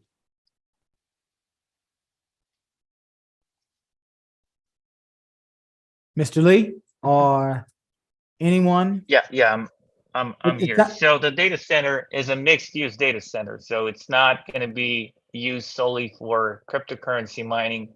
And again, it depends on the client. As far as the grid, we do use the available grid capacity, but it does not really affect the city in any way. As far as if there's an outage or anything, we don't get any special priority. We just operate as any business in the vicinity. So unless I misunderstood your question. Did he answer you, James? Partially. So if let's say we as a city needed to use your facility as a data storage facility, could we rent a section of it as a data storage for our electronic data that is accessible through the internet at your facility? Yeah, absolutely. That's something that can be discussed. Yes, it depends on your needs. So you would have to outline what it is that you need, what kind of services you need, what kind of equipment you're looking to host. And then, yeah, absolutely, we would propose a hosting plan for the city if needed. So so in Texas, how many of these sites do you have in Texas? In Texas, this would be our first in Texas. Okay. Any more questions? Kathleen, the notices that went out to the adjacent landowners, did you get any thing back, any feedback for them? No, sir, I did not. So they were silent, all of them were silent. U of H, the other ones that were there, nothing. No one responded. U of H always seems to be silent. Yeah, They always, and I said numerous places. First it goes to the board of regents. So let's just understand that the first and most important thing in these battery storage, these data storage operations is that our people are safe. There was a healthy discussion with Alpha and Omega, with the previous organization prior to that answered concerns for safety. I believe Chief Merriman helped us with what the actual risk would be. And now we're with this data mining, sounds like, group as well. The point I'm trying to make is this. Collectively, these three operations have the potential to provide for tremendous amounts of property tax revenue, right? Which will then go to this idea that we can further provide relief for the individual taxpayer. That's important. When we begin to have economic development, commercial development, it allows for us to lower our tax rate even more. And that's important because I believe that we are moving toward a scenario that our tax rate will continue to fall as our sales tax revenue and our economic development corridor continues to develop. So I wanted to, again, provide for why these things are important, Council. These are economic opportunities for us to provide relief for the individual taxpayer. And so again, thank you, Dino, for bringing these folks to us. And certainly we are entertaining another opportunity tonight. If there's nothing further, we will entertain a motion to approve item 8.1. So moved. Is there a second? Is there a second? I will entertain a second. I will second Ms. Yancey's motion and open for more discussion. We asked for a second and we went silent. So we can't just go silent on the people of Lamarque. There you go. That's what I like to hear. Go ahead, Jay. I believe that just like with the battery storages and stuff, there needs to be more information on what an actual data storage facility is, and how we get to it. Because at one point it sounds like a giant server in a room, and at another point it sounds like it's not. And I don't. Sure. So you'd like to have more information? Yes. Very good. Understood. Any other persons wishing to weigh in on this? Well, I'm just not comfortable, my position doesn't change this one or battery storage. I'm not. You're not comfortable? None of this crap. Sorry. Very good. Ms. Allred, did you want to weigh in? I think Joe said enough for all of us, sir. Manufacturers.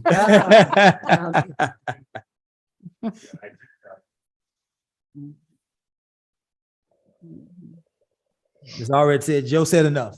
So listen, we can take this to a vote or we can table and get this company to come to visit with us to provide more information. Sounds like that's all you want, James. And I just want to know. Yeah.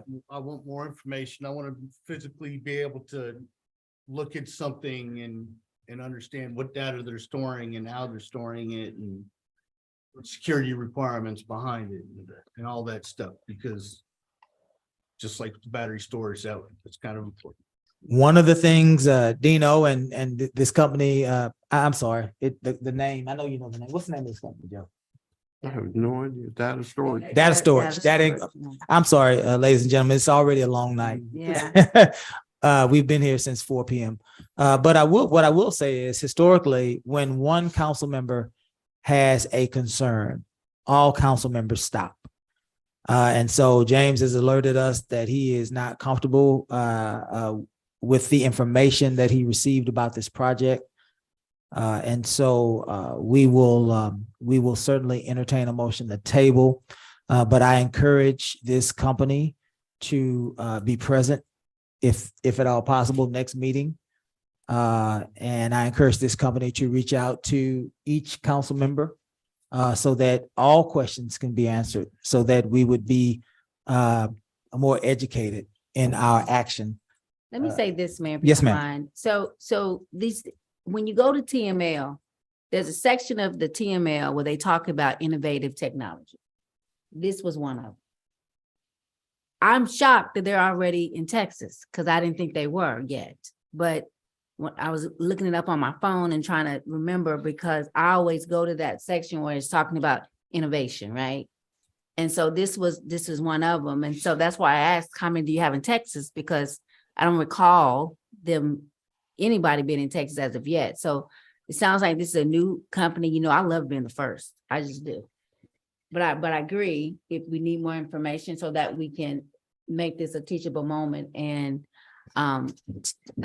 show our electorate the innovation that's coming. And I'm like you, Joe, I agree. We don't want it.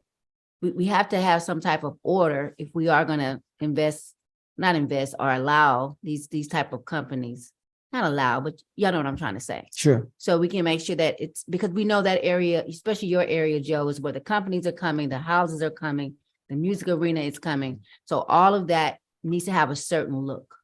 So, so let's be mindful of that. This was something I wasn't sure at first when I first read the agenda, but that was that section of TML, and they were talking about new innovation. So it's pretty cool that they want to come here. So just to kind of put that, but I agree, if we want to table it a while, that's fine. It's just, even, there's probably about 8 people out in our city that understand what dielectric fluids are. Right. So, I mean, let's get the information out there and let them know exactly what's going to be inside there. Well, I was kind of thrown off when you said crypto. I was like, wait a Right. minute. What's... Crypto. I know, I was like, what? So it again, before I withdraw my second so that we can table, again, we're going to accommodate Mr. Ross. That's important for this council to stick together. We don't always agree, but we do stick together in the idea that we want to make sure that we are all prepared, whether we vote one way or the other. So we want to get more information to Mr. Ross. Thank you for the presentation. Certainly we will entertain this again next meeting with more of an understanding of what this is. And so I will withdraw my second. Ms. Yancey, would you withdraw your motion? I withdraw my motion, Mayor. Mr. Ross, would you make a motion to table? I would like to make a motion to table for further information on what exactly is coming and all the ins and outs on it. Absolutely. I second that in support of my colleague. There is no discussion on the table, so we'll vote. All those in favor? Aye. Any opposed? Item 8.2, proposed ordinance making a change to the code of ordinances concerning the terms of various boards and commissions. I believe this is a Ms. Nance item. Yes, sir. For a while now, this council and the previous council have been discussing just some irregularities when it comes to how our boards and commissions are structured. This is an attempt from myself and Gus to try to uniform and streamline how those boards and commissions are created. Basically, it just gives us a uniformed board size. All boards, unless there's state regulations stating otherwise, will have 5 members with 2 alternates, one appointed by the mayor and one appointed by their ex officio member, which is each of you. And it identifies which boards the council member is, each district is the ex officio of. And just as well as, I believe, provides for a uniform election date for chair and vice chair positions, just to give us a little bit more uniformity to how our boards and commissions are set up. Thank you, Ms. Nance. Any questions for Ms. Nance? When are you proposing this? Are the existing, is this by virtue of service? This transition from 7 to 5 on these boards? Because if not, that's what I would propose and hope for, that people serve out their terms as long consistent with our present guidelines, and not interject some new requirement where now we're going to have to decide what 2 people are going to leave. Go ahead. So you know, there's the general rule that people serve until the end of their term, but you can also do it away with the effective date. Mayor Pro Tem, y'all could set the effective date, because all of these, I believe you currently have people who are terming out, whose terms expire on December 31st already. So you just set the effective date as December 31st. That way everybody's got a long lead time. Everyone knows what's coming, to allow the boards and you all to decide who you want to continue to renominate. Gus, that's inconsistent with the previous changes that we've made to service on boards and commissions, where notice if I'm on a board and a commission and I give notice that I want to continue my service, we got rid of the time period. Right. And I can, if I'm in good standing, I'm eligible to continue my service on the board. So I guess what I'm really saying is that I like these, right? This is something that I've been asking for, right? So I like this. All I'm saying is that the transition is going to be the tricky part. That as time goes by, and that you're going to have people that drop off boards, then fine. That's how this, and until such time as the number of active board members get to 5, something like that, right? Okay. That's all I'm suggesting. Okay. As opposed to having a cold, this is a start date and folks, goodbye. Okay. Does that make sense? It does make sense what you're trying to say. Absolutely. Is there any problem with what Mayor Pro Tem is saying? No, we can make that change. Okay. So we're going from 7 to 5.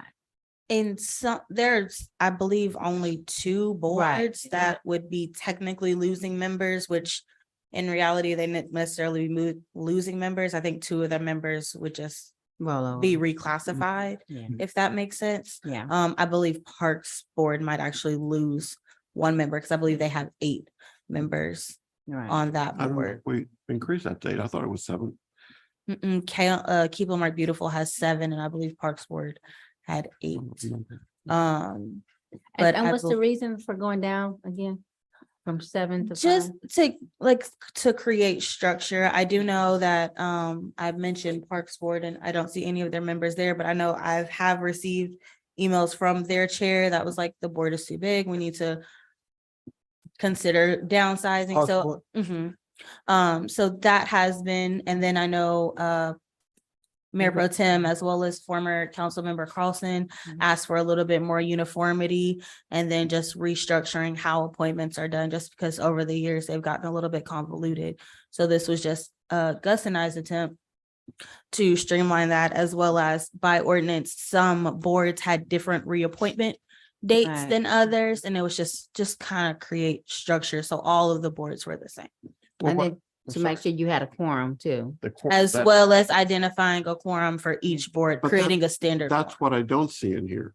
It's in there. Where- where It do you should be, see I was that? gonna say, each section should have a line that says that a quorum is now 3 members. Right. Oh, Yeah, I didn't because see if you, that. if you change it to 5, then a quorum is. Has to be 3. Mhm. Right. Mhm. Where? Which would be consistent with what we put in that boards and commissions handbook that we did, I believe, a year ago. Mhm. Right. Okay. Well, just as long as like basically the existing members are grandfathered and it's by attrition, basically, that this is implemented, then that's all that I would request. Because I want to respect the service that our members have. That's fair. on our board. That's fair. That's fair. Any more questions or comments? Well, we will entertain a motion with the request of Mayor Pro Tem that the reduction be done through attrition. We will entertain a motion to approve. So moved. There's a second. I'll second that. Any further discussion? Hearing none, we'll call for the vote. All those in favor? Aye. Any opposed? Item- Just for clarity, this will now be known as ordinance 2024-0003. Thank you for that. Okay, Thank you for that. And Three, yes, sir. yeah, thank you for that, Kira. Let's move now to item 8.3, proposed resolution finding that the statement of intent of CenterPoint Energy to change rates filing within the city should be denied. Sounds like CenterPoint is trying to raise rates, and this action from council will deny that, Gus? That's correct, Mayor. This is, the city's a part of the Gulf Coast Coalition of Cities, which is a non-governmental organizations, a large group of home rule municipalities. The city of Lamarque is a home rule municipality. They have original jurisdiction on rate cases. CenterPoint is wanting to raise rates to increase their revenues. The city of Lamarque through the Gulf Coast Coalition of Cities is going, if y'all choose to reject that, then they will contest that. We will contest that rate case to the PUC, the Public Utility Commission. And so. Any questions for Gus as relates to item 8.3? Gus, for clarity purposes, CenterPoint, how does that impact an individual resident that has electric service? So first, let me correct myself. I said the PUC, it's the Railroad Commission. Okay. The State Railroad Commission. As far as how does, I have no idea other than this rate increase that they're seeking is $37.4 million. Covering the Houston, Texas coast, Beaumont, East Texas, and South Texas divisions. So what does that equal to to your city of Lamarque ratepayer? I have no idea. Other than $37.4 million divided by however many customers there are in that area. Is this referencing the ratepayer, or is this referencing cities that are buying energy from CenterPoint? This is the ratepayer. And the city of Lamarque, as a home rule municipality, has original jurisdiction over these cases when both the gas companies, sometimes this is CenterPoint Gas, but other times. That's the importance. This is CenterPoint Gas. Yeah. I was, Yeah, I thought- so this is going to impact me since I am a gas. Correct. Okay, that's the clarity that I was looking for. This is not to do with energy, with electric bills. No, this is with the Railroad Commission. Well, So but- that's but- generally going to be your gas. Gas. All right, gas. All right. Any further questions? I will entertain a motion to approve item 8.3. To deny. To deny, yes. Yeah, Yes, motion to thank you deny. for Yeah, clarity. motion to adopt the resolution Right. denying. Yeah, Yeah. thank you for that clarity. I will, let me restate. I will entertain a motion to deny. So moved. Is there a second? Second. Any further discussion? Hearing none, we'll call for the vote. All those in favor? Aye. Aye. Any opposed? 8.4, memorandum of understanding, authorizing a memorandum of understanding between the Lamarque Public Library and the Resource Crisis Center of Galveston County. There was a representative here earlier advocating for this memorandum of understanding from the Resource Crisis Center. Mrs. Amy Miller, who is our librarian, is here with us tonight to answer any questions as relates to the city's agreement with the Resource Crisis Center. Do we have any questions for Mr. Garcia or Ms. Miller tonight? None. Yeah, well, I do have, Oh, just as well, an good. observation, Mr. Garcia, because I've looked over these, so all the MOUs that we're entering into with our different groups are only for a 1-year period? That is correct, Mayor Pro Tem. They're 1 year and usually they're coming forward with a renewal option. Okay, all right. Any other questions? We will entertain a motion to approve. So moved. Is there a second? Second. Oh, go ahead. Any further discussion? Hearing none, we'll call for the vote. All those in favor? Aye. Any opposed? Before we pick up item 8.5 as let's go back and make sure that you gave us a resolution for 8.3. It's resolution 2024-0008. Very good. Item now 8.5, Lloyd Gosselink agreement. Authorizing professional services agreement with Lloyd Gosselink, attorney at law. Mr. Garcia. Yes, I'll defer to Gus. He's running point on this particular one, Gus.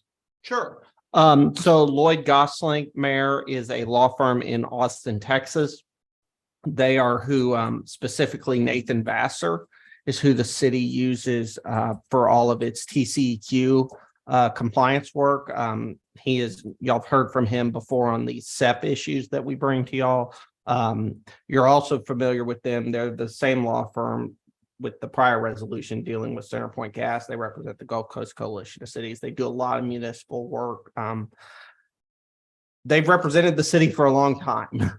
I don't know how long, but they've represented the city for a while. They sent the city a letter saying that their rates are going up.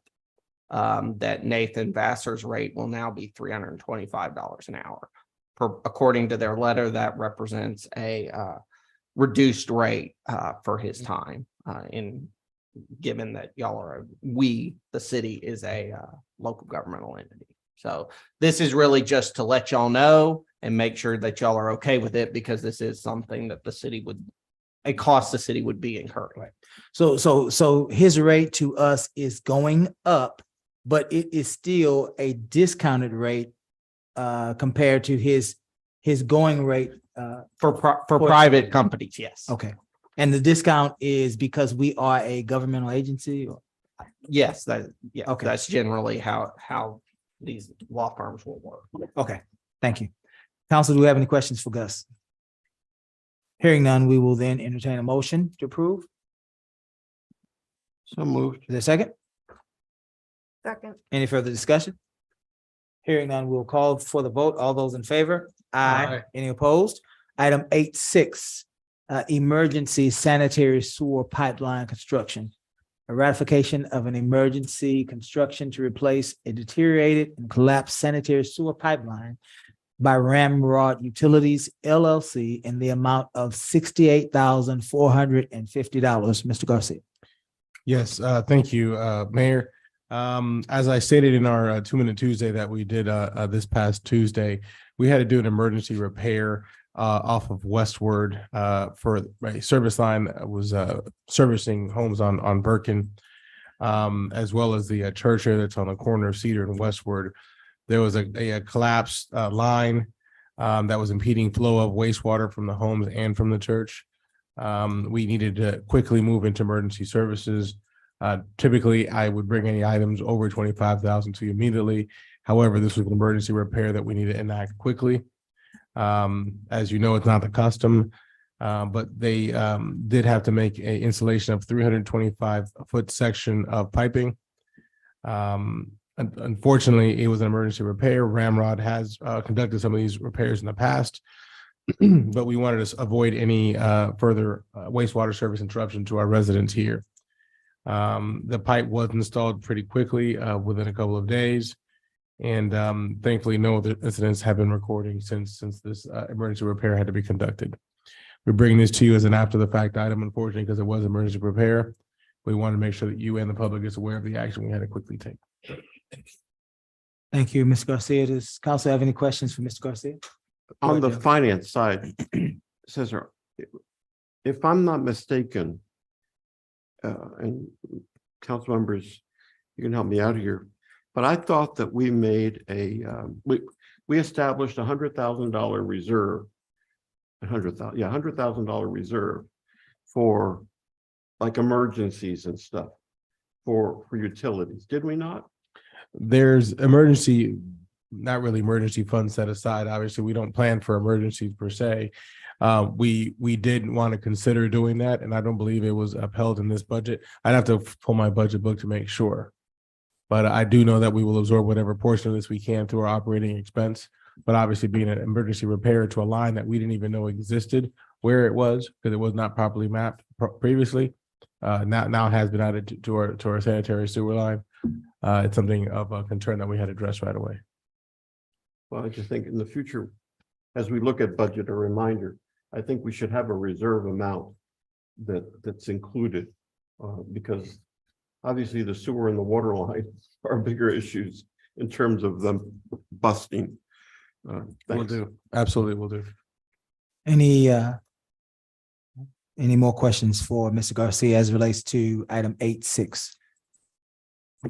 Cesar, the interesting, some of the interesting pieces of information as relates to this item is that the description of the sewer line was that it was so brittle that it was beyond any sort of repair. Is that true? It was, unfortunately, what we've had to do with a lot of our repairs, Mayor, has been do patchwork, as what Councilman Ross was just relating to. Unfortunately, as we brought before samples of what some of our pipe looks like, this was so brittle. And it was so far gone that we needed to replace the entire 325-foot line.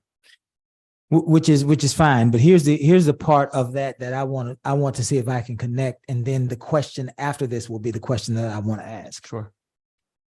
We said it was brittle, but in that discussion, we also basically suggested that this was a service line that was undeclared. In other words, it was not on our map in any way. Is that true? That is my understanding, yes, Mayor.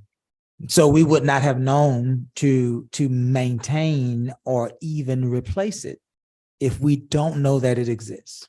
That is correct, Mayor. Speak to us about what we are doing as a council and as an administration to locate vital pieces of our infrastructure.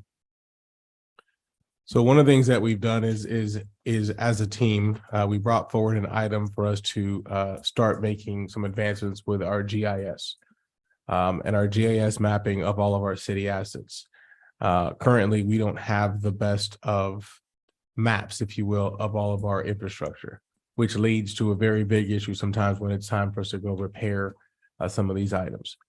Coincidentally, think about your clean water pipes, for example. Not knowing where they are is of importance, because if we need to repair a leak, we need to now go find out exactly where the lines are, and we can't exactly wait a whole long time while water is flowing. Having said that, there's also the situation of a valve. So valves, coincidentally, think of them working kind of almost like tourniquets if somebody was bleeding, right? So the valve allows you to stop the flow so that you can make the repair to the impaired area and then go forward.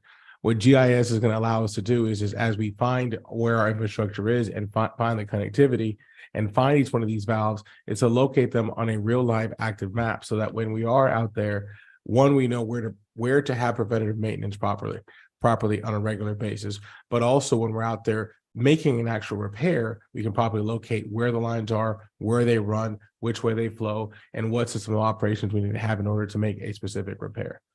So it's going to serve multiple folds. It's going to serve when we hit here now and public works crews of the future, when they'll be able to go and say, hey, where is this line connect? Where is this situation coming from? Or which service line is for this home? then we'll be able to locate those through our GIS. Very That's good. something that you've given us the support to go out and do. We are working on that. We are close to a beta to show you of what it looks like so far. We're working with our engineering group that you guys allowed us to contract with to do that. Thank you. We just wanted to, again, make sure that our residents know that we have a plan to locate vital infrastructure. Very Yes, sir. good. Thank you for that. Council, any further questions for item 8.6? Hearing none, we will entertain a motion. Move to approve. Say second. Second. Any further discussion?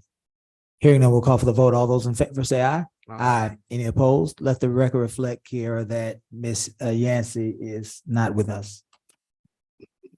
And the motion passes 4-0.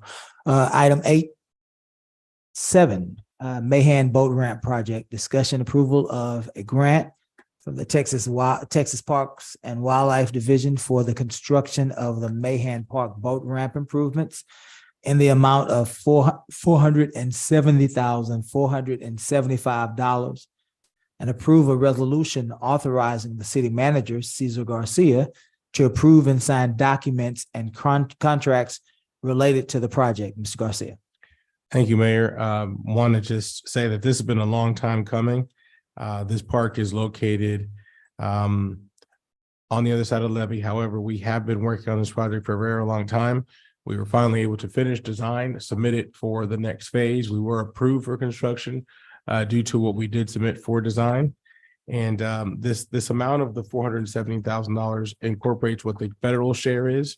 I'll be updating the Parks Board on what our project share is at the meeting that we have with them on Thursday, but we're very excited to finally bring this forward. I do not yet have a timeline. I wanted to let you know that we did get it, but I will come back to you with a timeline once we have one, so we're ready to go on this construction. But this was a grant that we were previously approved, I want to say in 2020. And we're now seeing come into fruition, and now we've advanced to the construction phase. Thank you. By the way, Mayor, this was a grant, you may recall, when we had our first budget workshop, no one knew about this grant. Yeah. You remember? Yeah. So thank you, Mr. City Manager, Mr. Cesar, for aggressively following up on this. Thank No you. one knew the heck of where it was listed, but that was amazing. The finance director didn't know anything. Amazing. Good news. Move Go for ahead. approval. Move for approval. There a second? Second. Any further discussion? Good news for Mahan Park, good news for boating enthusiasts, good news for this community. We'll entertain a vote. All those in favor? Aye. Any opposed? Item 9, City Manager's Report. A report submitted to update council and the community on the standard operations of the city. The report can be acknowledged as a whole or discussed at the pleasure of council. Council, I would like certainly to allow Mr. Garcia to definitely discuss item 9.1. And I'd like to also discuss 9.2. 9.3. Would you like 9.3? Is that what you, let's take them one by one then. It sounds like we want to have an opportunity to discuss all of them, Cesar. Certainly. Quickly, if you can, I'd like Ms. Amy to come forward if it's possible.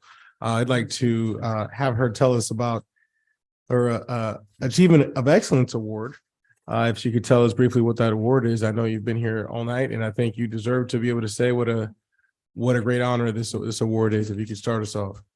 Well, good evening. Thank you for that invitation. I'm always happy to talk about the library and the fun, good things that we're doing here in the community. I applied for this award at the encouragement of Mr. Garcia, who thought we would be able to receive it. He had noticed some of the things that we have been doing. One of the things that I don't have the form in front of me tonight, but I'm trying to remember, to receive this award, we have to be in service to underserved populations, doing workforce development, doing literacy activities and other outreach and engagement things, which I was able to approve with things that we've done in the past year. And I do want to highlight that we are recognized as now being one of the top 15% of all public libraries in the state. We may be tiny, but we are mighty. We are a team of Yes. 4, Mhm. 4 staff in our library. We actually took one of those positions and have restructured that position and have still been able to maintain this level of service. So kudos to you, Miss Amy, and to your entire team for continuing to raise the bar for us all. I appreciate that, and I appreciate the support of administration and council too.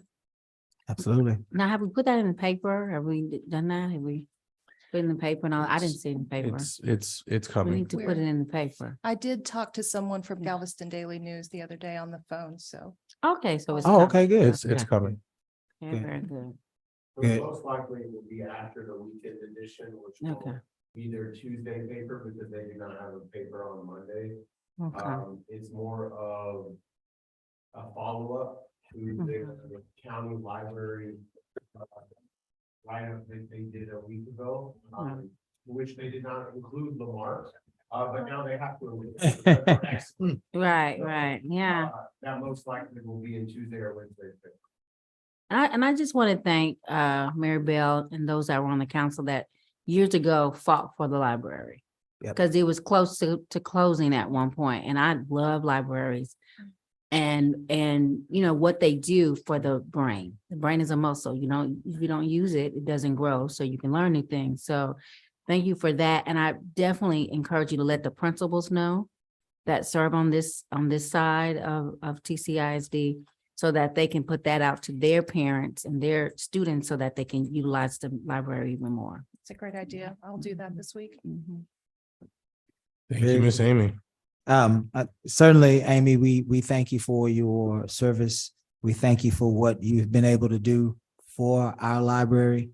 It is a big deal to say that you are in the top 15% of libraries in the entire state of Texas. That includes, I assume, San Antonio's library, right?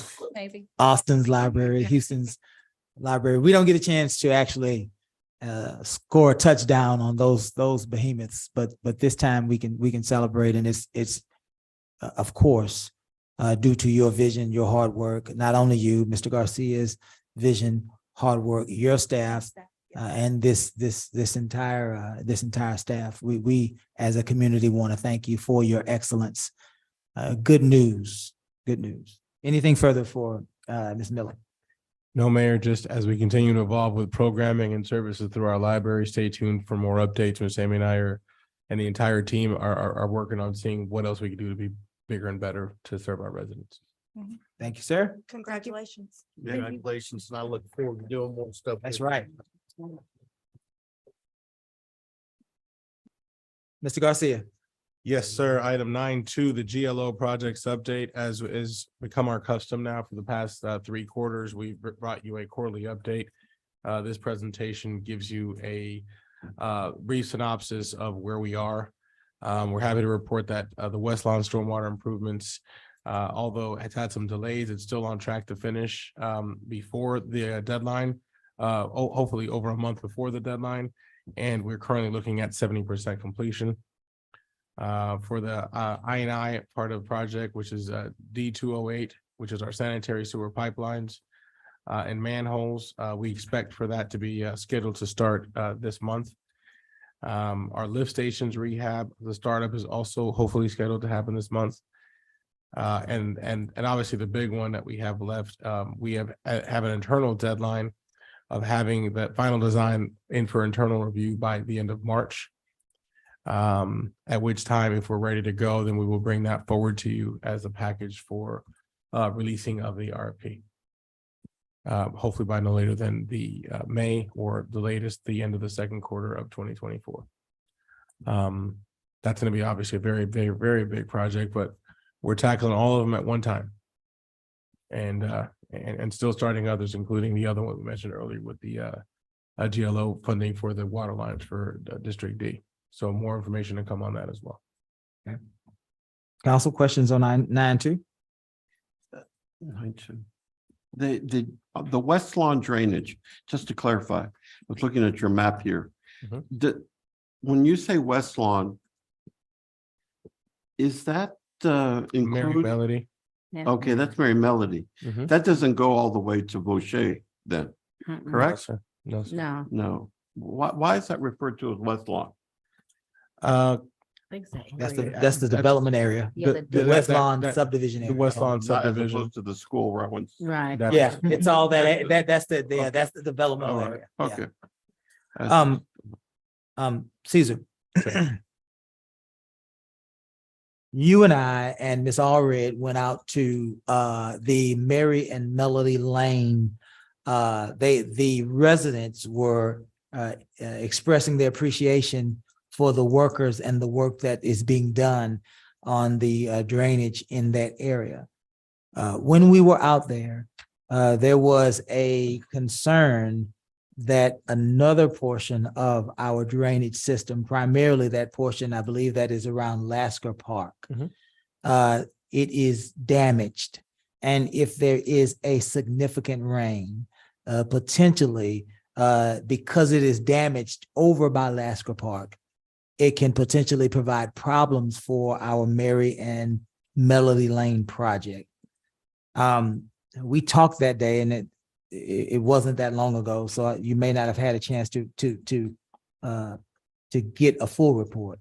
But we talked about looking into that and presenting that to council so that we can see what we would be able to do. Have you had a chance to get those answers for us?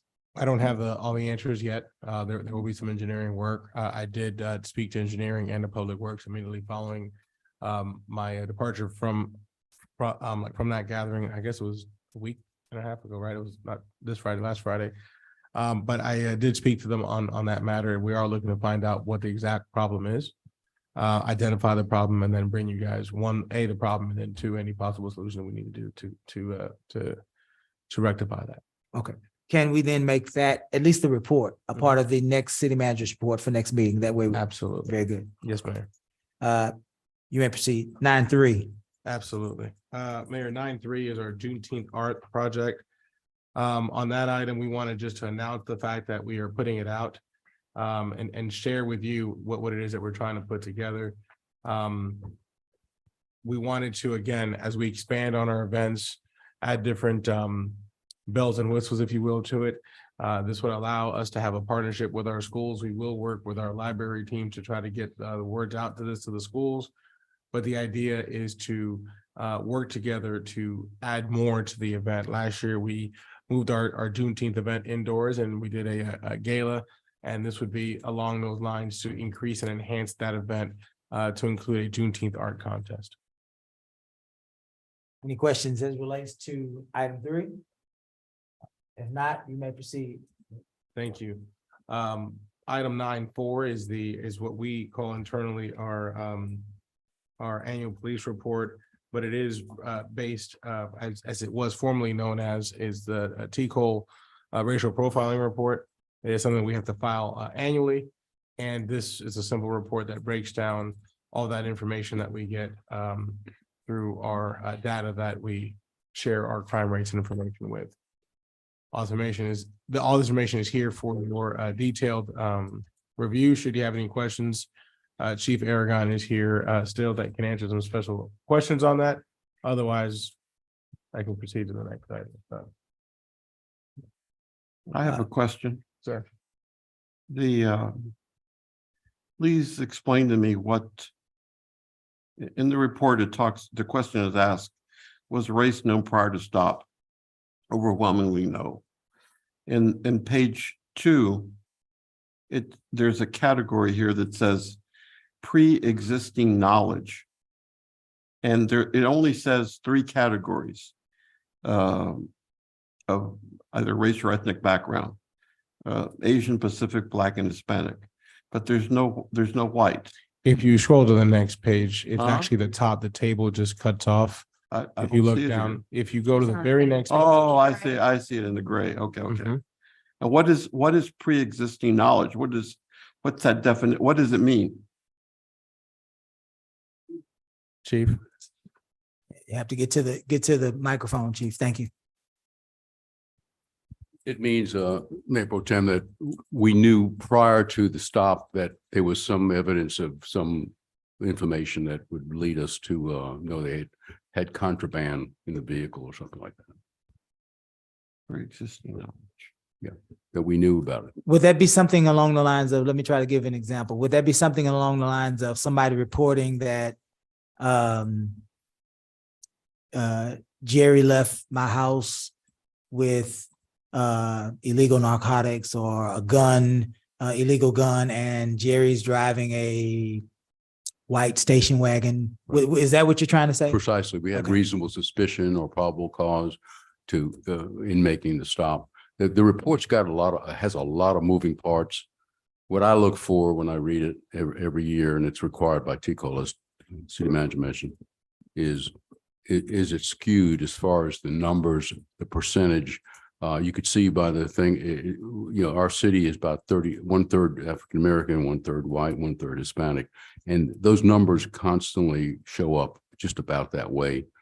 Also, the end of the report, as far as complaints of racial profiling, we had 2, and they were deemed by investigation to not be founded. And I have the reports with me, and we do take great scrutinize these kind of cases. So I feel good about that too. So let me ask you this, Chief, while Joe was thinking. You said we have 2 complaints of racial profiling. Yes, sir. The question that I'm trying to ask is, out of how many arrests or contacts, is it 2 out of X amount of arrest, or is it 2 out of overall police contact? And if whatever that answer is, what is that number? So it's really shows that we're doing a good job as far as policing. There's about 3,000 stops made according to that report for the whole year. 2 indicated some sort of concern, and we, like I mentioned, the chain of command takes great scrutinization of these kind of cases, and with videos that we have and body-worn cameras, we prove nothing was done inappropriately. So out of, just so that we can again provide context for our residents. So out of roughly 3,000 police stops. Yes, sir. 3,000 police stops, only 2 of them Right. were only 2 filed a complaint of possible racial profiling. Correct. Okay. That is correct. Joe, did you want to jump in, or you good? No. Anybody else? I do want to set up a meeting with you. Sir, I am looking at some of your numbers. I'm a little concerned. So I do want to set up a meeting with him so we can kind of talk about some of these numbers. Yeah. And then we'll come back, put on the record. Sure. Okay. Any other questions? Very good. Caesar, you may proceed. Absolutely. We're moving along to item 9.5. This one is of big importance to the community. I'm gonna have Kyle pull up the map. Could you zoom that in just a little bit? Thank you. Very important road closure coming up that is set to take place at the end of this week. The Delaney Road overpass that connects Lamar to Texas City will no longer be available. It will be closed. So you will not be able to pass one side to the other through that overpass. As we know, part of TxDOT's construction is to have nothing going over any of the TxDOT roads, or in this case, I-45. So this will change where Delaney will eventually be turned, instead of going over 45, we will then go under. So they already started some of the preliminary stuff, but now it is time for the closure. This is one of 2 major closures that we expect this year. The other one will probably be in the summer, which will be of Main Street, as we know that that's going to be a very big change to that intersection. But right now, we are alerting all residents to use 1765 or 1764 as alternate routes to get across, if at all possible, because this will not be available as of Friday. Friday is when this is set to commence. We brought this out last week when we found out. We put it out in our 2-Minute Tuesday. We've also been putting out through media and through social media. And also we have a meeting this Wednesday. Thank you. On Valentine's Day, we're meeting with TxDOT as well as with Texas City to discuss how this will affect emergency services. PD and fire have been asked to join us as well, so we can make sure that we are fully versed on how we're going to plan for alternate routes. And so we're all on the same page as to how we can help each other. Thank you. Any questions for Ms. Garcia? If I have this map, if I understand it, on Friday, they're gonna close it off because they're going to tear down the Delaney Road overpass to start connecting both sides of 45, correct? Yes. The new 45. The new, yes. The new thank you. 45. Yes. And in that process, that will also impede or actually prohibit people from utilizing the frontage road as well. The frontage road may be hampered, but the idea is for it to still have some access to be able to use it. Well, to be safe, if you're leaving the west side, the Walmart area from 1764 in that area, and the Whataburger Whataburger. in that area, and you're wanting to get to this side of town, either please remember you're going to be exiting at Delaney, and you according to this, you won't reconnect to the frontage road. You'll be having to go to Delaney to hit Texas Avenue to get back to 1765, according to this. If your intention is to go on the other side of Delaney, then yes, essentially, it looks like from this map, if you wanted to get from the Texas City side or Century Village side, correct me if I'm wrong, and go across to the other side to maybe where Saltgrass is or Delaney Cove is, according to this, if you wanted to go that route, you would have to go up to the 1765 exchange and come over. 1764 and come over, or go down to 1765 and then go over. Those would be your choices. Were you discussing to travel southbound? Either way, one is south and one is north. So to travel southbound, there's an on-ramp that gets you back onto 45 right after the Whataburger that has just opened before you get to TxDOT's office prior to Delaney Cove on the southbound side of 45. So if your intent is to travel southbound on 45, what you would do is you can then get onto that ramp there. What TxDOT said today and what they said basically is they would give us more updated information on Wednesday at our meeting, but they're going to start on, let's say, the Texas City side, on the Century side, as far as tearing down the bridge that is currently there.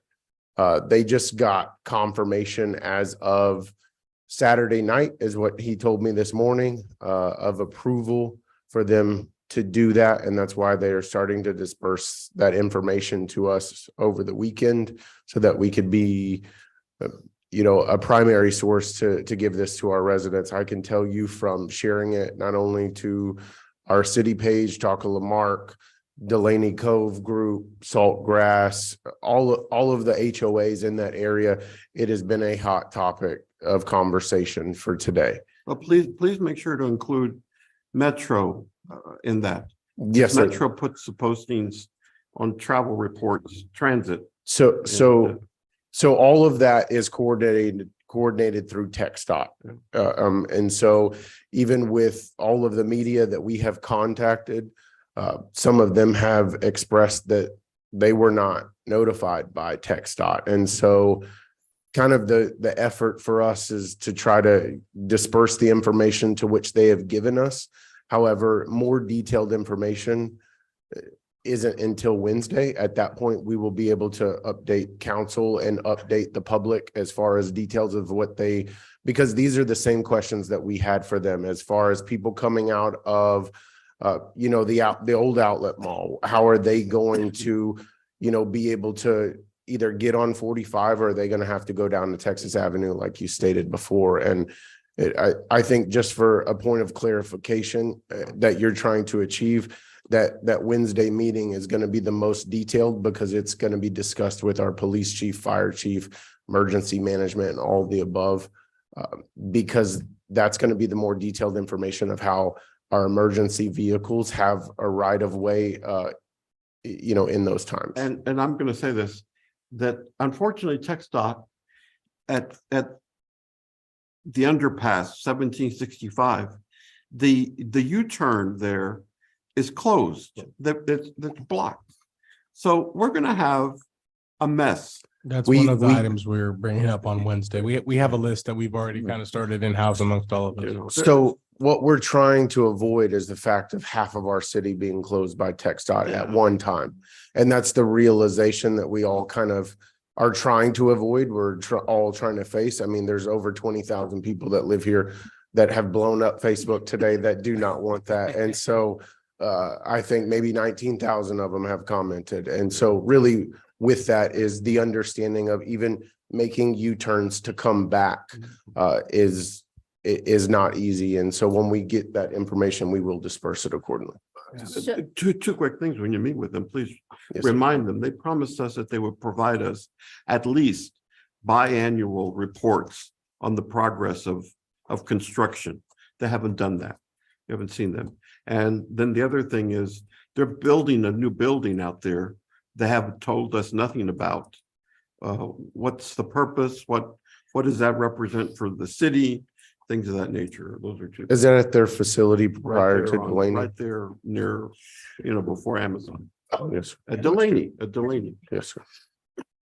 So I will be, tomorrow is Delaney Cove's HOA. So I'm gonna be out of town, so that may be a meeting that you wanna go to, say that this, you guys, it's gonna be a hot topic. Mhm.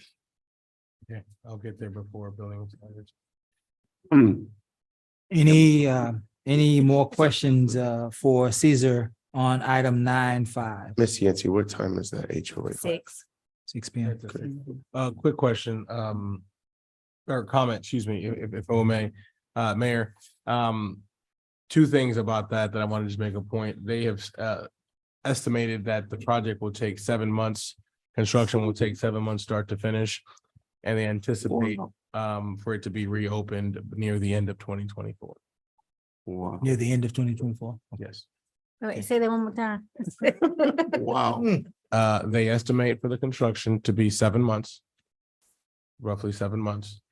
And that they estimate there to be for the intersection to reopen for full regular access near the end of 2020. We will fight with the might of a ferocious small town. But like the railroad said. Yeah. I will just say, experience when they did it at Baybrook Mall, we found it was easier to use Eldorado. Route 1, just to get around. We are feisty, but feisty only gets you so far when you're dealing with the state of Texas or when you're dealing with the Texas city, well, with the federal government and federal law. Thank you for that, Mr. Garcia. Item, the TERS board, we've already addressed. Well, now we are on item 9.7, departmental customer service training plan. We tasked you, Mr. Garcia, with customer service because we've heard that we can all improve, right? But we wanted it to be specific to departments. Public works folks need different training than firefighters, if you will. Go. Correct. Shortly after my arrival, we talked about customer service. We did a mandatory customer service for all staff beginning of 2022. After that was done, the latest request has been to do department-based specific training for customer service.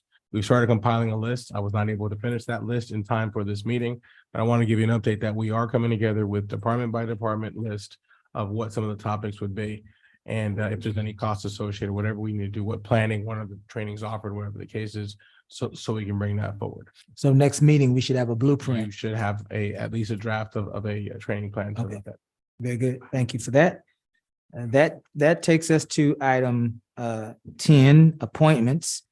Council, do we have any appointments that we would like to make Yes. at this time? Mr. Ross? I have finally found my person for the Building Standards Commission.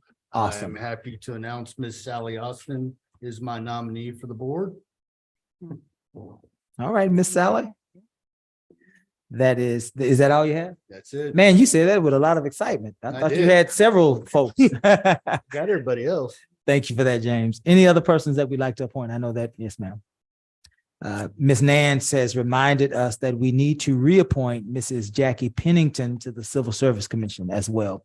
So along with Mr. Ross's nomination of Ms. Austin, we are also nominating Mrs. Pennington to be reappointed to the Civil Service Commission. If there are no more nominations at this time, we will entertain a second to those nominations. I second. You made the motion. I think. You made the motion. I'm ready to go. Second, I know. Ms. Yancey seconds both of these appointments. There's no discussion on appointments. We will vote. All those in favor for Mrs. Austin and Mrs. Pennington to their respective boards signify by saying aye. Aye. Any opposed? We are now at item 11, requests and announcements from council. The last time we went by seniority, and so we don't want necessarily to do Ms. Allred like that every time. So this time, Mr. Ross, if you would help us, and we'll start from my left to my. Happy to. We have a parade coming up on 24th. We also have an event at the library that day. Near and dear to my heart because I like trading card games, so I'll be helping them look for Pokemon. So please come out and support that. I've made sure that we talked about the art contest with Juneteenth because art, even though I'm more of a comic book artist fan and stuff, is near and dear to my heart. So I hope to be a judge. Tell me how to fill out for that there, Kara, please. I also want to do a huge shout out to JB. Congratulations. And all city employees that have dealt with me the last couple of weeks as I come up here pretty much every other day, it seems like, to figure out what we're doing and how we're getting there. Much appreciated. Thank you for keeping the coffee pot ready and warm for me. So that's all I got right now. Thank you, Mr. Ross. Ms. Yancey. First of all, happy Valentine's Day week. Love on someone this week. If this would be a good week for us to celebrate our employees and our staff, to say that we appreciate and we love them, just in that vein of love, and do something special for your significant other. Number 2, Jefferson Brown Streets. I've been talking about those streets since I first got elected, and that is a concern about Jefferson and Brown Street. So we know they're on the list, but we've got to think about what we can do to say at least a timeline. I think they deserve to know what is our projected timeline, because just saying that we don't have the money when we know we have $4 million in ARPA funds, we need to really give that couple. And the reason why I say that was a street that I used to take going to work when I worked at the high school.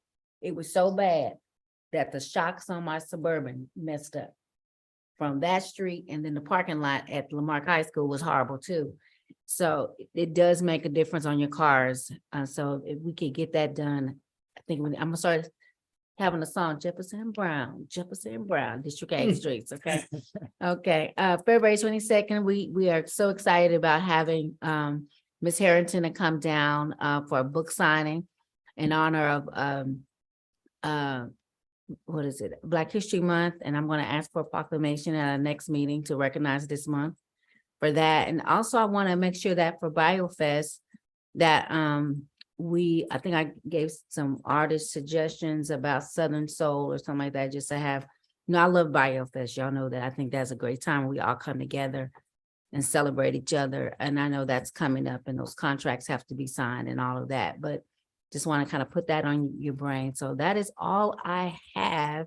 February 22nd, of course, you already mentioned the parade. So on February 24th. And it was, tomorrow is the meeting with BAHAB, when the economic developer for Governor Abbott will be in town. I don't know if anyone's going from the city of Lamarck.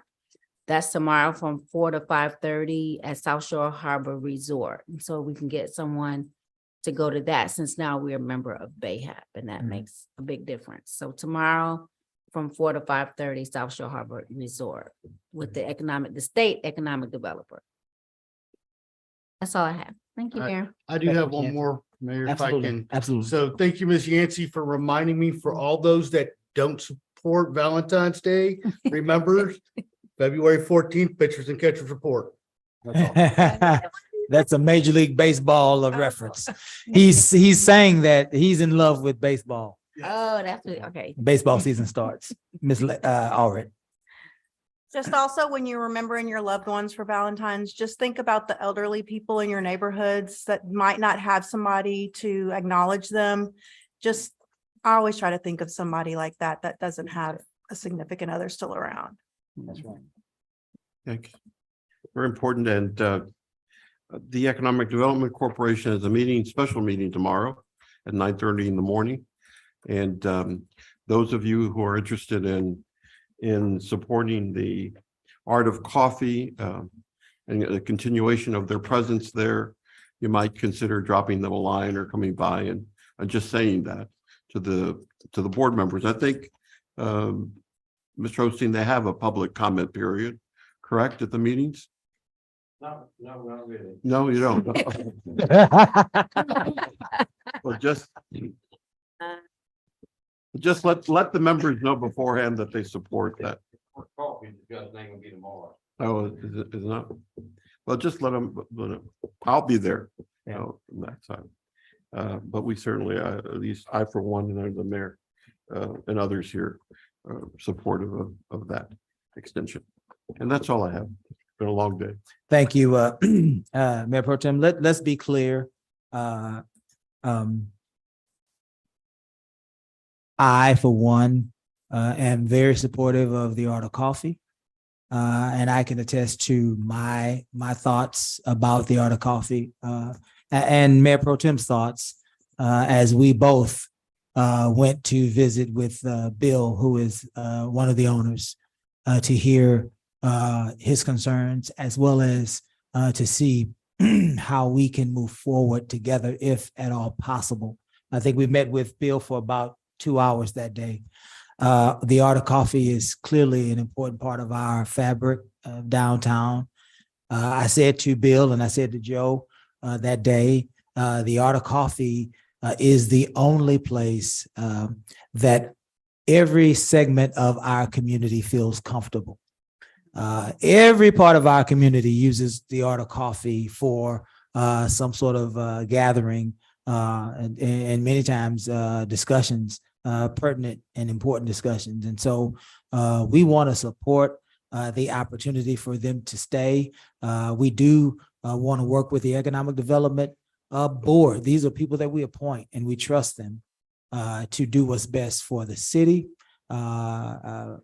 And so we know that we will definitely move forward in a positive way. I believe we can save the Art of Coffee. And I believe that it'll be resolved in a favorable way. I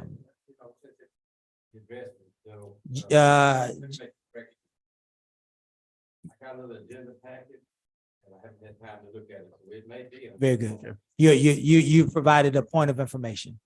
Very good. And that point of information was that the Art of Coffee may be on tomorrow's agenda. And so that's all you were providing. It's not very good. Thank you for that. In any event, I believe Mayor Pro Tem is planning on attending. Thank you, Joe, as we are all spread thin. Sounds like Mr. Ross is planning on attending to represent this community and this council. I said that so that Ms. Allred, Ms. Yancey, and myself won't attend, so that we won't have a meeting in you all's meeting. And so myself, Mayor Pro Tem, sounds like we're supportive. Hopefully the rest of the council and the rest of the EDC, hopefully we can work things out. I wanted to share this with you. There are several items concerning street maintenance. And so let me clarify very quickly on where we've been and where we are now. Let's talk a little bit about Jefferson Street. Historically, Jefferson Street has been a problem because Jefferson Street is the backyard of A&A Machine. Right. I love A&A Machine. They are a very powerful business within our community. They have been here forever. This has nothing to do with them and their business, except for the fact that there are heavy pieces of machinery and equipment that ride those roads daily, right? And so that is causing the severe deterioration of that street, to the point that when I represented Ms. Yancey, when I represented District A, we were actually seriously considering making Jefferson a concrete street. It was that bad. And so we know that that's a problem, but we wanted to let the community know that we understand why that's a problem. Drilling down on street maintenance, years ago, about 7 to 8 years ago, maybe longer, maybe 10 years ago, the council repaired about 55 streets. And that was up until this point, that was the extent of our street maintenance program. The council before this council, and I say that because Ms. Allred just joined this council, provided for a street maintenance program that we tasked Mr. Garcia to implement. Mr. Garcia said, that's fine, I will do it. It needs to be funded. So those of us in our community, those of us on Duro Street, those of us on Jefferson Street, and all of the other streets that could be added to this frustration. This council has a street maintenance program that we are working with. This council is now looking to fund this street maintenance program. I, as mayor, have already requested that Mr. Garcia, if in fact this Republic Waste contract or this Republic Waste deal that we are working toward, if it in fact is viable, it would provide $500,000 to $600,000 at minimum to this city. I am not advocating that all of those monies go toward a street maintenance program. I am saying that that can be the catalyst for a seed for a street maintenance program, even if it's half. That's $250,000. Waste management provides for about $75,000 worth of grant funding. Historically, that has been used for Bayou Fest and for youth activities. Here's my issue with that. It is waste management that is one of the, again, they're picking up trash. We're not mad at waste management, but because of the weight of their trucks, it provides for a burden on our city streets. So I am intending in this next contract to ask Waste Management to help us repair the streets that they tore up. Those two pots of money perhaps would again be the seed of a funded street maintenance program. And so we will progress from there. I said that to make sure that we are all aware where council is on street maintenance. We have a program. We are discussing the funding of that program.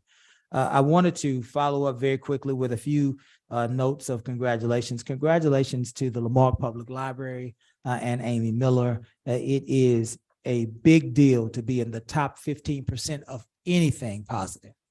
But it is an especially big deal to be in the top 15% of libraries when you think about the fact that 10 years ago, 7, 8 years ago, somewhere in there, we lost our entire school district. And so to think that the library is thriving and our community members can access information and become educated by a top-notch stellar library, that's a testament to the hard work of the library staff, Mr. Garcia, and this community.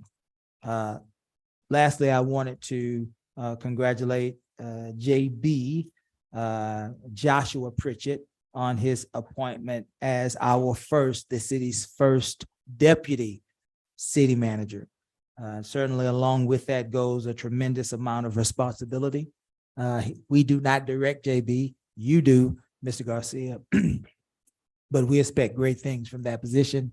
Most importantly, accountability. Accountability in the day-to-day operations of our city. Kudos to you, JB. Mr. Garcia, can we please have an answer for those folks on Rose Street? We visited Rose Street Certainly, we know the issues, and I would hate for that street to have to deal with the issues that those residents presented to us. So can we please make sure that we're representing that community and the interests that they have shared with us tonight? That's all I have. Thank you all. I want to thank the council for a long night of volunteerism. If there's nothing further, I will entertain a motion to adjourn. So move. Is there a second? Second. All in favor? Aye. We stand adjourned.